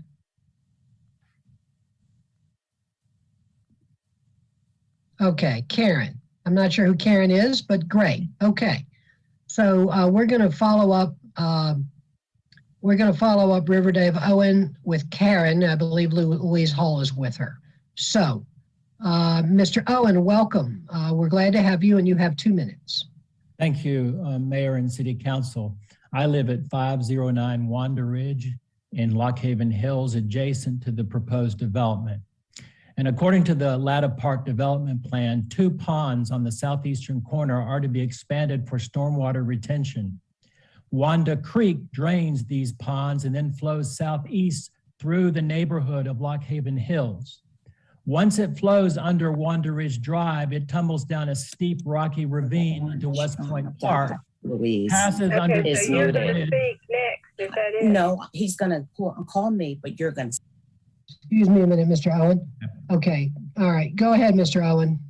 Once the creek flows under Wanda Ridge Drive, it tumbles down a steep rocky ravine into West Point Park, passes under the stone bridge of the North Carolina Mountains to Sea Trail, and finally merges with the Eno River. From the ponds to the Eno River, Wanda Creek is 1/2 mile long with an elevation drop of 120 feet.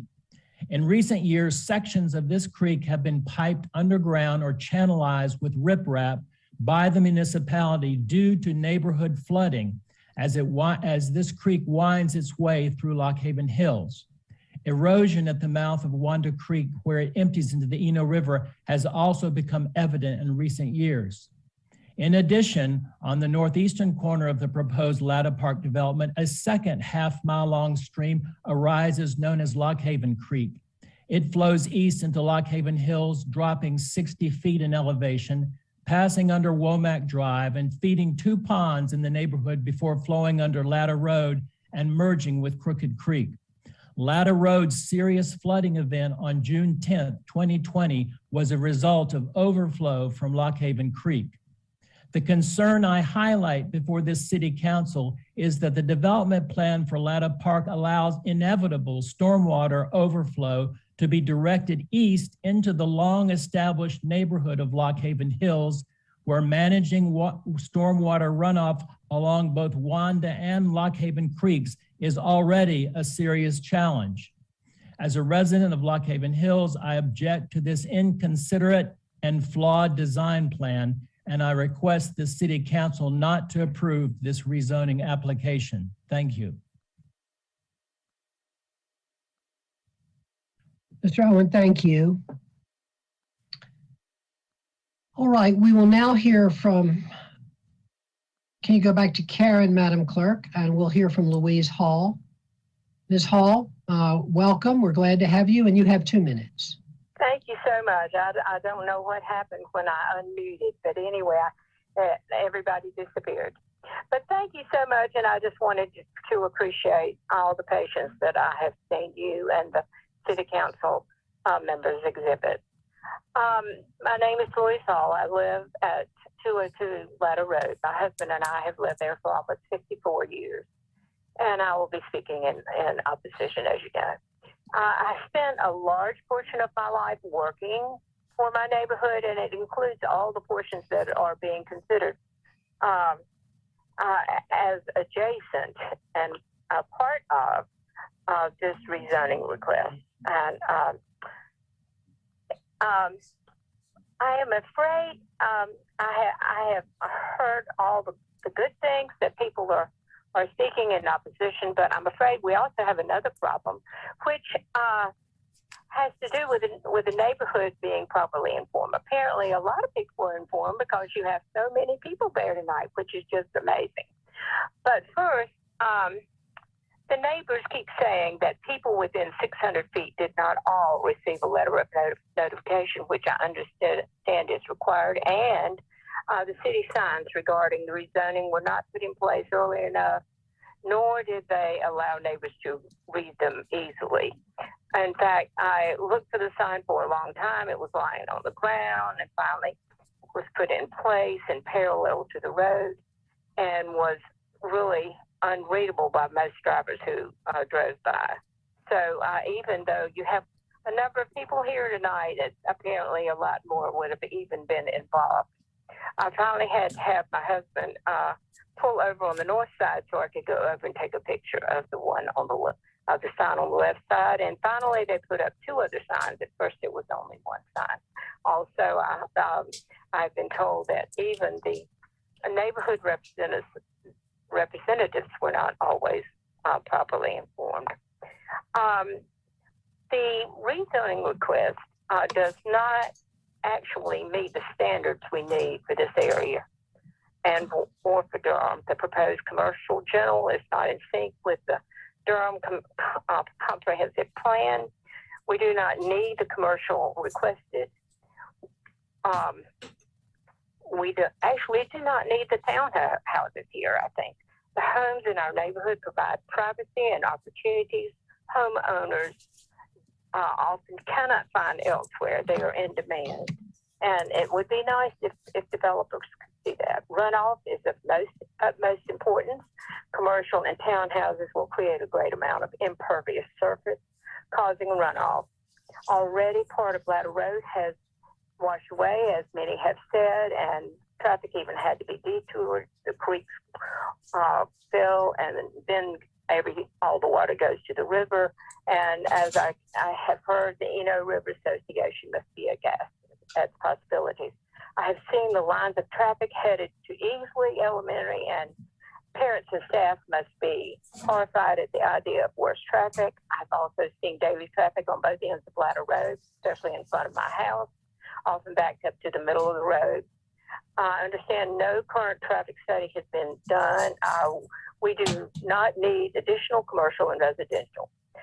With commercial, I expect Easley will have and the neighborhood will have much more to deal with. It appears, too, that the Planning Commission ignored the comprehensive plan, the traffic problems, the River easily, and they ignored the problems of commercial and numerous townhouses. Considering the impact of this zoning request on the neighborhood and its failure to meet standards we need for the area and for Durham, and in light of the fact that the neighborhood was not properly informed or alerted that the rezoning hearing would be held tonight, my husband and I respectfully ask you to deny the rezoning request. Thank you very much, Ms. Hall. We appreciate you being with us. All right. We'll now hear from Sally Clark. Is Ms. Clark with us, Madam Clerk?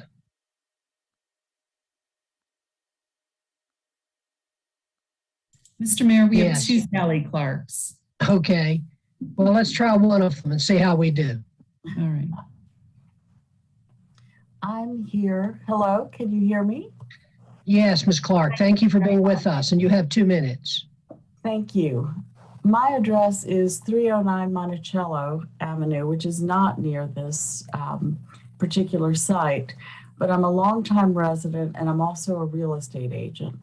So while I don't live near the site, as a realtor, I spend a good bit of time in North Durham. I recognize the dire need we have for more housing, and I do think that townhomes can be a fine way to address some of this need. But I believe firmly that commercial is not what is needed at this particular site. The site is not conducive to a major commercial use, such as a grocery store, for all the reasons mentioned previously: traffic, safety, environment. And I would urge all of you, please, to vote no. for this. Thank you very much. Thank you very much, Ms. Clark. Thanks so much for being with us. We'll now hear from Sylvia Becker-Dreps. Madam Clerk, do you see Ms. Becker-Dreps in the queue?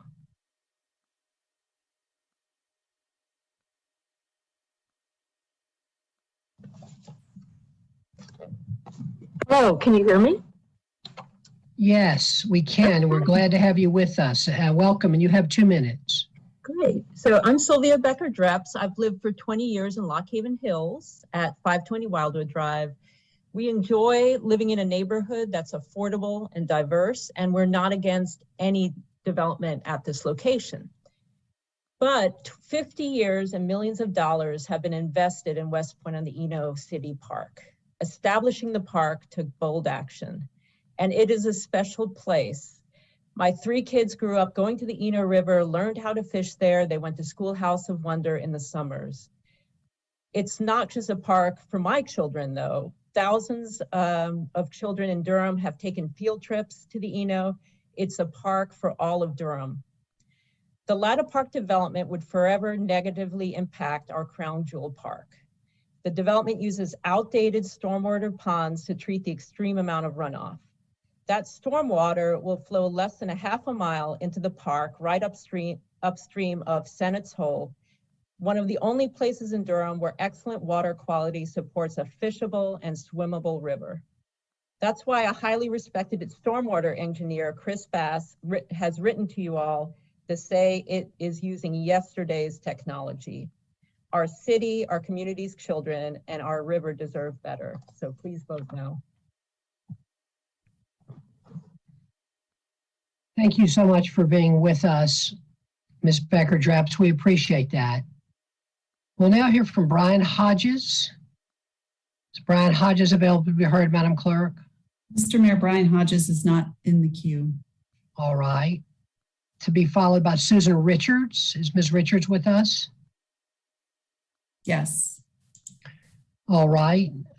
Could you please make Ms. Richards available to be heard? Ms. Richards, I see you are available to be heard. Yes, hi, I'm here. Thank you all for still being up. We're glad to have you, Ms. Richards. Welcome, and you have 2 minutes. Okay, I'm not going to take my full 2 minutes. I live at 5116 Green Oak Drive, and I just really want you all to listen to what everyone's been saying. I don't have a lot to add, but there is no reason for this. We can do better. Durham can do better than this. We don't have to agree on this tonight. You guys can put it aside. This is not what we need in this area. And that's all I have to say. Thank you all. Thank you. We appreciate you being with us, Ms. Richards. We'll now hear from James Banks. Is Mr. Banks with us, Madam Clerk? Mr. Mayor, James Banks is not in the queue. All right. How about William Richards? Is Mr. William Richards with us? Yes, he is. All right. Mr. Richards, welcome. We're glad to have you with us, and you also have 2 minutes. Good, thank you. Good evening. So my name is William Richards. I live on Green Oak Drive, which is right across from the proposed development. I'm a little confused by the supporters who said that they opted to move to other places because North Durham didn't have shopping centers, and as one supporter said, modern retail, whatever that means. It sounds like they didn't actually want to move to North Durham. It's like saying I want to move to Phoenix, Arizona, but I won't move somewhere without a beach. There are tons of people who actually want to move to North Durham. Homes in our neighborhood sell in a matter of hours or days. The people move out here because, like us, they want to live in an area that's quiet and wooded. When we bought our house 8 years ago, we looked at the zoning map and saw that the undeveloped areas were all zoned for residential, including this plot of land under discussion. And that was a factor in our decision to buy our house. We thought the area would remain quiet and wooded. As so many people have stated, we need houses in the area, and the land is zoned for houses, so let it be developed in a manner consistent with its current zoning. A few supporters said that worse projects could come along if this project is shot down. And if the city council votes no on this project, it's safe to assume they'll vote no on a worse project as well. So these concerns of theirs just sound like fear mongering that they often accuse us of. Lastly, I don't understand the fervent support for a grocery store. I've never heard people get so excited about grocery shopping. They're talking about a grocery store like it's their favorite band or it's a football team. Never really thought about grocery shopping as something hip and futuristic. I go and I buy, yogurt and toilet paper. That's all I had to say. Thank you for your time, consideration. I hope you all have a great evening. Thank you, Mr. Richards. We appreciate you being with us. All right. Is Susan Hertz in the queue, Madam Clerk? Yes. Ms. Hertz, are you desirous of speaking tonight? I didn't see that by your name. Yes, I am. Thank you. All right, great. Welcome, and you have 2 minutes. Thank you. So I have a couple things to say about the reasons that site just isn't appropriate for commercial. But first, I want to just go back to something with the developer and planning. At the Planning Commission, the developer had 4 slides that were renderings of the 4 important components, and one of them was the townhouses. When he went to show the slides, that slide was blank. And I understood the staff to just say that only 3 slides got added to the development plan. And I just wanted to ask for that 4th slide, which has to do with the townhouse facade commitments. If you could look at that and see if you can get that included, since it's been represented many times that that's how the townhouses would look. Okay, so about the site, briefly, I know we're tired. The commercial component to this development is really nice, and I would like to see it built on an appropriate site, but this isn't. And it's been attempted to be commercial for a grocery store many times and shot down every time. And even the future land use map, which was updated in 2018, which was after the last attempt to have a grocery store on the corner, that map only changed it to a little higher density on the residential, and that if it were going to be appropriate for commercial, that would have been the time that it was looking to the future for it. A big problem with the site, as people have mentioned, is the traffic. The right in, right out on Guess creates this thing where all the commercial traffic from the south and most of the trucks need to go out that one exit on Latta Road, which is an LOSD in the evening from day 1. And the land use planning model with integrated retail and residential is it relies on having connectedness. The whole point is to be able for people to walk to groceries and things without having to drive. And this project does not have that at all. We can't walk down Latta Road. All the neighbors on the north side, the developers, retail folks are even counting people out Umstead Road as that they would walk to this, but there are no sidewalks, and that might work for in the urban area. You could walk in a half-mile radius, but not in a suburban location. So other than the people living in the townhouses, this is really just a destination grocery, and that undermines the principles of reducing car trips and sustainability that we want to be working toward. So I ask you to please vote no on this rezoning, and thank you. Thank you, Ms. Hertz. We appreciate you very much for being with us tonight. All right, is Karen Perry with us, P-E-R-R-Y, Madam Clerk? Mr. Mayor, I don't see a Karen Perry in the queue. All right, how about Keith LePage? No, there's no. All right. How about Sharonda Harris? There is no Sharonda Harris in the queue. All right. Jan Taylor? Yes, Jan Taylor's here. All right. Madam Clerk, could you make Jan Taylor available to be heard?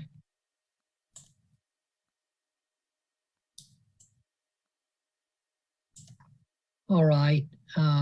She's gone. I see Jan Taylor with a hand up, Madam Clerk. Oh, yeah. Oh, I see. Okay. Yeah. Ms. Taylor, thank you for being with us. Can you be heard?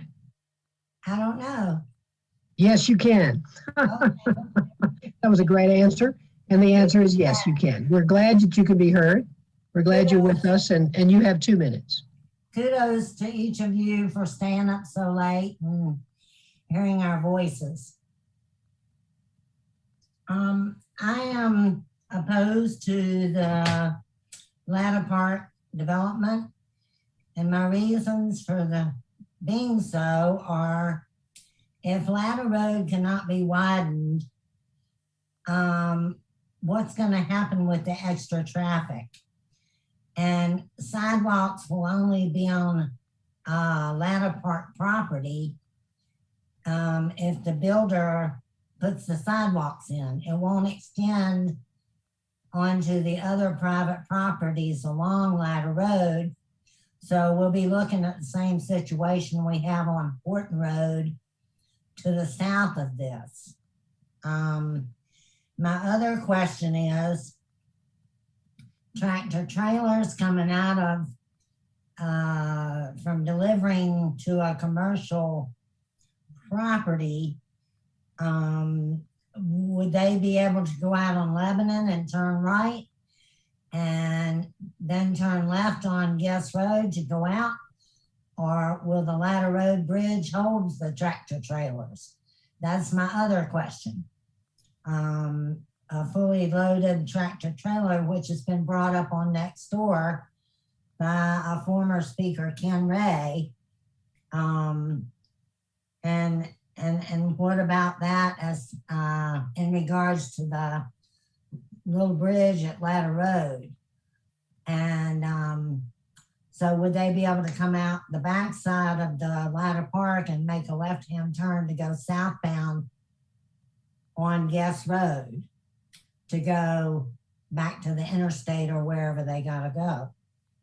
And then another thing, if this was a commercial development, I know a lot of people that come to Durham from Person, South Boston, and Granville County to shop. They come over here, they go to Costco, which is up Guest Road and turn left into North Point. And so on the way back, they would be stopping at that location. So that would be another draw. And they also use Latta Road as a shortcut because the only other shortcuts from Roxborough Road is Milton Road, South Lowell Road to the north, Milton Road. Then you have Ms. Taylor? Latta Road and Carver Street. So, you know, those are my questions and I'm done. Thank you so much. Thank you, Ms. Taylor. We appreciate your being with us tonight. All right, now we have Joyce Ray, R-E-A. I'm not sure if I've pronounced that right. Madam Clerk, do we see Ms. Ray, R-E-A? I didn't want to present. Okay, Ms. Ray, thank you. Thanks for being with us and appreciate you being here. All right, how about Brittany Painter, Madam Clerk? Mr. Mayor, I don't see a Brittany Painter in the queue. Okay. Amy Andorfer, A-N-D-O-R-F-E-R. Is Amy Andorfer here? These are some people that it was unclear about their. There is no. Do you see her, No. Madam Clerk? No, I don't, Mr. Mayor. All right, Debbie Schwartz.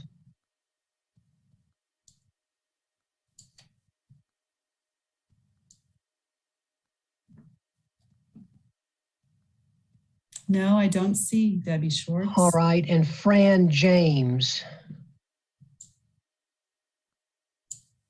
There's a Frances Pelsman. No. Fran James. Okay. All right. Friends, we have reached the end of the list of people who have signed up. This is a public hearing, and I'm now going to ask if there's anyone who has not been heard.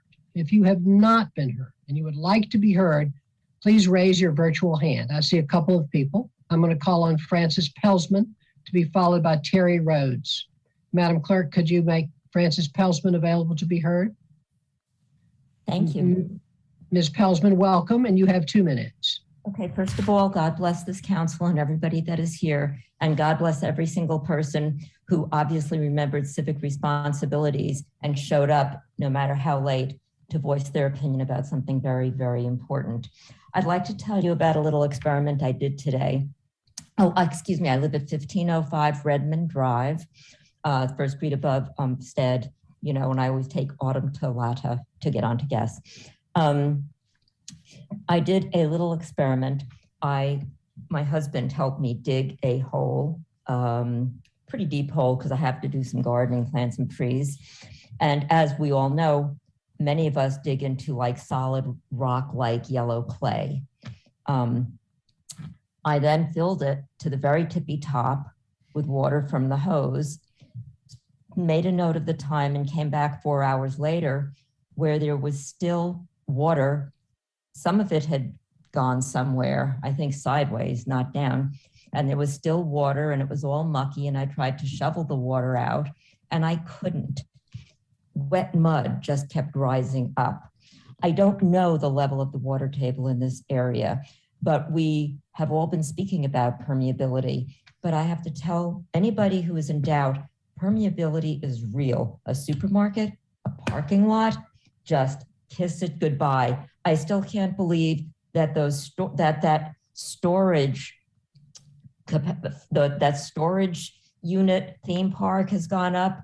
Just one day it was just there sprouting like mushrooms. That thing is huge. That's killed, I'm sure, all the permeability over there. The idea that people would even consider playing around with permeability at this point, especially in this invaluable watershed area, is disturbing. I'd also like to say, why are we committed to any commercial development? Just because, you know, granted, a very creative and talented developer wants to build something, does that mean we have to? Why not just stick to the original zoning? Make it residences. I would be thrilled if there were some low-income residences in there. We need them, and people without a lot of money need nice places to live. But again, that's something for the consensus. But why do we need a supermarket? Let's ask our developer, wouldn't it be better for the community if you were to put in a community garden with the development?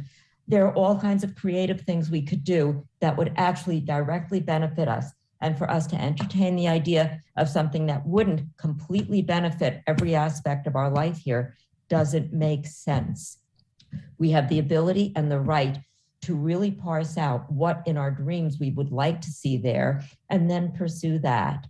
It took us 3 years to pick out a house here in Durham. We're transplants, as you can tell. New Yorkers talk very, very, very, very fast, but it was worth it because I'm living in heaven. I love Durham. This is the most wonderful town. So that's all I have to say, except an additional God bless everybody. And again, people don't keep talking about the traffic on Latta for no reason. It will be a nightmare. Anyway, I love you all. And God bless you for everything, for staying up. I feel so bad. I'm coming to by tomorrow with free coffee for everyone. So good night. Ms. Pelsman, thank you. Thank you for your comments. We appreciate you. All right, we will now hear from Terry Rhodes. Madam Clerk, can you make Ms. Rhodes available to be heard, please? Or maybe Mr. Rhodes, I'm not sure. Terry Rhodes. Yeah, Mr. Rhodes, you got it. I'm sorry, Mr. Rhodes. Welcome. We're glad to have you. No problem, Mayor and Council. Thanks for staying up this late. I live at 4910 Womack Drive, Lockhaven Hills. Womack Drive is actually the first street east of this project. So this project's going to be in not our backyard, but our front yard, almost. I lived here almost 25 years, and I've gained almost 25 pounds since I've been here. So I haven't had any trouble finding any food to eat. The reason I stayed up late because I think we're being hoodwinked about these townhouses. I asked at the first Zoom meeting with the neighborhood about parking. And, I'm familiar with townhouses. I lived in one before I moved here, and we had perpendicular parking in front of our townhouses, two spaces for each unit. And sometimes on the weekends, we would they'd be full up. You have to find an extra, there to be overflow parking between the buildings. And so I'm guessing for 200 units, we're gonna need parking for 400 cars. When I asked when I saw there were no driveways, I asked, are you gonna put all these cars in the street? They said, no, they're gonna have alleys behind the back. Well, I can't picture parking in streets or parking in alleys. It's very, very, very safe for anybody. I wouldn't want to live there. I wouldn't want my parents to live there. I wouldn't want my daughter to live there. I can't picture that being very safe. They've had nice, pretty pictures of what it's going to look like, but I can't picture parking on the street or parking in the alley as being very good. And that's why I stayed up late. By the way, yesterday I drove around to the 4 nearest shopping centers and counted the empty store spaces, and there's 10 total.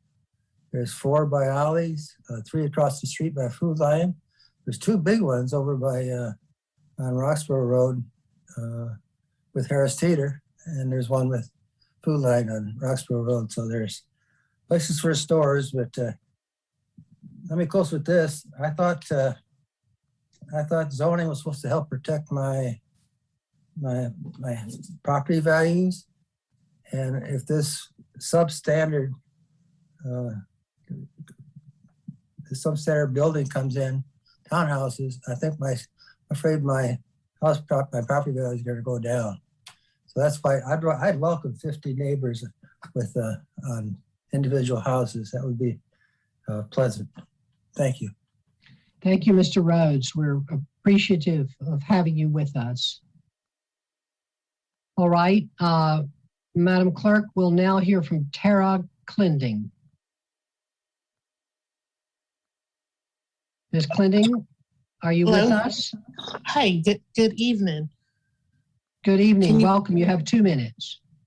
Thank you. As you know, my name is Tara Clinding. I live at 5009 Gatewood Drive. One of my biggest issues is the traffic on Latta. It's very difficult to make a right turn or even a left turn in the mornings when I go to work as a nurse onto Latta to get to Guest Road to go down to the hospitals. And I think that having the increased traffic from this development will make it even more difficult. I'm not opposed completely to some type of development, but definitely not commercial or a grocery store, considering that we have grocery stores close proximity to the area, and even a lower amount of houses would be more reasonable for that area. Like I said, the biggest issue that I have is the traffic on Latta Road, that I feel that would make it more difficult for me to get out my road to go to work and so forth. Thank you for your time. Thank you very much, Ms. Clinding. We appreciate you being with us tonight.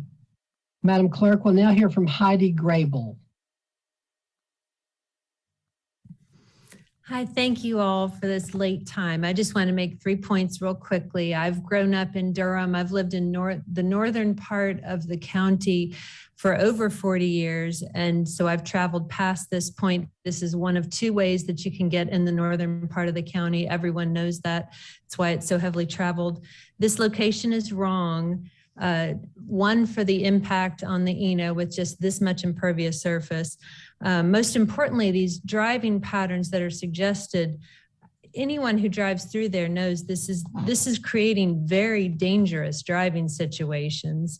This is not favorable for any of the families that we ask to go to the Easley Elementary. And this location is not great for a grocery store. Also, then if you tell me 200 townhomes, but then you tell me both of those together, this is just too much density for this area. I'd really appreciate you to vote no for this rezoning. Thank you. Ms. Grable, thank you. We appreciate you. All right, one last time, I'm going to ask if there's anyone who would like to be heard on this item who has not yet been heard. If you could raise your virtual hand, that would be great.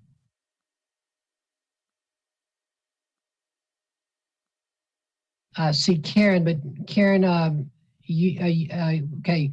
Can you make Karen available to be heard, Madam Clerk? Hi, this is Karen Perry. Can you hear me? Yes, Ms. Perry, welcome. You have 2 minutes. Sure. I'm Karen Perry of 7 Breslin Trail, resident of Lattimore, and just wanted to just make mention, you know, I have students in Carrington and Riverside, and there has been numerous times where we've had 3 people have accidents against the Lattimore wall. We have seen traffic that use the gateway from the entrance to the exit as a U-turn basis to redirect their traffic patterns. Also, basically, have you know, the concern is, you know, we have, like I said, people that, the pedestrians, you know, they're having to wait long periods of time now just to, you know, get through the busy intersection.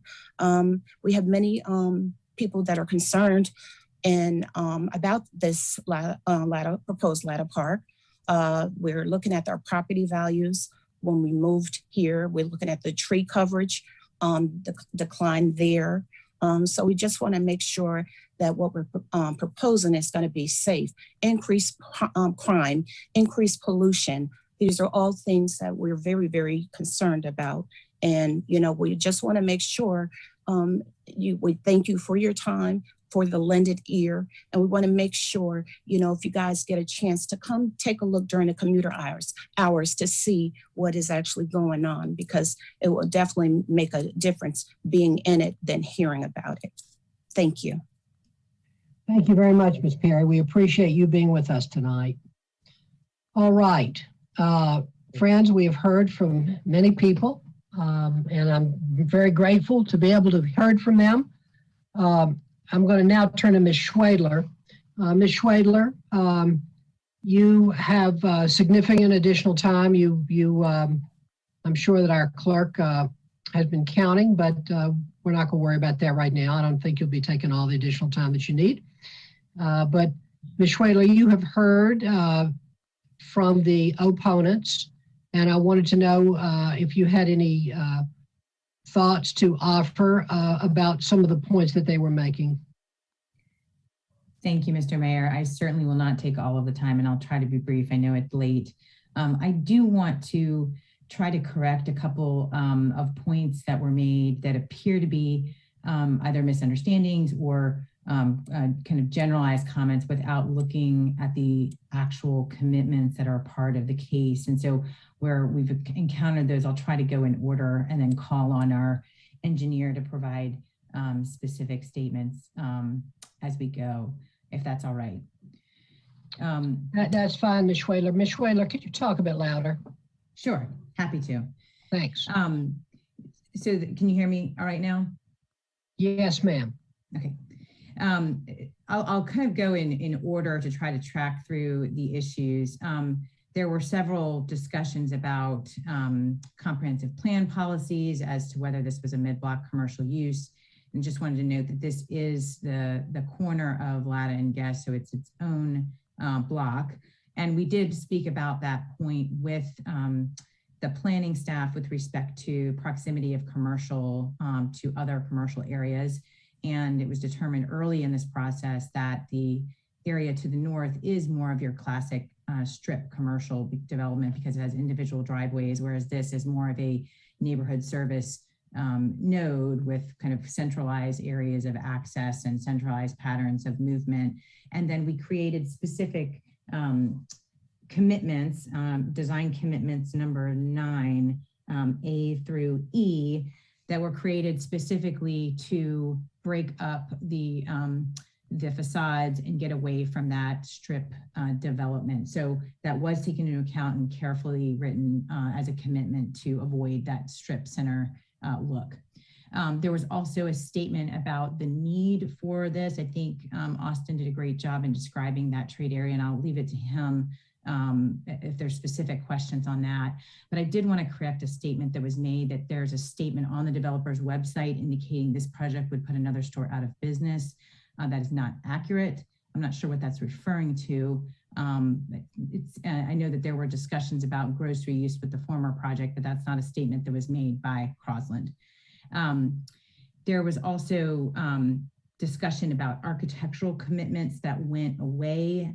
There were several renderings shown in early neighborhood meetings to illustrate what the commitments were when they were not all fleshed out with language, but we worked very hard with staff, and I'll invite staff to comment on that as they see fit, to translate those architectural commitments into writing. And I would refer specifically to the PDR design commitments that talk about front porch and stoops, talk about the variation in the housing sizes and how the housing would be broken up into several different options. And so we can get into more detail as needed, but they didn't go away. They were just articulated more specifically as the case went on. There was also several comments throughout the night about traffic that again appeared to be vague, but I think the most critical thing here is that the amount of commitments that we're making in this case are an over commitment as to what the traffic would otherwise require. We're doing the same amount of commitments that the former case did, but that had more commercial. And so we reduced the commercial, but we're still committing to the improvements. And those include not only vehicular improvements for the main issue that was just described by one of the last speakers, the turn from Latta onto Guest Roads to points going south. That is I understand that's a frustration of existing residents, and we do appreciate them contributing to this discussion tonight and have appreciated all of their feedback throughout the case. But the fact is that without some sort of financial assistance to make those improvements, the TIA shows that the background traffic will continue to compound the problem. And if this is denied and not developed, that problem will not go away without some other development paying for it, or the city paying for it, or DOT paying for it. So it's not as if we're creating the problem, it's an existing problem. And our TIA actually shows that with our improvements, we would make that problem better, which is unusual to go. Usually you're just trying to curb the amount of increased traffic, and here we're actually making it better with including the traffic from our additional cars. But we're not only making the vehicular improvements, we're also making pedestrian improvements. So there was discussion about the walkability, and while there are some site constraints on the north side of Latta Road, we are improving sidewalk all along our site frontage. And then we're additionally dedicating 5 additional feet of asphalt for bike lanes. Then we're also doing the 10-foot multi-use path through the site. And we're improving the pedestrian crosswalks associated with the Guest and Latta Road intersection. So significant walkability improvements for folks to be able to walk for the development. I understand that that's not going to take care of everyone along Latta Road, but it definitely offsets the burden of what this project will bring, which is improving the walkability in areas that are immediately adjacent to us and slightly off-site. And with the by right development, that is literally all that would happen. If this developed as it is today, I understand the sentiment for wanting that to remain by some, but the code would only require adjacent sidewalks to the site and perhaps some improvements off-site, but the lower the density of the housing, the lower the trips and the lower the improvement. So again, that existing problem would likely still be compounded if it were to be developed by right. I also want to make a point about stormwater. We've heard a lot about that tonight and appreciate the River being here and meetings we've had with them to explain the specific commitments in this case. And while I understand, again, the general sentiment of wanting to protect the Eno, and it's a wonderful organization, we have taken steps here that will actually materially improve the current situation for the stormwater. Today, there are no stormwater controls on the site. The stormwater is sheet flowing off of the site. There are existing ponds, but those that pond would be upgraded, and these 2 new ponds would be built at standards that far exceed the UDO requirements, retaining water to the 25-year storm and the 100-year storm. So we're talking about significant additional retention that would allow us to filter the water, make it cleaner, and then release it at a slower rate.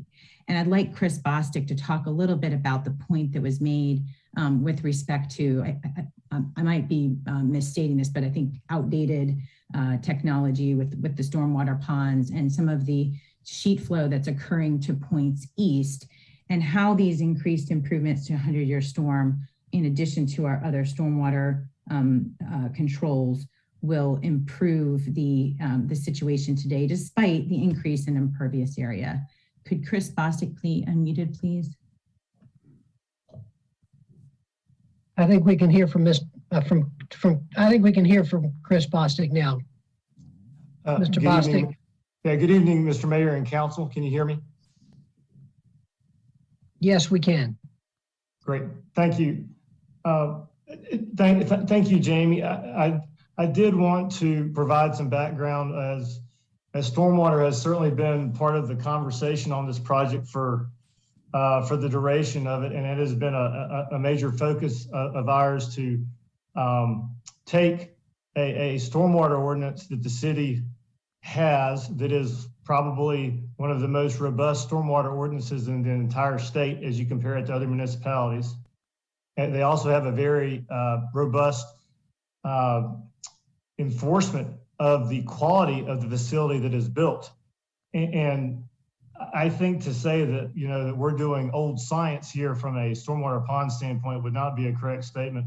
We're on the leading cutting edge, following the city's lead as far as it relates to design. And as Jamie mentions, we've decided to exceed that with the commitments that we have on the stormwater facilities. Just a couple of things to add here. I have walked the Lock Haven Hills subdivision, and we are certainly acutely aware that our water will leave the site and go in that direction. And to that point, that's why we have that 100-year stormwater detention threshold for our facility there. Just as a quick reference on the science, our site is mostly wooded today. And so when we do the calculations, we understand that there's a very small amount of water that leaves the site today. And as a result of that, we have to design a facility that does the same thing, even for a 100-year storm. And city staff holds us to that. That's part of our job as engineers, is to make that work. So we're doing that. In addition to that, from a commitment standpoint, we've committed to having 16,000 square feet of additional upstream bioretention areas adjacent to parking lots to further pre-treat that stormwater. As a whole, the city has already looked at this area, and there is a limitation of imperviousness of 70% in this watershed area today. We've committed to only going to 65% as it relates to that. So I certainly wanted to hit on those items, and we do feel that we're well exceeding what are already robust requirements, good requirements that the city has. Thank you. Thank you, Mr. Bostic. Ms. Schweidler, are you about at the end? I am. I would like to just, if Earl Llewellyn is still on the line, there was a comment about traffic, and I didn't know if he wanted to clarify any of the misunderstandings there. I see Mr. Llewellyn. Mr. Llewellyn, I believe you can unmute yourself and be heard.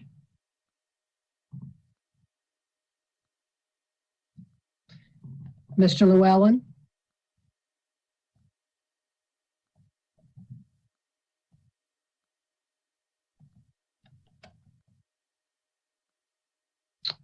Madam Clerk, yeah. Mr. Llewellyn, can you be heard? Mr. Llewellyn?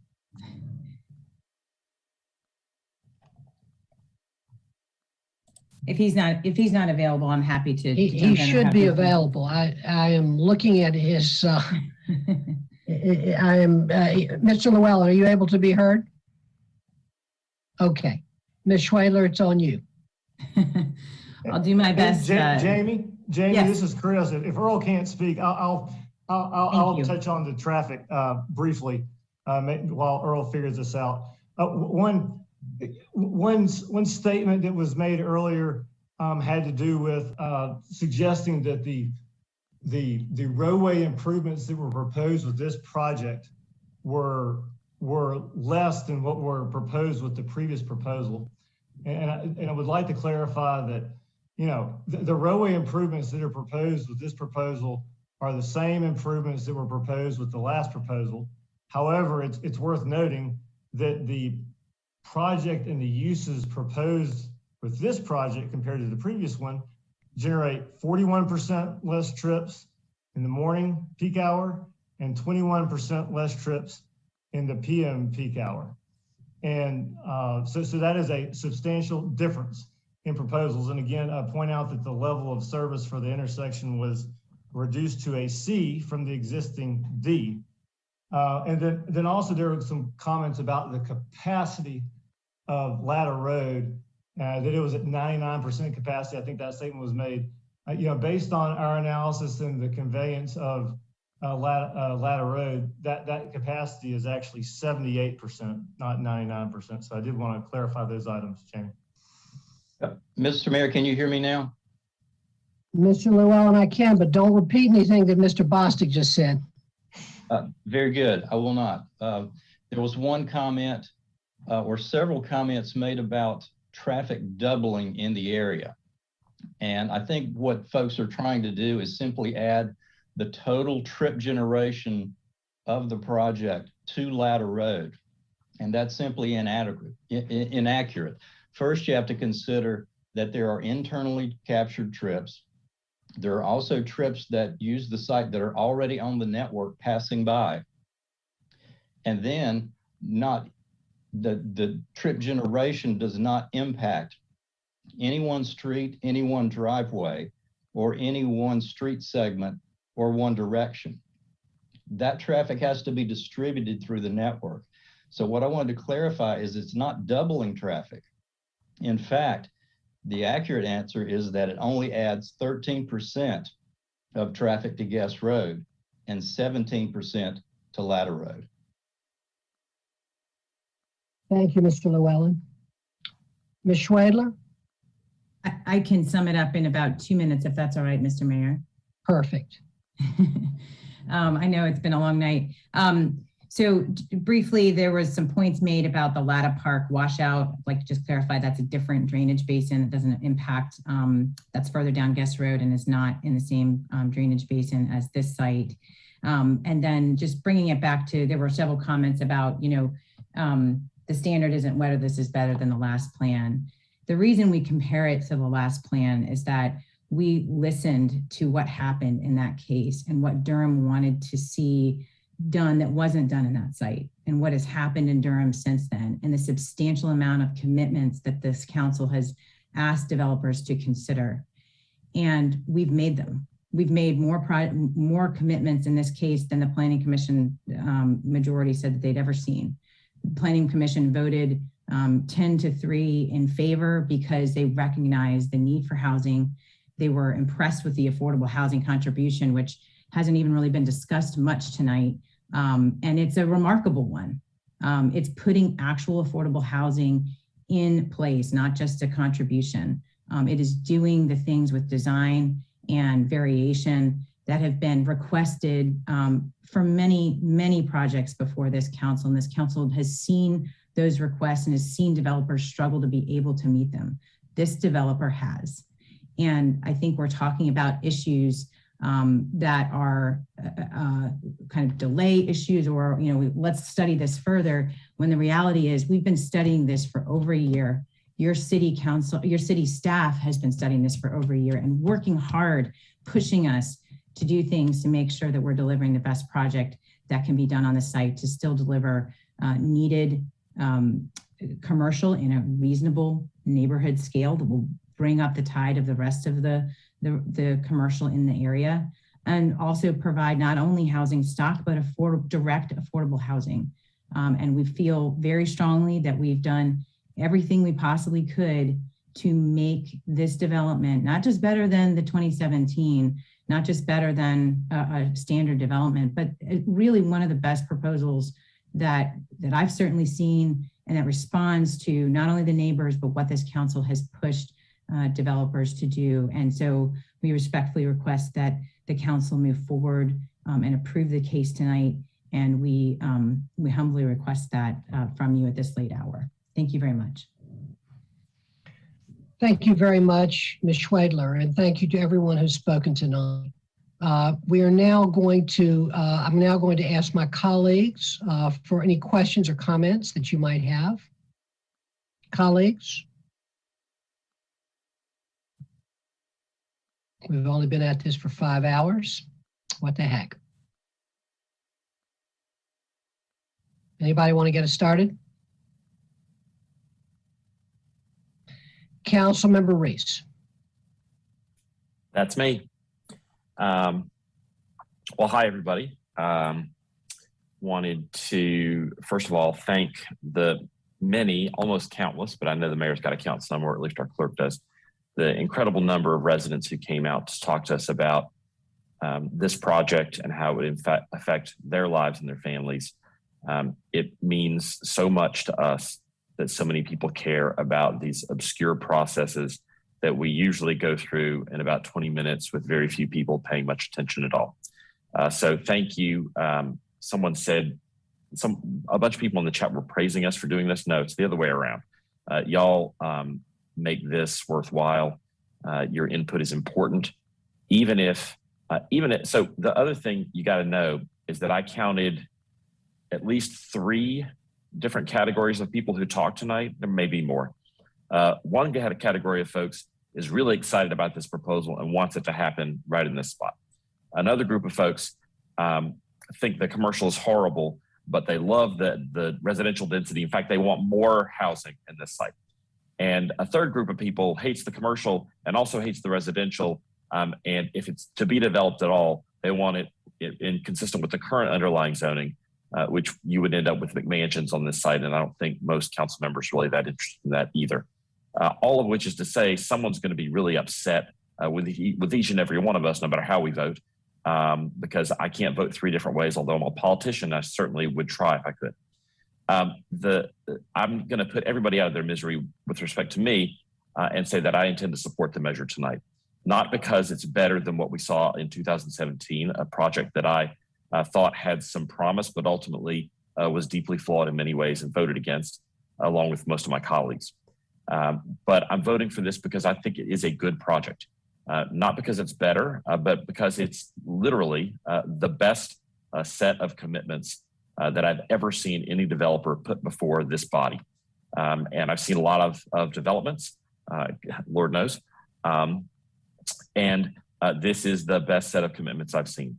That in and of itself wouldn't be enough to get my support, although maybe it should. The other thing is what the project itself delivers over and above the incredible things that they're offering, from the affordable housing proffer to including affordable housing. It's that there's going to be something on this property one day.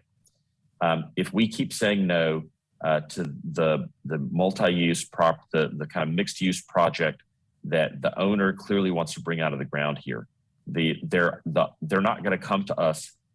They're not going to come to us with a super dense residential development, and I'm not sure that's appropriate for this site. What they put together here is in many ways what folks like me have been asking developers for in Durham for the last 2 years.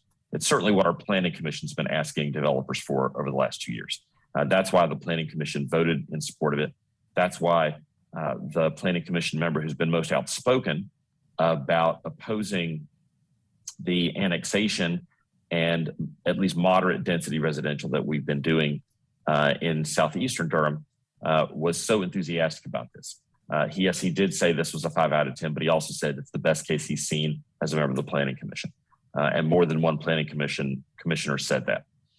I know that there are lots of folks on this call who I'm going to hear from in the days and weeks and months ahead who are very upset about that. And to those folks, I say, you should contact me because we should be talking and continue to talk about what else the city can do to protect you and your neighbors from the downside impacts of a project like this.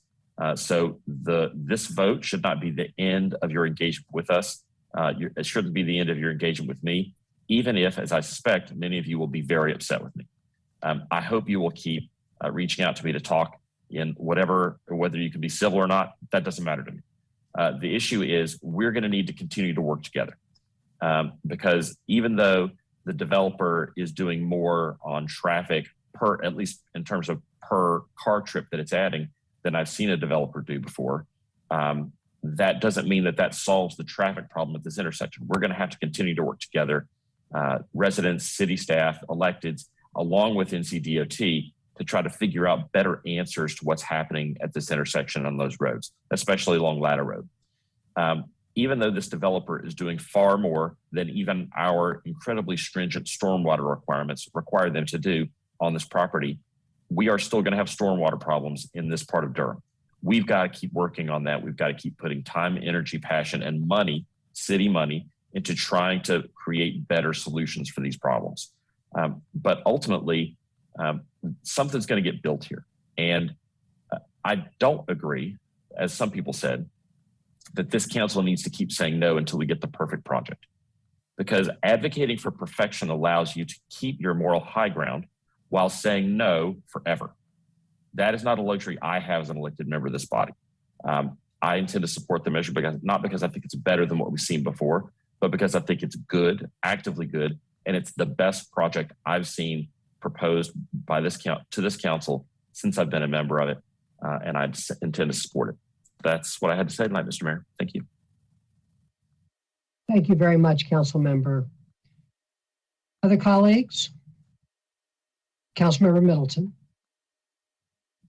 Thank you, Mr. Mayor, and I thank all the members of the community for abiding us and staying up with us. I have a couple of questions that may be a hybrid between the developer and the staff with regards to the text commitments. First question, I guess this is for the developer. The minimum of 5% of the townhouse units shall be designated as affordable housing. What is the maximum you're willing to go up to? And when will we codify that definitively? This is Jamie Schwather. I don't know if Austin Williams can be unmuted, but that is a commitment in the case. It's our number one. It's the first commitment. Got you. But it says a minimum. Does that imply that it could be higher than that? Oh, I understand. Austin, do you want to? I'm here, and hopefully you can hear me. But yes, we have committed to a minimum. There's certainly no maximum. And if we can do more, we will do more. I had quantified at the request of Planning Commission that the required subsidy on these units to bring them to a financeable 60% AMI investment value was at least $125,000 per unit, or $1.25 million. My company and my partners are in the affordable housing business as a missional part of what we do. But as I stand here tonight, in addition to that $1.25 million commitment on the to the affordability of those townhomes, we're also facing $2 million of offsite improvements and a number of things that we're doing that create significant financial pressure. And these units will be built really in 2024 by the time we get our entitlements, our site plan approvals and all of our permits together. I can't predict that market, but I can promise you that to the extent that we have the ability financially to do more, we will. We've committed to it in our company, and we'll commit to it in this project. Yeah, and please understand, I'm not. My question was not in any way to minimize the other proffers that you're making, or I just really did want to get some clarity. I guess out of 200, that would be about 10 units. Does the language, and this might be for staff, does the language place these affordable townhomes, are they affordable in perpetuity?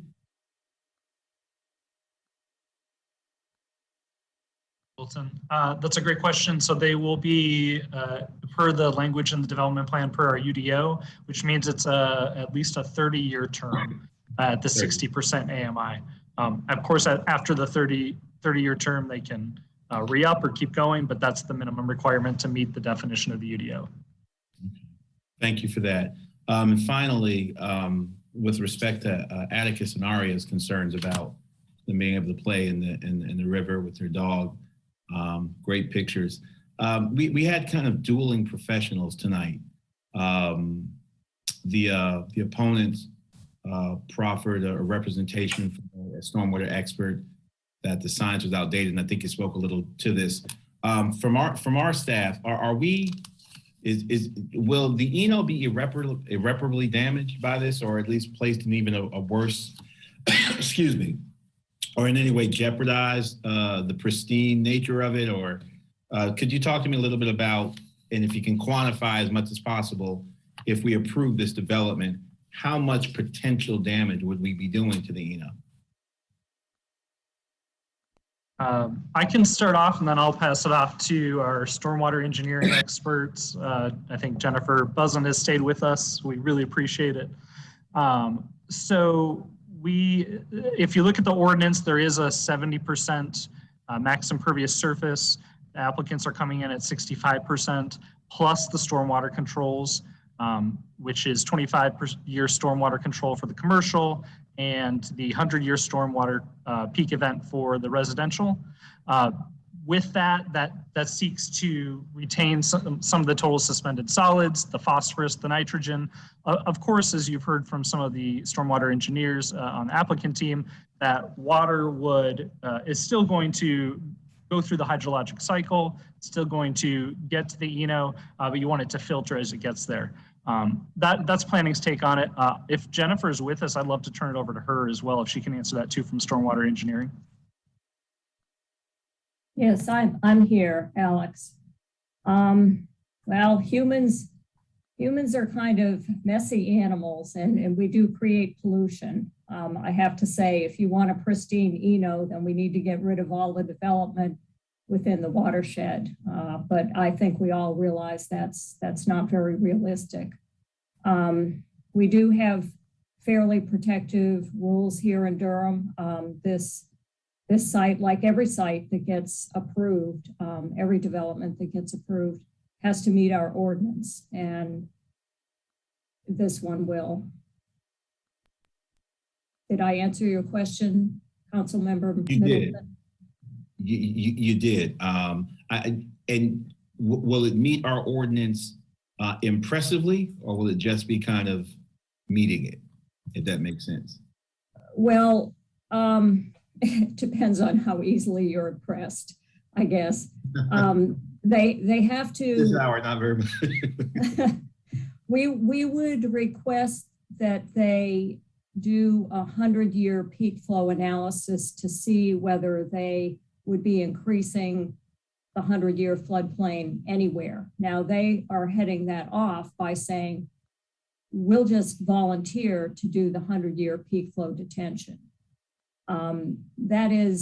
That proffer to me is great, but it's getting less impressive because if you remember what Jared Eden said back in the Griffin Place rezoning, he and his company have just decided to do 100-year peak flow detention on all their projects. They're not bothering with an analysis.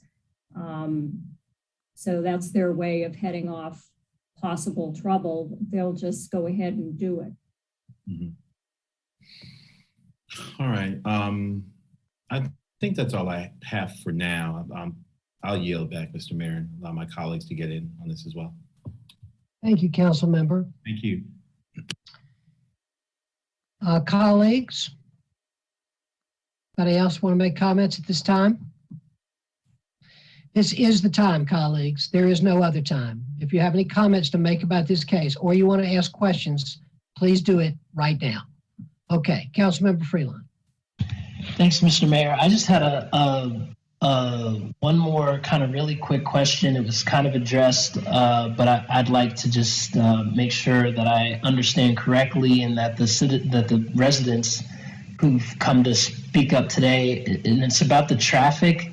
So there were a lot of comments about how this is going to impact the traffic. The analysis that I saw with the added 2 lanes was compelling in terms of how that was going to address the growing concern. And I'm wondering if we can hear quickly from Bill Judge or someone from transportation once more, just to put a pin in what the things that the developer is offering is going to do to offset the increased volume that they're going to bring to this area.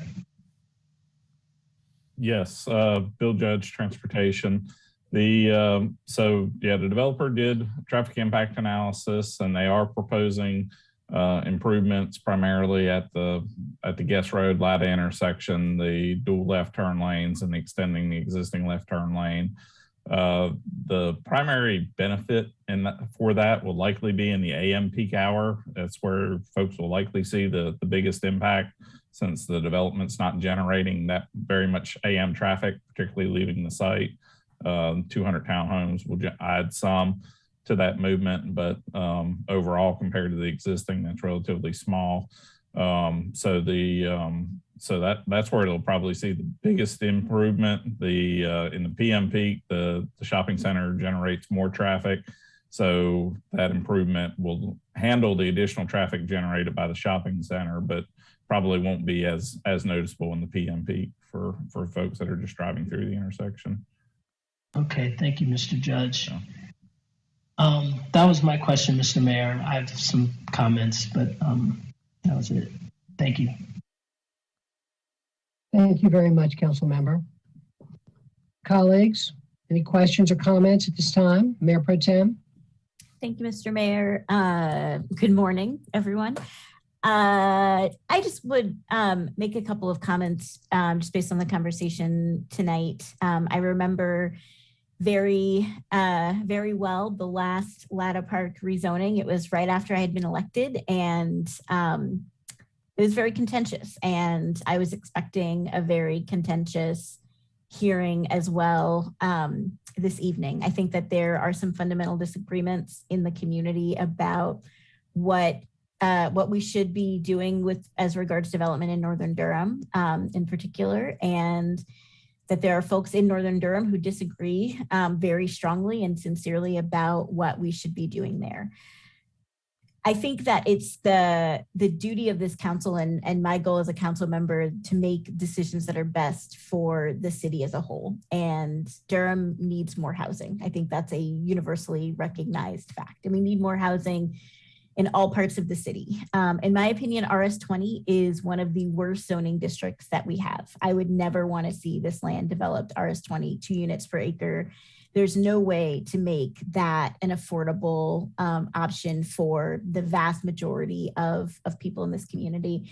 And as Councilmember Reese said, it is this is a site that is going to be developed one day. There are some areas of the city where I feel like development is most likely. This is a prime parcel for development, and so I think rezoning this so that we don't have an RS20 development is the right way to go. Personally, I don't know that we need another grocery store, but I know that people need to eat, and even if they're ordering groceries, if they can afford to, there still needs to be a store for that shopper to go to. The changing retail landscape does not eliminate the need for grocery stores, and I really like this housing proposal. I think we need townhomes. I think we need affordable housing, and for me, the grocery store isn't a drawback. I think we get a lot of comments from people wanting more commercial development near residential development so that people can walk and bike and not have to drive their cars. And we are often in the situation where we get very sincere environmental arguments in 2 directions all the time. If we build residential housing without commercial, then people are concerned that this is going to be a driver for climate change because people are going to have to drive too far away commercial development. And we hear that a lot, and we hear that especially from Planning Commission, that they want more commercial development close to our residential development. But when there are proposals to do that, we hear people who aren't excited about that. And I think it's really kind of the nature of our process that it drives more engagement when people are unhappy than when they are excited about something. We get a lot of people to engage in the process when they don't like what's proposed. And it's a lot harder to get people to engage when they're kind of fine with it or when it's okay. I was surprised by the number of people who came to speak in favor of this development, honestly, more surprised than the number of people who opposed, because we very rarely get people outside of development teams that come and speak on behalf of a proposal, and particularly in the numbers that we got tonight. So it's very late, and I'm going to end by saying that I support this proposal because I think that this housing is very important, and that affordable housing in this part of Durham is critical for our future.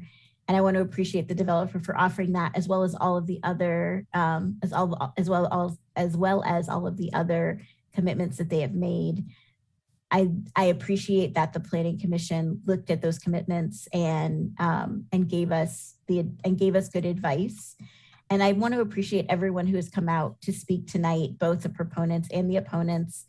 It has been a very long night. It's been a very long process, and y'all don't have to be here. You're doing this because you care about your community, and you care about what happens here in Durham. And even if we don't agree, I want to appreciate you for the work that you're doing and for your advocacy.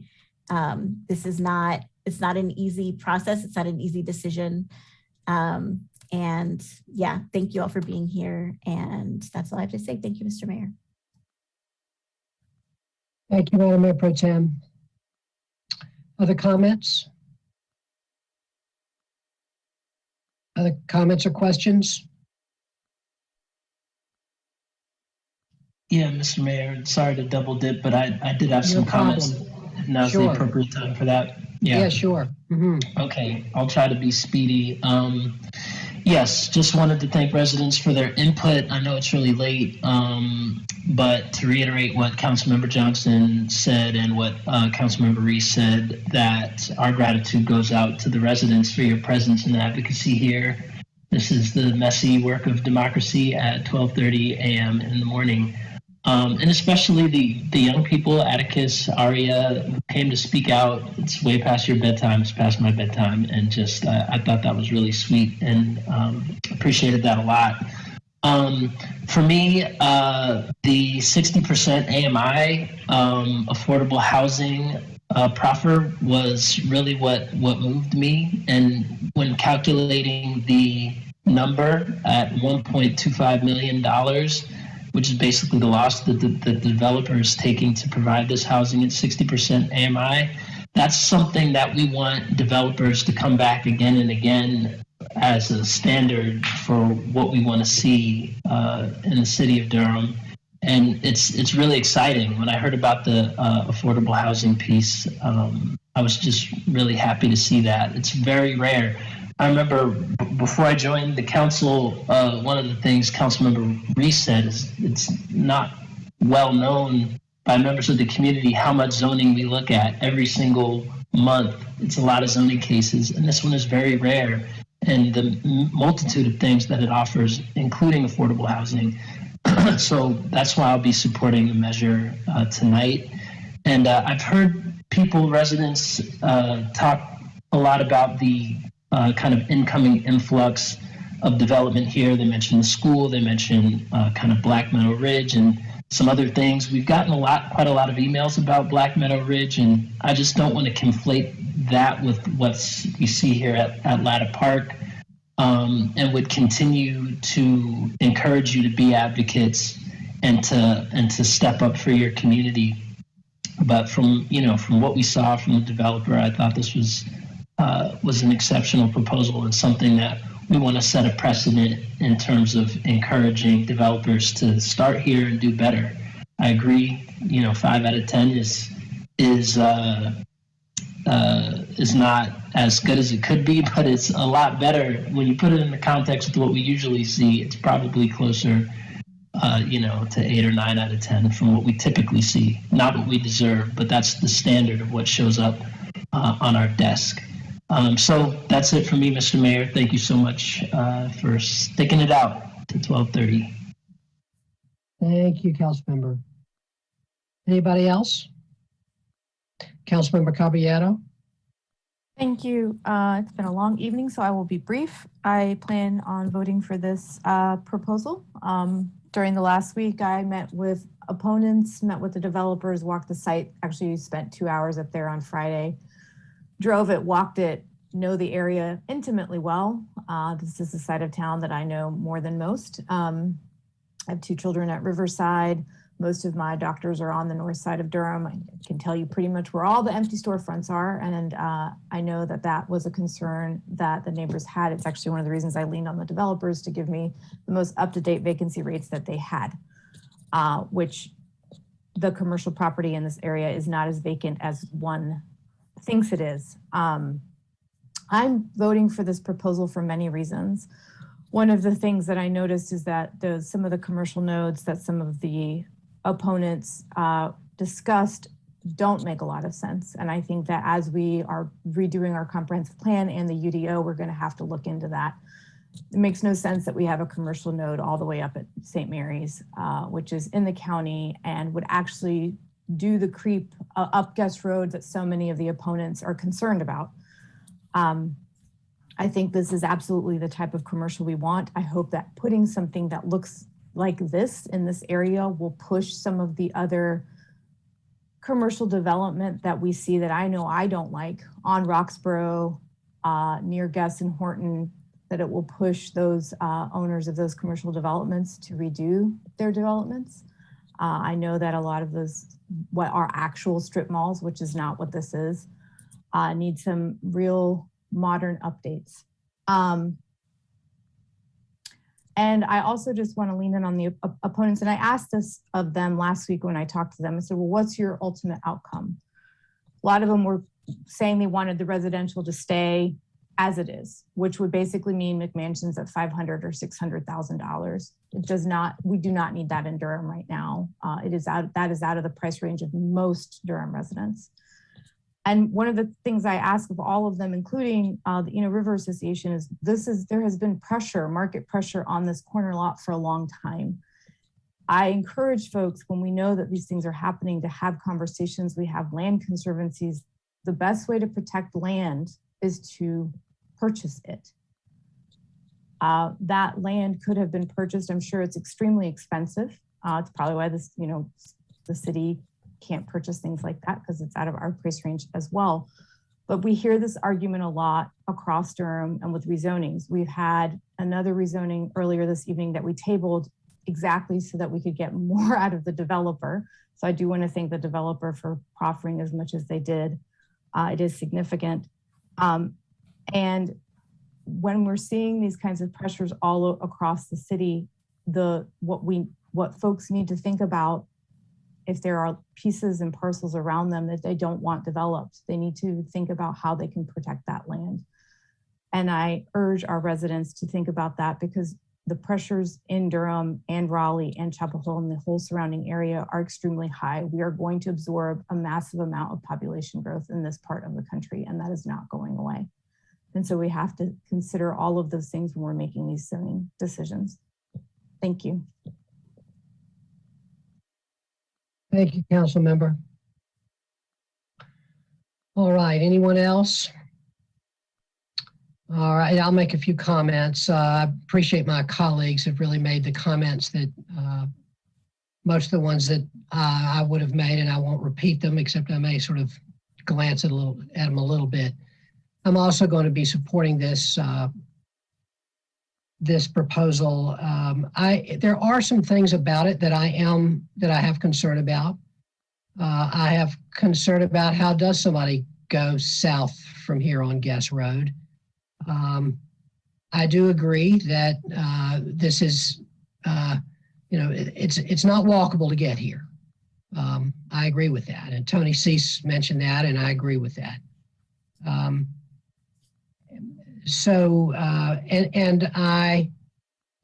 understand very much the people who live nearby want this to remain green space that they've been living by and living across from in Lattimore and in Lock Haven and living on Lebanon Circle. I can understand that. But our community really needs housing. And I think one of the things that is important to me that we have new people coming here and they also want to live in North Durham. They also want to live in the wonderful neighborhoods in North Durham. And I don't think we should just privilege people that live there now and not also serve the new people who are moving here and who want to live here. That's something we face all the time. There's nobody with a green space next to their neighborhood that wants it developed. And that's just something that we have to deal with. And that's what I feel like one of the big things that we're dealing with tonight. I do want to take on just a couple of things that haven't been mentioned yet. I want to be clear that easily being near commercial development is not unusual in Durham. My kids went to EK Poe. There is massive commercial development right there. One of my children went to Durham School of the Arts. It's just surrounded by commercial. We want connections from residential neighborhoods to schools. And this has that, and I think that's a great thing. And I think of others, Lakewood Middle, Jordan.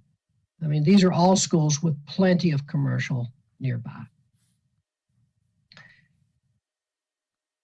I have been down Latta Road. I have not been down Latta Road in a tractor trailer, but I have driven many times a school bus down Latta Road.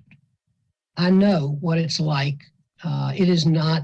It's not a good road. That is a true fact. It's skinny, and it heads down, and that has that. You go way downhill, going from Guess over to Roxborough, and it is true that Latta Road is a difficult road, and this will not do everything to fix that. And I think that we will see more cars there, more trips coming. But I do think that we are going to see a better situation at that crucial intersection of Latta and Guess. And I think that is important and that we should acknowledge its importance.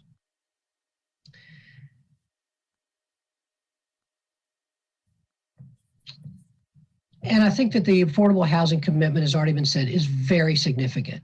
This needs to be, we got it. We've been getting, we've gotten a few now, actual commitments of units. This is the best one we've had. And it's important and it means a lot. And hopefully it's the beginning of much more of this. So I want to thank the developer for that. And finally, if I thought that this would do irreparable damage to the Eno, I would never vote for this. And I know none of my colleagues would as well. I do believe that we have good stormwater treatment in Durham. We have good, not only we have good plans, but we have, and standards, but we have good staff to enforce. And so I have a lot of confidence in that. So those are my comments. I think the last thing I want to say is that I just appreciate everybody for being here. This has been a good night for democracy. I told myself during this whole thing, I was going to listen to every single voice to the end. Of course, I have opinions that I develop. I know that property well. I went out there again last week, walked it, rode all around, looked at those other commercial nodes. But I wanted to really listen tonight, and I have, and I know my colleagues have as well. But I feel confident about this decision and appreciate everybody for being here tonight. Any more comments? Or if not, I'll take a motion. And the motion would be, give me just a second.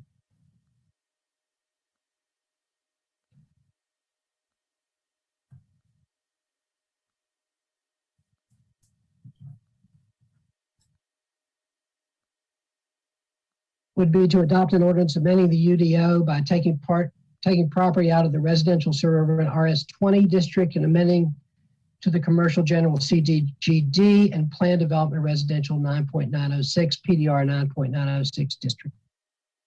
So moved. Second. Moved by Councilmember Reese, seconded by Councilmember Freelon. Madam Clerk, will you please call the roll? Mayor Schul, Aye. Mayor Pro Tem Johnson, Aye. Councilmember Caballero, Aye. Councilmember Freelon, Aye. Councilmember Freeman, Nay. Councilmember Middleton, I vote aye. Councilmember Reese. Aye. Thank you. Thank you, Madam Clerk. The ayes have it. The motion passes 6-1. Now we'll need a motion to adopt a consistency statement. So moved. Second. Moved by Councilmember Reese, seconded by Councilmember Freelon. Madam Clerk, please call the roll. Mayor Schul, Aye. Mayor Pro Tem Johnson, Aye. Councilmember Caballero, Aye. Councilmember Freelon, Aye. Councilmember Freeman, Nay. Councilmember Middleton, I vote aye. Councilmember Reese. Aye. Thank you. Thank you, Madam Clerk. The motion passes 6-1. Colleagues, thank you. It was a long night. We've been here almost 6 hours, but I appreciate all of you. And I will see you at the work session on Thursday. I guess that we won't see Councilmember Caballero. In fact, colleagues, there can I have a motion to excuse Councilmember Caballero from the work session on Thursday? So moved. Second. Moved by Councilmember Reese, second by Councilmember Freelon. Madam Clerk, will you please call the roll? Mayor Schul, Aye. Mayor Pro Tem Johnson, Aye. Councilmember Caballero, Aye. Councilmember Freelon, Aye. Councilmember Freeman, Aye. Councilmember Middleton, I vote aye. Councilmember Reese. Aye. Thank you. Thank you very much, Mayor. Madam Clerk. Councilmember Mayor. Reese. Thanks. I also need to ask for an excused absence this week. My wife is out of town at a high-powered business negotiation, and she asked me to come along and carry her briefcase and bring her coffee and occasionally offer advice. And so I stayed behind today to attend this important meeting, and I'll be leaving tomorrow morning. So I'd appreciate an excused absence from my colleagues. Thank you. Is there a motion to that effect? So moved. Second. Moved by Mayor Pro Tem, seconded by Councilmember Middleton. Madam Clerk, will you please call the roll? Mayor Schul, Aye. Mayor Pro Tem Johnson, Aye. Councilmember Caballero, Aye. Councilmember Freelon, Aye. Councilmember Freeman, Aye. Councilmember Middleton, I vote aye. Councilmember Reese. Aye. Thank you. Thank you, Madam Clerk. Friends, it's been a long night. Much appreciate you. And I'll just say good luck to all the candidates tomorrow. Hope you all have a good Good night, day. everybody. Good night, everyone. This meeting is adjourned.